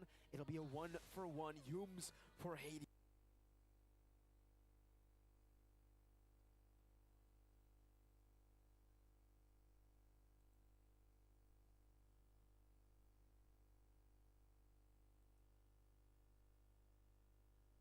Suyo, so when it comes to objectives, they still might want to contest this either way.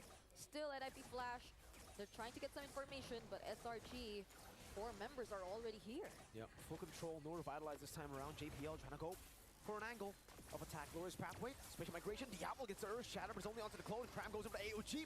That's a Violet Requiem, still very low. RWM, Skies is caught in it, will be slain by Hades. And NIP Flash take control over to Turtle. Turtle number 1 over to Hades. Yums got canceled in the bush. Hades gets a double up top. And this is similar to what we've seen for game number 1. Hades bouncing back after that first death and getting the better early game up against Sakai's with that kill and that immediate take on the Turtle. NIP Flash are currently in the lead. So this is some interesting developments from them. I mean, they felt like they weren't being as aggressive just yet, but they were just waiting for the right timings.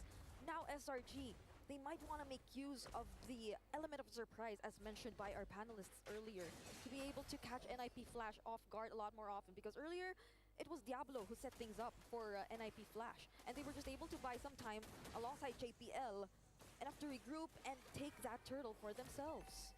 Yeah, becomes a great start from NIP Flash, despite, obviously SRG getting things done early up against Hades. And Vanix has been farming really well, despite the fact that in this matchup, we've been talking about it, or a lot of analysis also has been dropped down by some coaches in interviews.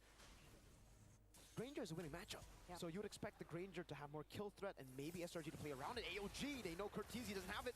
Good Earth Shatter. Oh, dodged away by Skies. Glorious Pathway coming down, and they're going to be caught in the real world manipulation. Hades walking up. Yums just barely surviving. The lethal ignition is not ready. They actually don't have that lethal ignition, so they can't get that kill. SRG barely get away. Oh, Hades. Okay, wait. Oh no, he spawns Innocent. The burst. Let's see if it's enough. Oh, dodging away from the Soul Sever, but you cannot dodge the basic attacks. Hades takes the kill. That is 4-1. Third kill from Hades. And quick rotations from both sides.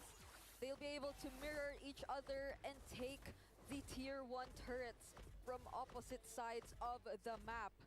And that was an interesting that was an interesting team fight we've seen from both NIP Flash and SRG. I mean, all 5 members were present during that time. But it just goes to show how crucial these spatial migrations will be for Yums. Once he doesn't get that successful of a spatial migration and he gets to be forced out of the team fight, NIP Flash, they will be a lot more confident to just go for the engagement this time. Oh no, the guys! Oh, getting balled down by Vanix. That's JPL taken down, but they're all very low. Hades gets the turtle. Violet Requiem over to Diablo. Vanix, oh, last shot almost. That didn't crit. Sky Piercer by for Innocent. That, oh, it's a great yin-yang reaction. Hades shoots the arrow. Diablo, Primal Wrath. Earlier, Innocent threading the needle, almost catching Cortese. Oh, Hades, Soul Sever, but Cram is able to escape. Special migration from Yums, and Cram gets the shutdown. There was no way to save Hades at that moment, not even the Worldies, since it was also previously used. Diversion play, where are they headed? Seems like they're gonna focus right now on the gold lane. Vanix has to be careful. At least he has JPL by his side, so they'll be able to successfully defend this turret. But earlier, we already saw like a glimpse of just how aggressive NIP Flash could really play if you don't get to set things up again. Going back to what we previously mentioned for Yums, they just, right now, for NIP Flash, clearly are focusing on the objectives, focusing on the farm, and they haven't let go of the lead just yet. So at the very least, they're holding on to their team fight potential, but they can't just be overextending a lot, even though they see an opportunity, especially if Stormy has the yin-yang reactions. We've seen a moment where in the team fight was nearly turned around by SRG just because of a single yin-yang reaction too. And now it's back to equal. 2 turtles for NIP Flash, but the gold lead is non-existent. SRG can very easily just play for late game, right? Have that Granger, they have the Joy. Though I think NIP Flash are not in the bad spot despite the gold lead not being big here. They have a Bruno. They can always just play front to back, play for the Bruno. We've seen many teams rely on the Bruno. Glorious Pathway. Yums gets away. That's one of the advantages of picking up a Guinevere. You are so slippery. Yeah, you're not an easy target. And one advantage for SRG is that they are always ahead. They always get to control the brushes. But Sekai's doing a great job in terms of shoving the lanes opposite to the objective right now because the Lord is spawning towards the bottom lane. And they definitely would want to get their hands on this. The game feels quite slow. It's been 8 minutes that we've seen back and forth, but the kills aren't exceeding like 7 kills, and they're just really trying to focus on the objectives. I feel like it's a major team fight that'll really matter for both of these teams, and at least for NIP Flash, they're just really deciding to group up together. But I think that's one advantage, or that's one disadvantage. Well, speaking of group up, wait! Great Earth Shatter, Yums assassinated by Hades. Great engagement from Diablo. There's going to be 2 ultimates used up already. Diversion into the back. Cortese waiting on it. Skies actually takes it. We ball down. Great taunt over. Vanix caught in the bad spot. Pops into Purify. Now the AOG not connecting the stun over from Hades. Innocent gets Diablo. JPL's very low. Skies trying to go into the team fight. Oh, Vanix cannot get in range. Hades walking up. Innocent very low. Still cutting away. The Rhapsody. Oh! Hades with the shot. Innocent low. Living with a sliver of HP. Lord in the sights of NIP Flash. The timings didn't feel as synced for SRG. It felt like a reactive response to how NIP Flash set up the team fight, but Hades always still gets the Lord. That was close though for Yums with a spatial migration. That was a pixel away from Hades getting picked off. Oh man, they're playing with pixels at this point, man. 264 gold lead, by the way. That was a winning fight for NIP Flash, and the gold lead is still non-existent. SRG are actually farming really well. Yeah. Right now we're seeing that, at least for the gold laners, they're very close in terms of gold, but it does feel like Innocent hasn't had his hands on the right targets. Like the team fights, they usually have access to the back lines. We've seen it earlier, the diversion play, bringing Sekai's all the way near or next to Curtizi and Vanix even. But then the damage coming in from Vanix is one thing that you really have to take note. Even Sekai's, once he's just all alone, once he's just the recipient of all the damage of the backliners here from NIP Flash, he doesn't get to sustain it as well. Ooh. So now they have the Lord marching towards the bottom lane. What is SRG gonna do? They will be able to defend it somehow. And at least, for them, they have a lot of range, so they can really deal with all this from afar. But Hades! Nice. That's the diversion we were talking about. Hey, the spatial migration was already really surprising in game 1. Now add a diversion to it. Hades gets caught. Happy birthday, man, by SRG. And that's how you need to play the Luyi at this point. If you feel that NIP Flash, they've been really confident. They've been just so dominant in terms of positioning themselves and looking for the right timings, then you should be able to do that yourself. But, grab! Innocent diving.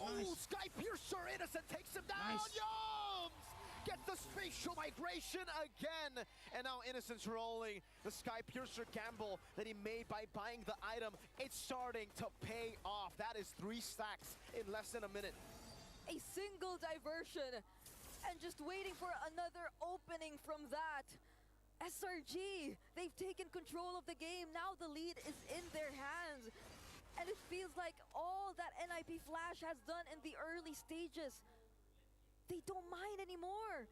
Now they're gradually able to open all of the remaining outer turrets in the map. And let's check that instant replay presented by Kidia. That was an Avatar of the Guardians that didn't necessarily connect, but Sekai is from the sides, and that immediate burst down onto Curtizi. There was no zone control left for NIP Flash. They were just able to take out all the defenses and force their way into that tier 1 mid lane. 3.4k gold lead. We saw how hard it was for NIP Flash, despite getting 2 turtles, 1 Lord, to establish a gold lead. SRG did it while being behind just a bit, and then it's instantly a 3,000 gold lead. The level of capitalization from SRG is on a whole different level here. And for NIP Flash, they're going to be the ones here forced to climb back. Yeah, I think it's been a recurring theme for like even the first series.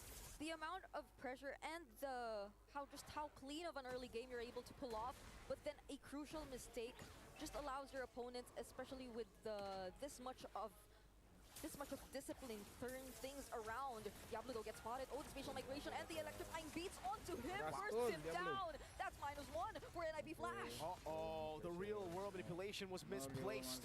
Cram dives in with the AOG. Diversion. Sky's in the back from the flanks. He might be able to get Vanix. And it's still gunning JPL down. Sky's not able to capitalize fully on that, but it's because SRG want to go for the Lord. There's no reason for them to fight. They've gotten Diablo. That's the main frontliner. And this should be a free Lord over to SRG. Yeah, I mean, the NIP Flash definitely just wanted to position themselves there. Diablo, that Earth Shatter that did not connect, cost him his life. Silhouette Giants just went for the kill. And now, NIP Flash, they're left to defend. At least they have the Eve, and they have the Bruno, and even the Edith when it comes to wave clear.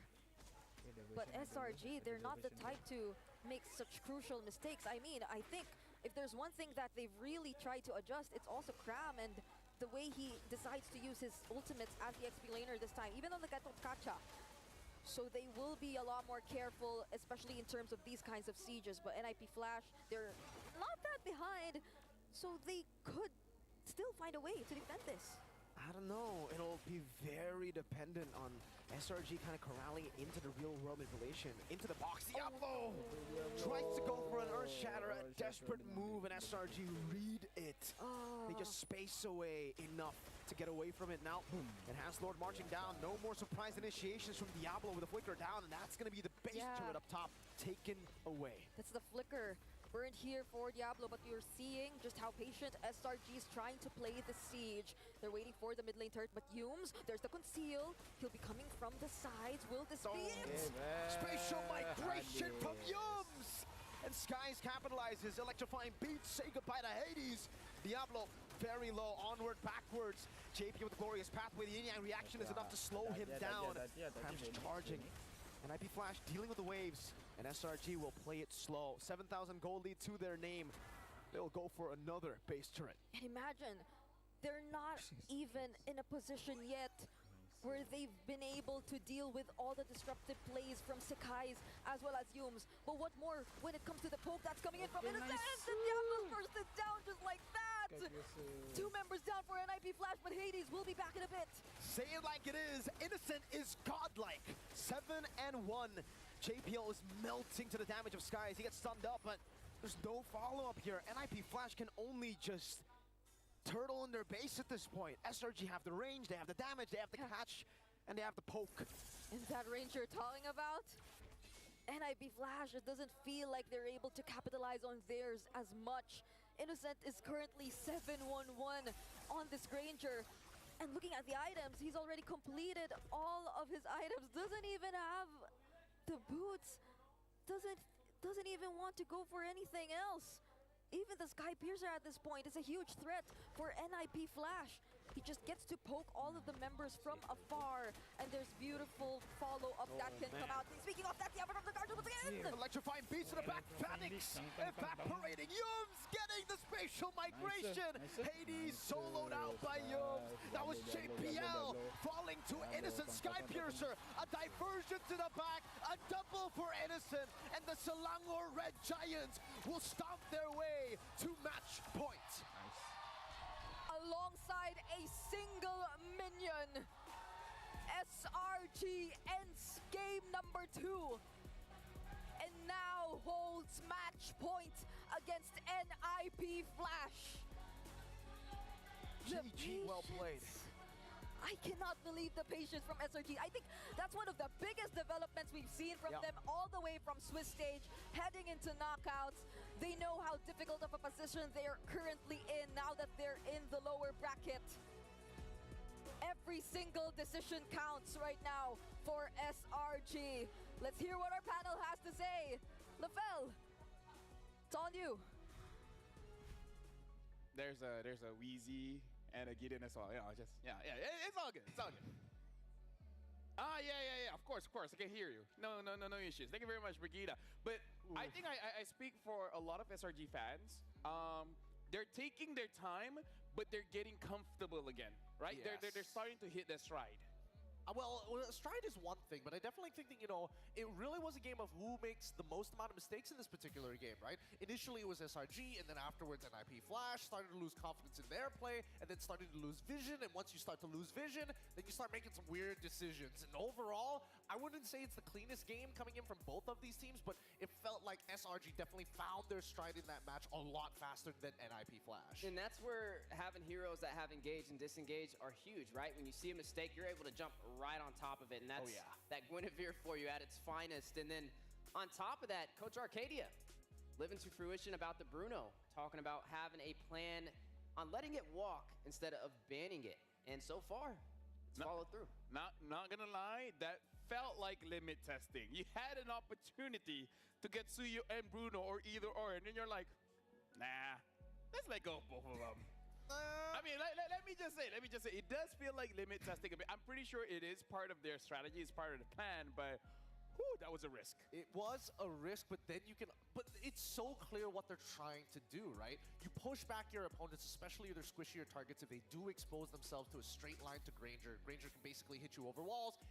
As long as nobody's in front of you to block those shots, those projectiles really, really do hurt. It's a game of resource management, but once you get them on the retreat, can you close the distance in time to find that pinch? And that's what SRG was capable of doing on multiple different occasions. And it's a bit of a push and pull, of course, right? It doesn't always have to be Sakai's who closes the distance. It could be the setup coming in from Yums after the Death Sonata. It can be even crammed to cut off certain areas to guarantee them funneling in to their cleanups. And I think that SRG, the big thing for them is when they found that first initial mistake coming in from NIP Flash, it was the conversion from almost an equal game to suddenly 3,000, 5,000 gold lead. Yeah, and I mean, even Innocent, he picked up the Sky Piercer as well on that Granger. 9-1-3 over Vanix on that household favorite Bruno. just off to a rocky start for the side of NIP Flash, and they got to find a way to even out this series, and they have to find it fast as they are running out of opportunities. I mean, it's match point for a reason, right? And I think that NIP Flash, it's not due to the draft anymore. It's definitely more so they need to hold on and maintain a league. So many times we've seen Hades walk away from the early game with like 2 to 3 kills underneath his belt, but somehow they don't convert it into something more tangible, whether it be structural damage or at least a faster early game for Vanix. Look at Innocent's emblems, too. He goes for the Festival of Blood on the Granger. Yeah, usually we see it paired up with the fighter emblem as well, so that you have more spell vamp, but looks like Innocent wants a little bit of both. He wants some penetration from the assassin emblem, but still not sacrificing the spell vamp from the Festival of Blood. And with 9 kills, he had a lot of spell vamp in that game. Oh yeah, and he also had the most amount of damage, surprise to nobody, 100,000. Nice round numbers, I like it. I like that from Innocent. But this is in tandem with Stormy, right? I think one of the most underrated facts about Loyi is if you can make your decisions fast and get your whole team on board, you can make some incredible plays happen. And the fact that they had some really hard reads, despite the fact that we've seen some blind engages coming in from Diablo, whether it be the Earthshatter Flicker or the Earthshatter Onward, they were still confident enough to catch Hades midway after revealing himself with the Lord walking down mid lane. Yeah, I mean, right now, SRG, they're doing a good job with Yumes and with Cram on finding ways to create chaos, right? Finding ways to get to the backline. Even in the game prior, you got to see them do that with the Hilda as well. But this time around, having the Gatot, having the Guinevere combination, when you see a lot of mistakes from both sides in these clashes, having a hero that can just jump right in and find that mistake and make an opportunity is what's winning them over in this series. Yeah, and I gotta say, Selangor Giants, I feel like it's that one play coming in from Stormy that really activated the team. But now, we gotta look at our MVP of the game. And I gotta say, Cram did amazing in this one with the Gato de Kacha. So our MVP is going over to Cram. And again, I feel like Cram definitely deserves it, not just for this game. All throughout M6, he's been the rock for SRG. He's been pretty solid. I definitely think people probably look past him because, sometimes he plays the Hilda. He's willing to die and trade for a mid turret. And most people are going to be like, the goal difference isn't really going to matter, but it's a mid-tier 1. People need to recognize that he's willing to die for the team on their call. He's actively telling them, leave me be, secure the objectives that we need so that we can get benefits later down the line. And he did the same thing with this Gatot. Initially, that early game was looking bad. How does he hold the waves? How does he control those movements to reinform his team and also reinforce when the pinches needed to happen? And he's doing that against an XP laner whose specialty is mobility, Diablo, and he's able to find that opportunity before him, and that's making a major difference. Yeah, now we're gonna look at the highlights here coming in. The MVP highlights for Cram. Though I gotta say, so far, looking at this, again, NFP Flash caught some mistakes coming in from Selangor Giants where even Hades was able to come up with 3 kills. But later on, again, that one play coming in from a Storm really set things up for the team. Yep, I mean, the team likes to follow up on each other, and I think that's what makes people really excited for SRG's side, right? Most of the time, you would have a standard procedure on how to engage. SRG, it's extremely fluid. It doesn't matter who does it first, as long as it connects, then you can have incredible plays. This double taunt here, maybe unintentional, but the follow-up coming in from Yumes with the Magic Thumb, again, it just boils down to execution and how SRG needs to be able to kind of push the tempo when necessary, and most importantly, when they're playing off of the power spikes of the carries. Yeah, I feel like a lot of people are seeing like a lot of missed calls, but it's really separating the battle line, right? It's like I'm diving in a direction that you can't go to anymore. So whether you like it or not, now one big team fight is splitting into 2. So I kind of feel like that's the idea of Cram here, because he understands that SRG, this is a different way of picking people off. Instead of directly taking one person and locking them down, he's just splitting up the front line and the back line, and then SRG gets to choose which one they want to chase after. I think the best example of this would be, you know, when you're playing in the sand, you want to protect your sandcastle from the waves. You start digging trenches to flow that water into a completely separate direction. If not, build a dam to ensure that it protects it, right?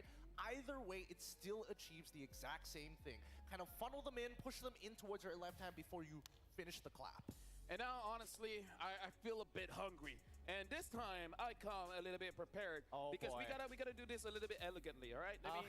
Let me just grab. Yeah, here we go. I've been waiting See, for this. He's been bragging about I this all have day. my bowl. Oh, no This way. makes so much sense, right? Because we've been taking it from the box, but now we can share it. We can share it properly. See, this is how you do it. So now we can all see the greatness of Hello Panda. Oh, and I think it's gonna be enough. Oh boy. Don't forget, everybody, you can fuel your game with Hello Panda with crunchy biscuits filled with creamy chocolate, or in this case, strawberry, the ultimate you go. snack to keep you energized to level up your day. So visit Hello Panda's website for more.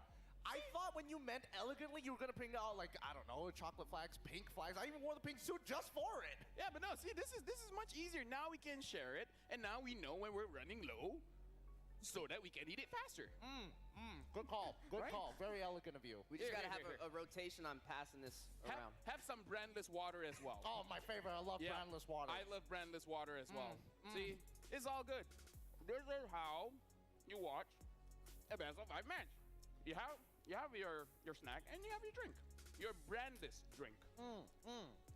Oh yeah, thank you so much, Hello Panda. Again, I love the strawberry flavor. I wore the suit just for it. Thank you for nailing it right on the head. But coming into this next game, right, it's match point for NIP Flash, and most teams crumble under that pressure, or they get turned into diamonds under that pressure.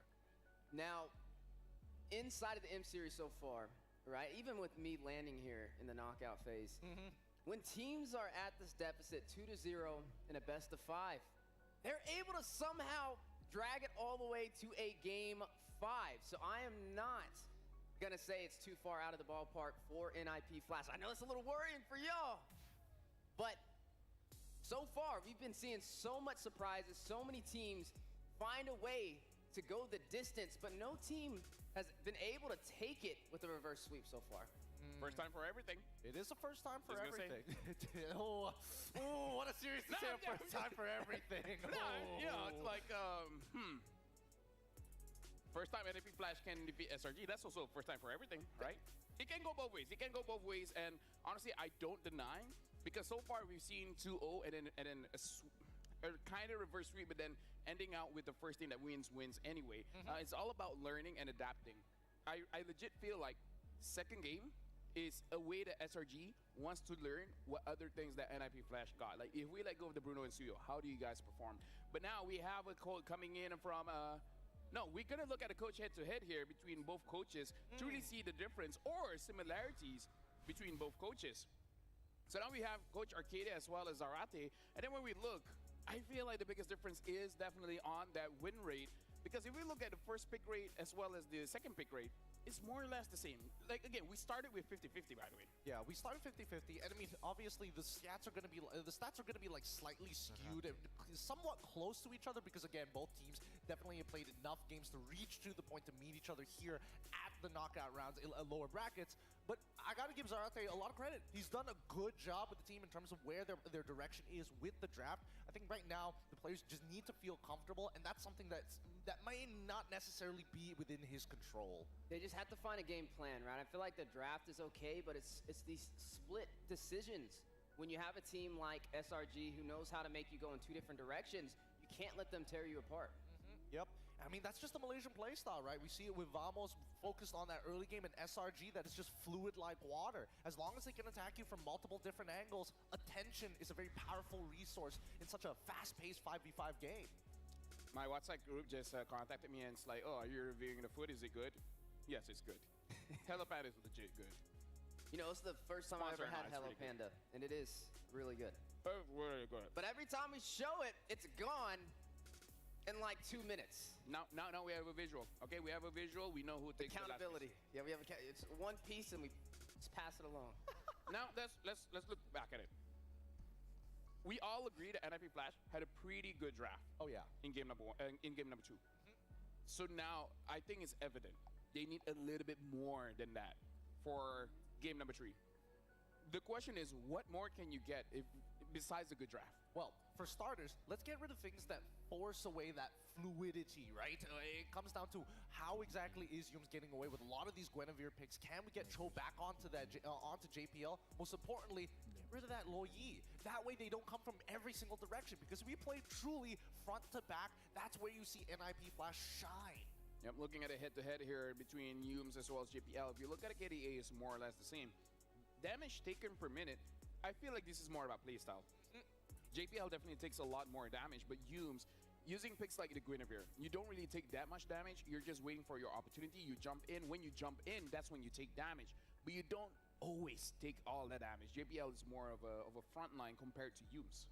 Yeah, we're just seeing right now, Yumes, he's picking a lot of engage, disengage roamers, whereas JPL, I mean, he's been going in for like the high-lows, so really once you're in there, you're in there. And, you know, it's not as easy to get out like a spatial migration could be. So jumping into game number 3, match point for the side of SRG, there's some answers that need to be found fast for NIP Flash. First off, when you have these separation plays, when you have 2 players separating you, Cram and Yumes, you need to have a game plan. Everybody can't be running around in different directions. They have to play as a sound unit. Yep, it's got to be tight formations all across the board. But then again, we might see a side of NIP Flash that they've been hiding all of this time. Now, first off, let's see who's going to be first pick and who's going to be second pick in this upcoming drafting phase.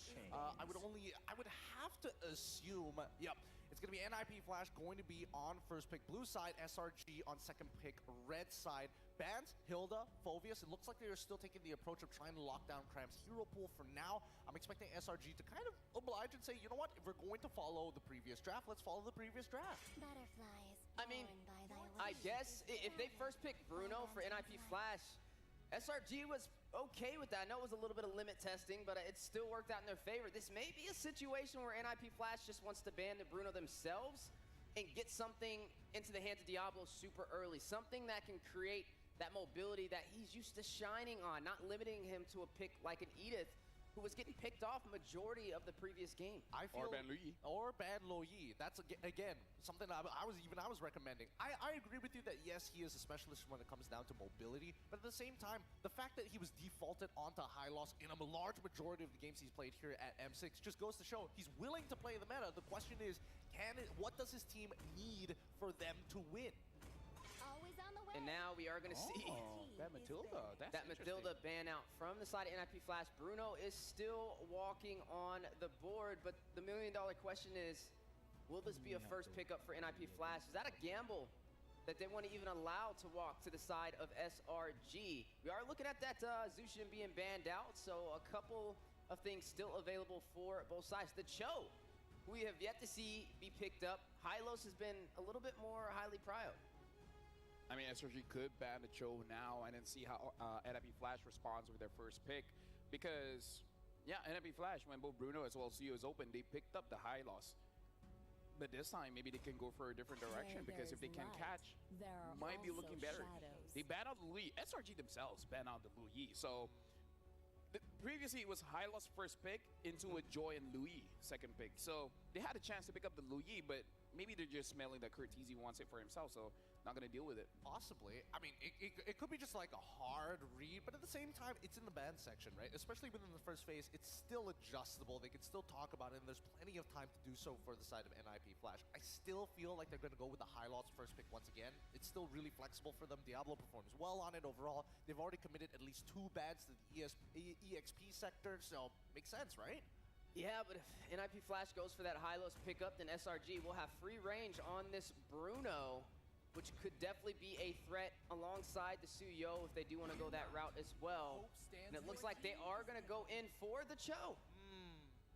Push into a corner, a lot of teams like to default to comfort picks. Yeah, and again, we were talking about his Cho, definitely a little bit more proactive. And I feel like so far, a lot of junglers really don't like this pick, because more often than not, they will get kicked. Either Suyo, either the Joy, any kind of close range will get caught. SRG, they have the option. They didn't go for it for the second game. But this time, they're taking it. They're taking the Bruno, and they're taking the Joy as well. Yeah, they don't mind the Suyo actually going over to the side of NIP Flash, right? Because Suyo only does well against the Joy when you find that initial lead, when you have that level lead and you keep on oppressing it. It's the same thing for when Alpha is played into the Suyo. Alpha just needs to maintain his farm, invade every once in a while because he knows he can win the 1v1, and then once Suyo gets like maybe 3-4 items, that's when you have to be a little bit more concerned. So do we see the Hylos come out here? Because if not, it can be picked up from SRG, which would be a very strong draft to have to go against. Now, with this Cho on the side of NIP Flash, now they have the path of isolation to be able to separate and create some chaos in these engagements. We are going to go ahead and see the Farza picked up alongside the Granger. Right, long range. They've got artillery, ways to burst down their targets, especially with the way of the Dragon. If it kicks their targets into the right direction, that target is going to blow up. Now, I'm curious to see how SRG is going to respond to this, right? Now that they see the mid lane early on, technically they could lock their own mid laner early on as well. Do they want to play more fluid, or do they want to play standard where it's box of influence, let's keep it in here? You know what my wish list is? Pick up the Suyo and just put Joy in mid. The Stormy Joy? You know what? Right? The last time. Think about that. You know when Stormy was on SMG and decided to play Julian mid? That's where I'm like, whatever he picks, I'm never downing it again. He picks Hellkirk me and it works out. We've got way more examples, but we're not going to go down the list. Here we go. It's going to be the Gatot Gacha for that third pick. Interesting. A flex that's able to taunt their targets, but at least threaten the Farsas. Oh yeah, Farsa is not going to have a good time. Like that Farsa pick might be a little bit early because it's not just the Gatot, it's the Joy as well. Both of which. They could ban out the Valentina, not for the side of SRG, but for the side of NIP Flash. Or the Eve, if you want to stop them from having artillery to rain back against you. But they do have some answers. I mean, with the Cho, it's a good way to get to that back line. So we'll have to see which way this goes. Could even take out this Hylos, which is still able to be picked up from the side of NIP Flash. And we know how well Diablo can thrive on it. Gentlemen, quick question here. We're going up against a Granger as well as the Farsa. Quite long range here. Do you fight fire with fire by having more range as well? Something like the Xavier, something like the Novaria, maybe even the Veil. Veil has pretty long range as well. Or do you just go the opposite route? You know what? We're going full dive. So having a mid laner, something like a Lilia, a Kadita, something that can really harass the Farsa. Right? You have two ways to answer the same question. I agree with you. There are two ways with it, but some more effective than others. I would say the long range route is probably the safest bet. The only issue with that is that a lot of our largemans or even like mid laners need a lot of time to get to that dangerous point, right? You have to play such a controlled early to mid game, which so far, based on what we've been seeing from SRG, fits more towards their style since the early game hasn't usually gone in their favor in these past two matches. I would say go range against range, just due to, we already know when it comes to SRG fighting in these engagements, they try and find a way to disrupt Nip Flash and make them separate. So if they can even out the playing field with range, then that's an element that Nip Flash does not have over them. Good ban, by the way. Very good bans. From both sides, really. I mean, Zarate is just looking towards the EXP side. If we do want to pick up the Hylos or something tanky, then at least we've got rid of majority of the counter matchups. Arcadia is like, we want Joyce to play the game. Let's get rid of what this early game Suyo has been giving us a lot of problems with, and also in the counter matchup of Fredrin, keep her in place. Yeah, the Fredrin definitely a wise decision on that Joy. Now, I mean, it could be that Joy in the mid lane that you're hoping for, though. I mean, it's not too far out of the ballpark. We have seen it, actually. Yep. Team Spirit is the one that pulled that out with Sunset Lovers. So maybe seeing SRG have the same pick on their side could work in their favor and catch somebody like them Flash off guard. And it's not the worst thing, considering you can get back to the Farza. And then you also have a lot of pills. So we'll have to see which way this goes. Nonetheless, we are still looking for the jungler for the side of SRG as well. You know, an Hayabusa could actually... No, actually, let's just assume the Joy is jungle. Yeah, but Joy's jungle. It'll be interesting if it does go, man. I don't know. I saw a bit of a smirk coming in from Stormy. I was hoping he was telling his coach, like, hey, you guys want some Hello the Panda? Valentina's banned out, so you gotta give me the Joy, right? See I'm the assuming Benedetta as well as a Guinevere. Oh, Benedetta! What a wild draft this has been. Finally! Right, I feel like Diablo has been itching to bring this out. For sure, for sure. I don't know if he's going to go full damage on this one. Probably not. I would assume that he's going to go tank Cussive Blast into Revitalize like he usually does. But let's see how SRG responds. Now that there's so much mobility and the fact that NIP Flash want to be the ones who are more fluid rather than playing a standard front-to-back game. Oh, man, looking at what's left, I mean, do you go the Hylos here? Wait. By the way, this is Guinevere jungle, right? Yes. Yes, it is. Yes, it is. I mean, Hades has brought it out before, if I'm not mistaken. So this is going to be very interesting. SRG, last pick. Do we want fire with fire, have a damage EXP laner as well? The Kufra, we have not seen the Kufra. Well played. Yume's Kufra for a very long time. God, he's made a name for himself on Cho as well as Kufra. It has been way too long. Good luck. Good luck Dude, to both teams. this game has some nostalgia behind it. Thank you very much, panelists. You know what, casters? Have fun. I think it's not just Diablo who's been itching to see something new. We've been itching to see something new from this game, from this entire series as well. And for the potentially last game, we're finally seeing it. SRG basically said, if you want to go crazy, let's go crazy. Oh, Petrify! Diablo wants to go damage! Oh, whoa, whoa, whoa, whoa. I love it. I love it. Okay. Gone are the days of revitalized concussive blast Benedetta. It's Diablo time. And it's a Guinevere jungle, actually, that Hades is going to pull off against SRG. But what a way to close out the draft by bringing out Yumes on that iconic Kufra up against this lineup with a endless amount of blink skills in their hands. Man, I'm just super hyped for this matchup. Again, ladies and gentlemen, welcome to the Land of Dawn. This is an elimination game.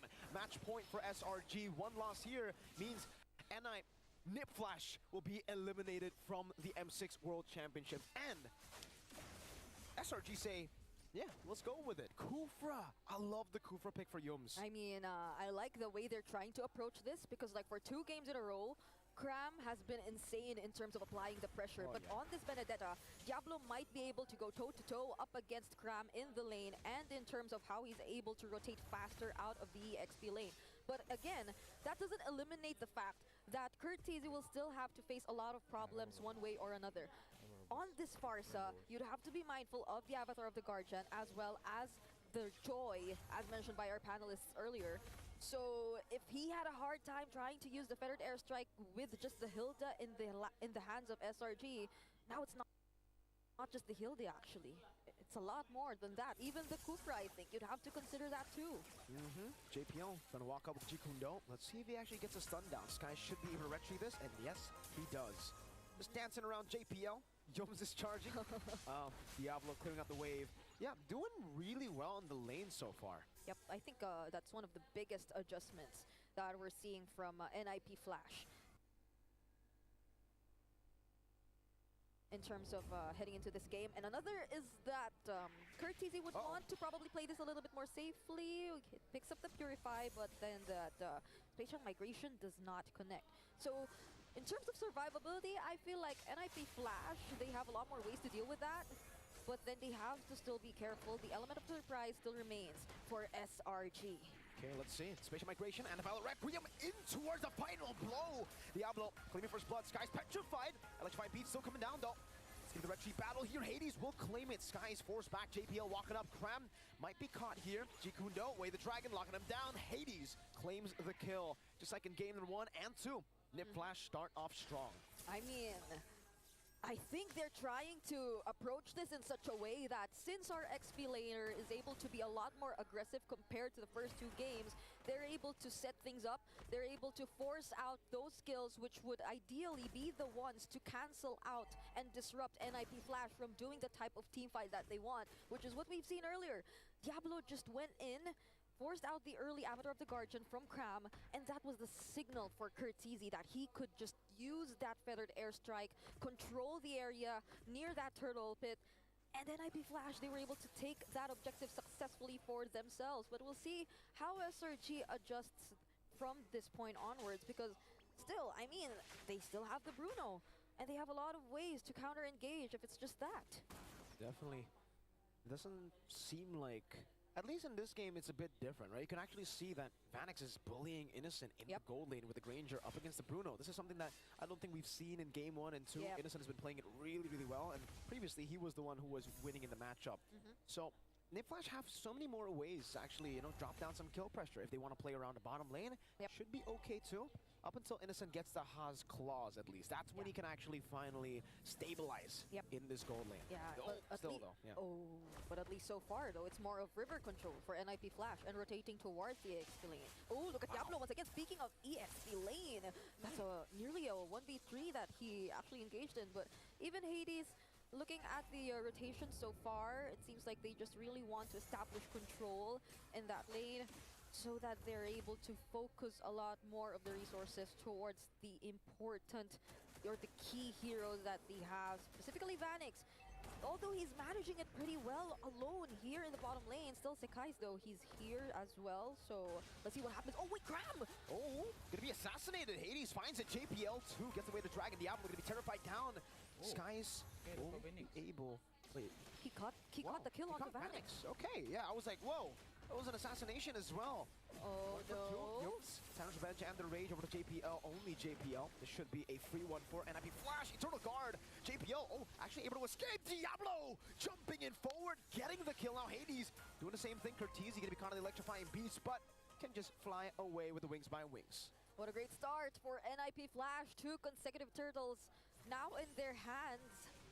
Although SRG, they're able to find their way to Vanix, which I don't think is that much of a good sign, but at least for them. Oh no, and speaking of, they're really trying to focus down on Vanix right now. Yeah. So if NIP Flash, they're operating kind of well in terms of other areas in the map, Vanix is starting to have quite a rough time in this gold lane. Yeah, as much of a rough time as Stormy, I think, right? I mean, every time he walks up, he's gonna have to be double, triple, quadruple careful. Because of Diablo, he can actually he can one-shot Vexana at this point. Diablo's actually reading this really well. SRG have a hold there, and Diablo's not going for it. He's actually just I mean buying time and like zoning them away from Hades. Yeah, he knows it. The eye indicator and all that. Well played, they're definitely just trying to read into where they're possibly positioned, but Diablo takes the long cut. He's just really being careful on this now that SRG probably has their eyes set on Diablo. And speaking of, that's the electrifying beast already used by Sekai's. Okay, doesn't get the spatial migration. Even the final blow utilized by Diablo. You can see how much trust he had in Hades hitting that skill, but unfortunately for them, Skies is too slick with it. Yeah. So we're waiting for the next potential objective, but Cram is waiting here in the Riverside. So they're just really doing well in terms of scouting each member out. Cortese uses the wing by wings. So it's just like SRG, they're able to get their turret, the tier 1 turret down bottom, but Stormy, oh no, you said being quadruple careful. But I don't think he was able to foresee that. I think he might have to do more than quadruple careful. Spatial migration on top of the fact that there's a final blow. Petrify, and yeah, I think the flicker choice might have been a bit too much of a gamble here. Times of Edge and the Rage. JPL with a shot. Who gets away? Sky's dealing the damage. Worldy and the crit from Innocent. Hades picks up the turtle though, and Diablo will be able to trade it with a turret up top. My goodness, 2 objectives in exchange for JPL. I think that's a really good trade for NIP Flash. They get a turret as well as their 3rd consecutive turtle, which explains also why we're seeing this much of gold lead in their hands. And I mean, if you were SRG, this entire Quidivir jungle, it must have really caught them off guard. I don't think Yums has been able to really pull off that perfect Tyrant's Rage Revenge combo, but speaking of Yums, oh, he's very, very low, but JPL gets bursted down first. AOG into the back, Diablo! What a set, what a petrify! Beautifully done! Diablo! Just did the clutch plays on the Benedetta. Sekai's though trying to look for the trade, and he will be able to get Vanix. Hades will be punishing him though, and that's the monster kill for Diablo. Whoa, all right. Maybe that's a bit too crazy. Mr. Diablo has to wait for the final blow at least before you want to dive into Stormy. Man, Diablo on the Benedetta. This is why, I mean, at least in MSC 2023, do you remember how much respect was placed onto his comfort picks? His badonkadonk. I remember, if he starts badonging, this might be a tough one. Yeah. Diablo gets out with the final blow too. Yeah. And I think SRG, they're struggling to find the perfect timings to layer their skills appropriately up against the targets that Yums eventually find. To jump on a member from NIP Flash. Stormy, I think he'd be thinking twice about trying to go in, but this is the perfect target though. That's JPL, that's all alone. separated from all the members of NIP Flash. Uh-oh. Hades trying to catch him. Feather airstrike over to Graham. The burst not enough, but Diablo's coming in. He's godlike. Gets the kill. 1 for 1. Cram for JPL. Diablo's been... Oh no, he connects onto Hades. But will they be able to burst him down? Oh no, Diablo once again! Oh, he gets shut down by Innocent though. JP on the back, goes for the Invader Dragon. Hades with the red tree win. Yums, spatial migration catching onto him. JPL falling. That was a big shutdown that Innocent picked up. I can only imagine the bounty. I can only imagine the bounty that went into the hands of Innocent, but still NIP Flash, they got their hands on the Lord. So they will be able to maintain the control over the map. But Innocent is slowly starting to join in the team fights. The Lord will be immediately taken care of by Sekais as well. But they ought to be careful. If earlier Diablo could just be as aggressive as he wants to be, right now SRG, they're having enough damage to deal with him. How much gold was that? Wait, he's 8.6k. Oh my god. He's 1,000 gold ahead. How much gold did he get? I really wonder. But on the other side, wow, Diablo, 3,000 gold ahead of the Gato Kacha. That's insane. That's a high amount of damage that you could expect from this Benedetta. If we were to recall the emblems that he went for earlier, it's the fighter emblem together with the master assassin and a bit of concussive blast as well. So you could expect him to really dish out the damage, but an eye for an eye. That was close for Diablo. Okay, Yums, Tarnish Revenge, just find Rage. Guys, trying to go for the flank earlier for the airstrike. Will be able to zone them away with the Death Sonata. Okay, NIP Flash get away. Man, that was close. Guys almost got Diablo while he was recalling. Yeah, and that is precisely why we've been saying that SRG, once they're able to pick up all their items, once they're able to group up, that's a completely different story. Diablo has to be a little bit more careful in terms of the heroes that he wants to look out for against SRG. Innocent at this point, he's only lacking one more item and is currently leading in terms of gold ranking, but Hades, he finds a target! Oh, just into the final blow. Cram has the AUG out of there. Diablo didn't even use any, he just final blow. That was the final blow damage. Oh my lord. At least for NIP Flash, they're really able to provide the follow-ups. That's something we're yet to see from SRG, especially if they're grouped up together. Wow. The most they can do is just really look out for those targets that are isolated, but checking out the damage dealt ranking, you have to look at Diablo and the amount of damage he's dealt in this game. Diablo, every time he gets a signature pick, man, he always finds ways to get highlights. The World Tournament, International Tournament, MSC was the Badang, M6 might just be the time for his Benedetta. And imagine, it's not like Curtizi's having that much of a hard time. Even up against this kind of lineup, even up against the Joy, I think Sekais has been trying to look for the angle since earlier to just hunt down Curtizi. But since they have these much turrets left, but since they have this much control left, they're not able to pull off exactly that. But oh wait! Counter Revenge and Rage, Eternal Guard catching JPL while he was dashing. Skies! Oh! Finds it! Final blow coming down. Great revitalized. That's an eye for an eye from Diablo in his head! JPL though! Oh no, that's Hades with the spatial migration, the Violent Requiem. The damage not enough to take anyone down. Vanix against the world, 4v2. Innocent wants some smoke, dashes forward. That was 3 for 1. Oh! That's a shot down from Vanix. And I can't believe we're seeing some sort of a replay from game number 1 and 2.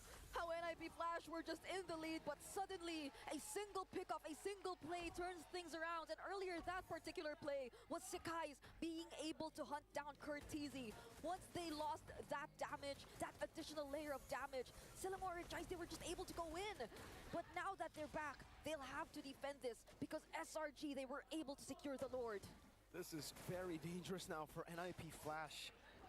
The early lead that they got, the 12 minutes of gameplay, it disappeared just with one fight. Again, SRG take full control. Skies electrifying beats. It's gonna be the stun overdose. Skies very low. Now Diablo chasing him. Oh my lord! JPL shuts him down. Skies will be slain in the bottom lane. Innocent though will not stay idly by. He will be active, making quick work of the tier 2.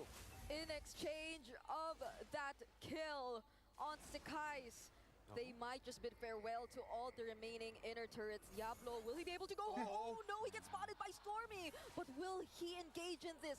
He's alone. Not anymore though. Cram is also here. Avatar the Guardian. Let's see, Diablo. How do you get away from this one?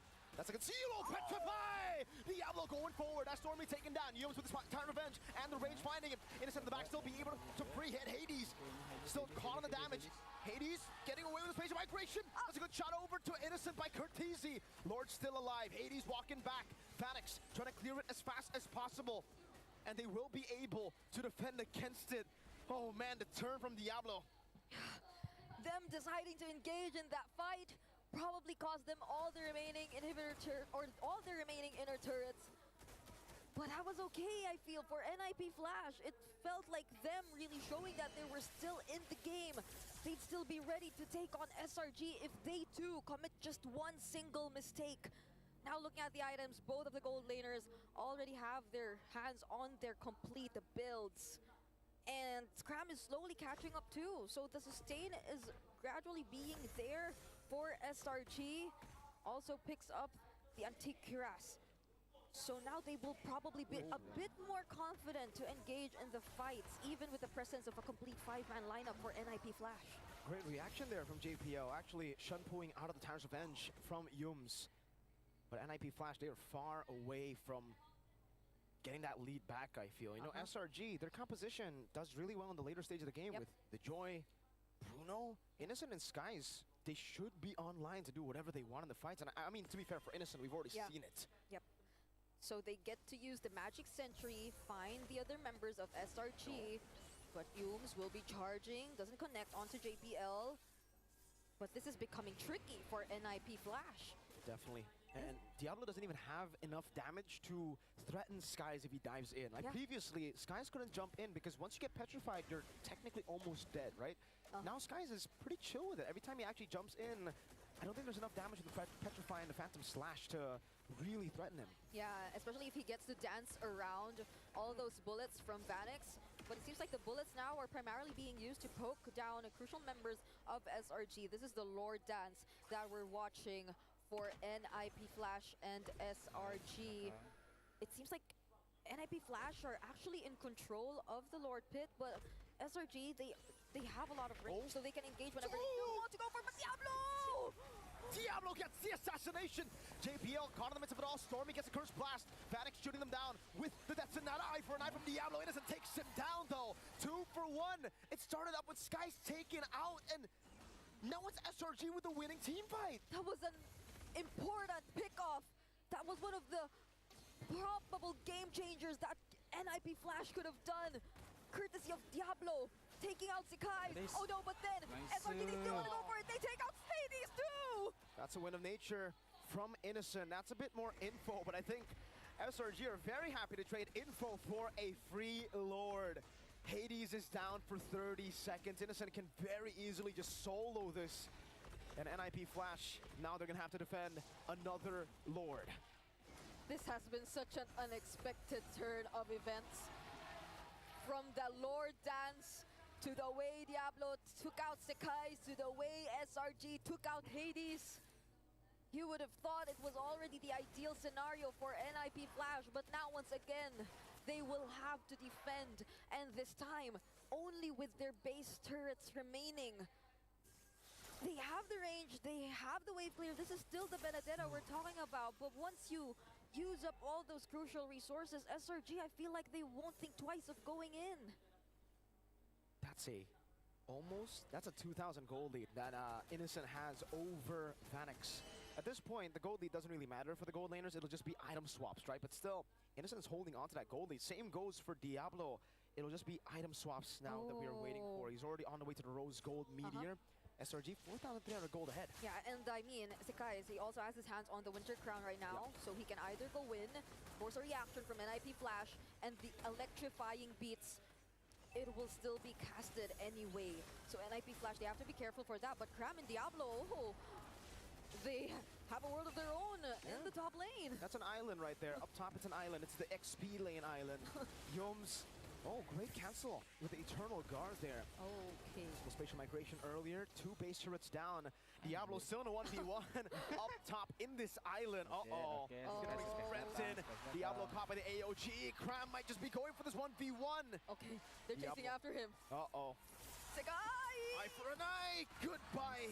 Good night, Diablo. Skies takes him down. The honorable 1v1 wasn't so honorable. And that was a call for a friend. They literally had to respond. But props to what Diablo did. They were able to save at least 1 base turret for NIP Flash. But this is the only remaining base turret. SRG has their identity, but he jumps on the two! 2-man special migration, but in the back again. Way the Dragon lock the Skies down. That's an immortality by for Skies. Let's see what he can do with it. Bites the Winter Crown or just uses it here. Escapes from the clutches of NIP Flash. Yums, turns bench, and the Raider Flicker out. Innocent still free, hitting Vanix very low. AOG coming out as well. That's a casual spatial migration. Selangor Red Giants, clean sweep. NIP Flash to continue their road in the lower brackets. The Red Giants are here to stay. Still hungry for that title and that year for Golden Road. A clean sweep delivered to us by the proud Giants of Malaysia. And with this, SRG will continue in the lower brackets, but for NIP Flash, it is GG, well played. NIP Flash will be eliminated from the M6 World Championship after getting through the grueling Swiss stage. It was a closer fight than the first two, but we'll have to say farewell for now. Let's throw it over back to our panel.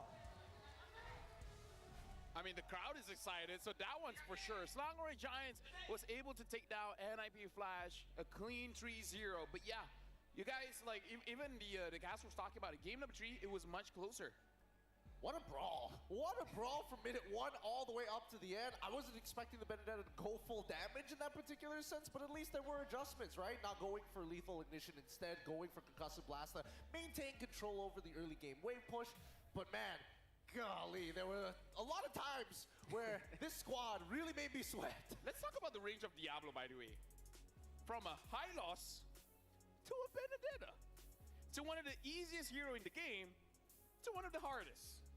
And he was doing his thing. He was all over the place, getting the kills where necessary, man. A lot of TikTok plays. Yeah. Definitely, maybe even could have hit a Kadia play of the day. Yeah. Maybe. Honestly, there were a lot of good moments for him. A lot of like little EXP tricks that you probably wouldn't expect to see being played on a world stage like this. And yet, he's whipping it out to make sure that every step SRG makes is, well, gonna be a little harder. Yep, and now looking on stage, looks like Rose is ready with NIP Flash. So with that being said, we're gonna throw it over to the stage alongside with Rose, NIP Flash, and SRG. This Singaporean all-star team has exceeded expectations, going up against regional champions and powerhouses. It is unfortunate that their journey to be greater than ever ends here. NIP Flash, you may give your final bow in 3, 2, 1. You guys have been amazing this time around, and we cannot wait to see you guys come back stronger in the next M Series. And of course, the winner of this elimination match, the hometown heroes, IOI City. Give it up for Selangor Red Giants. So right now we have Stormy and Yums. All right, come here beside me. Guys, how are you guys? Yeah, good. You're good? Stormy, how are you? Yeah, feeling pretty good. Feeling pretty good. Were you guys nervous, honestly, for today? Were you guys nervous for today? No. No? No, You guys came ready? Yeah. What about you, Yums, captain? Yeah, same. Same. Yeah. Okay, now, let's just be honest. I feel like this is one of your cleanest game, this M6. Stormy. This is your cleanest game, this M6. So what have you guys discussed backstage or, you know, back at home for you guys to come up with such a clean gameplay today? Actually, you say we just play games, yeah. Mind game, je. Mind game. Come on, give me a good answer. Come on, everybody wants a good answer. Look at them. See? Come on. Saya rasa sebab kita orang, I think we just go back to our gaming house, not here. I don't know, we just feel sleepy in the hotel. Oh, you guys just feel sleepy at the hotel. Yeah. So, is that an advantage playing in Malaysia? You guys get to go back to your gaming house and do everything like how you guys usually do in MPL. Yeah, yeah, So, you guys prefer gaming house better? yeah. So, you guys came from the gaming house just now to play here today. So, you guys are back to your usual groove. Is that what you're trying to say? Correct. Correct. So, maybe you can share with us, what do you guys do at the gaming house? Play game. Play games and? Yeah, and then sleep. And sleep. What about eating? Do you guys eat better at the gaming house? Yeah. You guys eat better at the gaming house. Okay, now Yooms, let's talk about your heroes just now. Okay, now we know that Guinevere is not really a huge pick, but you played Guinevere, and not only Gwyn, but you also brought a Kuvra. Maybe you can share with us a little bit on why you actually picked this today? I got nothing to share. Why are you guys so PR trained today? Kenapa PR trained sangat? Tahu? Tak tahu. You don't know? Don't know. Come on, maybe just a little bit, just a little bit. Why Gwyn? Do you think it's a good hero or the coach asked you? Sebab kita ada Kak Zeti. You guys have what? Kak Zeti. Kak Zeti. Yeah. Why? What did Kak Zeti do? Kak Zeti kat belakang. Is it her favorite hero? Yeah. So you guys picked Kak Zeti's favorite hero, that's why. Yeah. What about Kufra? She also plays Kufra? Yeah. Wow, garangnya. You guys are honestly just trashing Kak Zeti at this point. Okay, now Stormy, let me ask you, okay? Earlier just now, we unfortunately had to say goodbye to one more Malaysia representative, which was Team Vamos. Now that you guys are the only Malaysian team in M6, how confident are you for your run? 100%. 100% confident. What about getting the first M6 championship for Malaysia? What about getting the first ever M Series championship for Malaysia? How confident are you? 120. 120%. Stormy, in your opinion, will we be able to see the first ever Golden Road be achieved? Yes or no? Yeah. You hope believe so. in your team? Believe, yeah. Okay, I like that. I'm pretty sure everybody here likes that. That gives everybody the boost of confidence. Now, Yooms, before I let you go, we all know that yesterday was your birthday. How did you celebrate your birthday? Macam mana you celebrate birthday semalam? Tidur. He slept. What else? Play game. What was your gift for yourself? Winning today? Yeah. Winning today was a gift? All right. Belated happy birthday, Yooms. Congratulations. Stormy, do you want to say anything to the fans that have come today? Okay. Kau lah. Kau. Tak apa. Kau cakap je lah. Okay, come on, Yooms. Come on, Captain. Cakap lah kau. Hey. Today is your birthday, right? Weh, lepas tu? Guys. Say thank you to the fans. Come on, Yooms. Asal aku. Hurry up. Kau cakap. Okay. Stormy. For everyone who came today to watch the Naive Flash and thank you so much for coming and see you guys tomorrow, right? Yeah. Congratulations to Stormy and to Yooms. And with that, let us head back to the panel to break down what happened in this clean sweep up against NIP Flash. I feel like that will be the trend moving forward. Lips have to be tightly sealed. But can you blame them? Because now we're at top 6. Top 6, no one wants to reveal anything anymore. They're like, okay, during the Swiss round, okay, whatever. But now, elimination, man. Like, why is it going to go pick? Oh, because our friend likes to use it. Shoutouts to Kazeti, you know? I mean, to be fair, yes, they don't want to reveal too much about it, but at least they can be like, at least it's my favorite hero, at least it's somebody else's favorite hero. Maybe that's why, because like, is it your favorite hero? Nah. Do you like using it? Nah. So why'd you pick it? just verbal sounds, just gremlin noises the whole way. No, because English is a universal language. Grunting is also a universal language. That's a fair point. That is a fair point. But it's time to look at the item build because honestly, there's a lot to actually talk about this time around with a couple of unorthodox picks and honestly, a couple of fan favorites. Mine in particular, I love seeing Benedetta. It's such a good time. But can we talk about the guys? Yes. You saw that item too? Oh, for sure. I saw it on the board and I was like, I can't wait to bring this up later. Yeah, so he understands that the Joe likes to kick him. So maybe a bit of defense with Guardian Helmet, it might help him out. Now, here's the thing. I don't think it helped out that much because I think the Guardian Helmet is after he sold the Winter Crown. just to survive a little bit more. But yeah, interesting itemization. Not so sure if he will have the luxury to keep picking up this item. But honestly, yeah, I feel like the damage is there. A little bit more survivability might have been better. It was also interesting to see Diablo pull out that Benedetta as well, right? We were asking the question, is it going to be full tank? Is it going to be full damage? And we got to see how heavy of a hitter it was with damage. Absolutely. And again, a couple of the tricks that he was pulling off, you know what, I'll save that for a little bit later. But yes, he does go for full damage, and I love to see that. But this Guinevere pick coming in specifically from Hades is a very unique pick towards him, because when he first got imported over to MPL SG, this was one of the go-to feared heroes. That's why we saw so many bans in the stats when you're looking at Liquipedia every single time. Why is there Guinevere out of nowhere in a meta that didn't ask for it? And there you have it, as some of the emblems on the board as well. You are seeing that Temple Rain for that Joy, just very effective. So many teams having a very hard time going up against it. Doesn't matter if it's in the mid lane or the jungle, it gets the job done.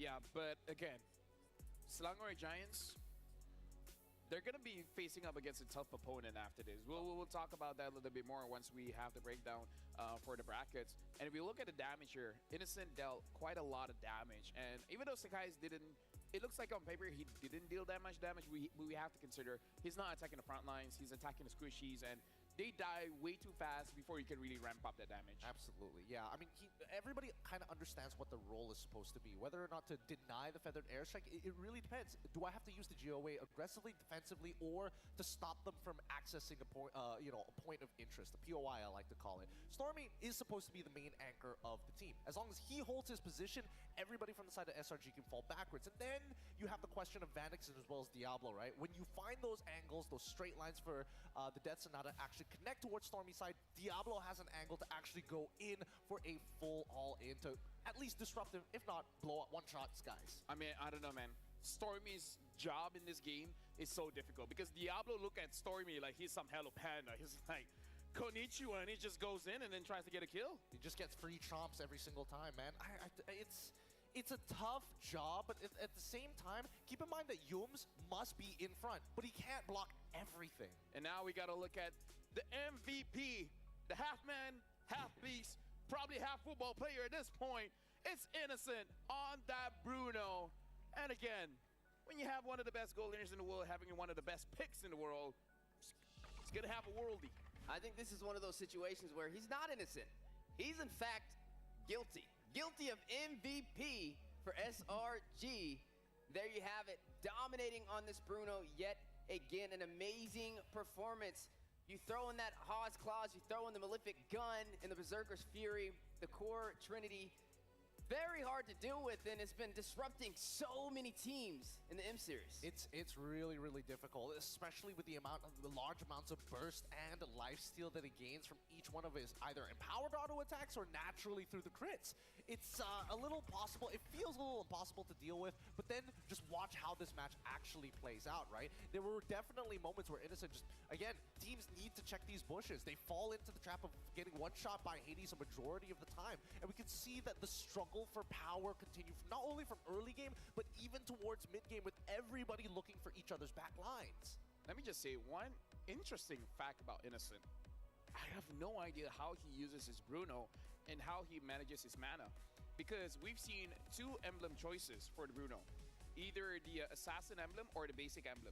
And if you go for the assassin emblem, you usually go for demon boots so that you have that mana sustain. Innocent doesn't do either. So I have no idea how he really manages his mana to make sure that in lane he's fine and then in team fight he's fine. He just never slide tackles until he has to and never uses his first skill. Just always pick it up. Very Always decisive.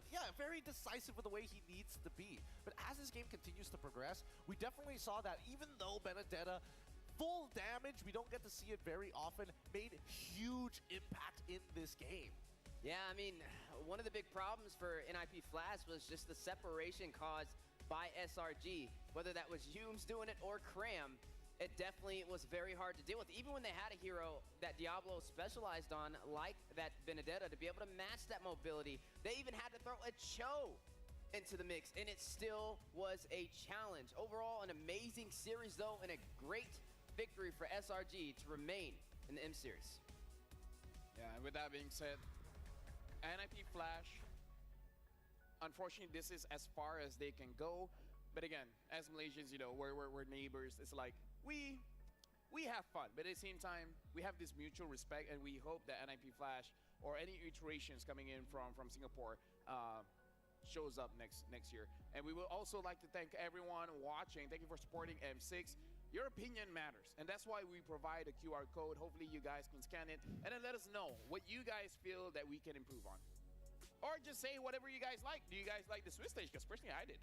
Personally, I quite enjoyed the Swiss stage as well. Obviously, it's a lot more heartbreaking to see some teams make it through and some teams not, but at least we get to see the full breadth and width of the team, the real personality, what makes them them. Yeah, I even enjoyed the wild cards. Yeah. The wild cards is amazing. For you guys, don't miss out on the M6 Battle 9 from the 28th of December to the 29th of December. You only have those 2 days, but you can enjoy exclusive bonuses, including limited time and 25 epic skin trials and all heroes free trials, so you guys can test out the heroes before you guys make the decision to buy them. Although, to be fair, I think we're at the unique position where we have too much battle points. Yeah, definitely.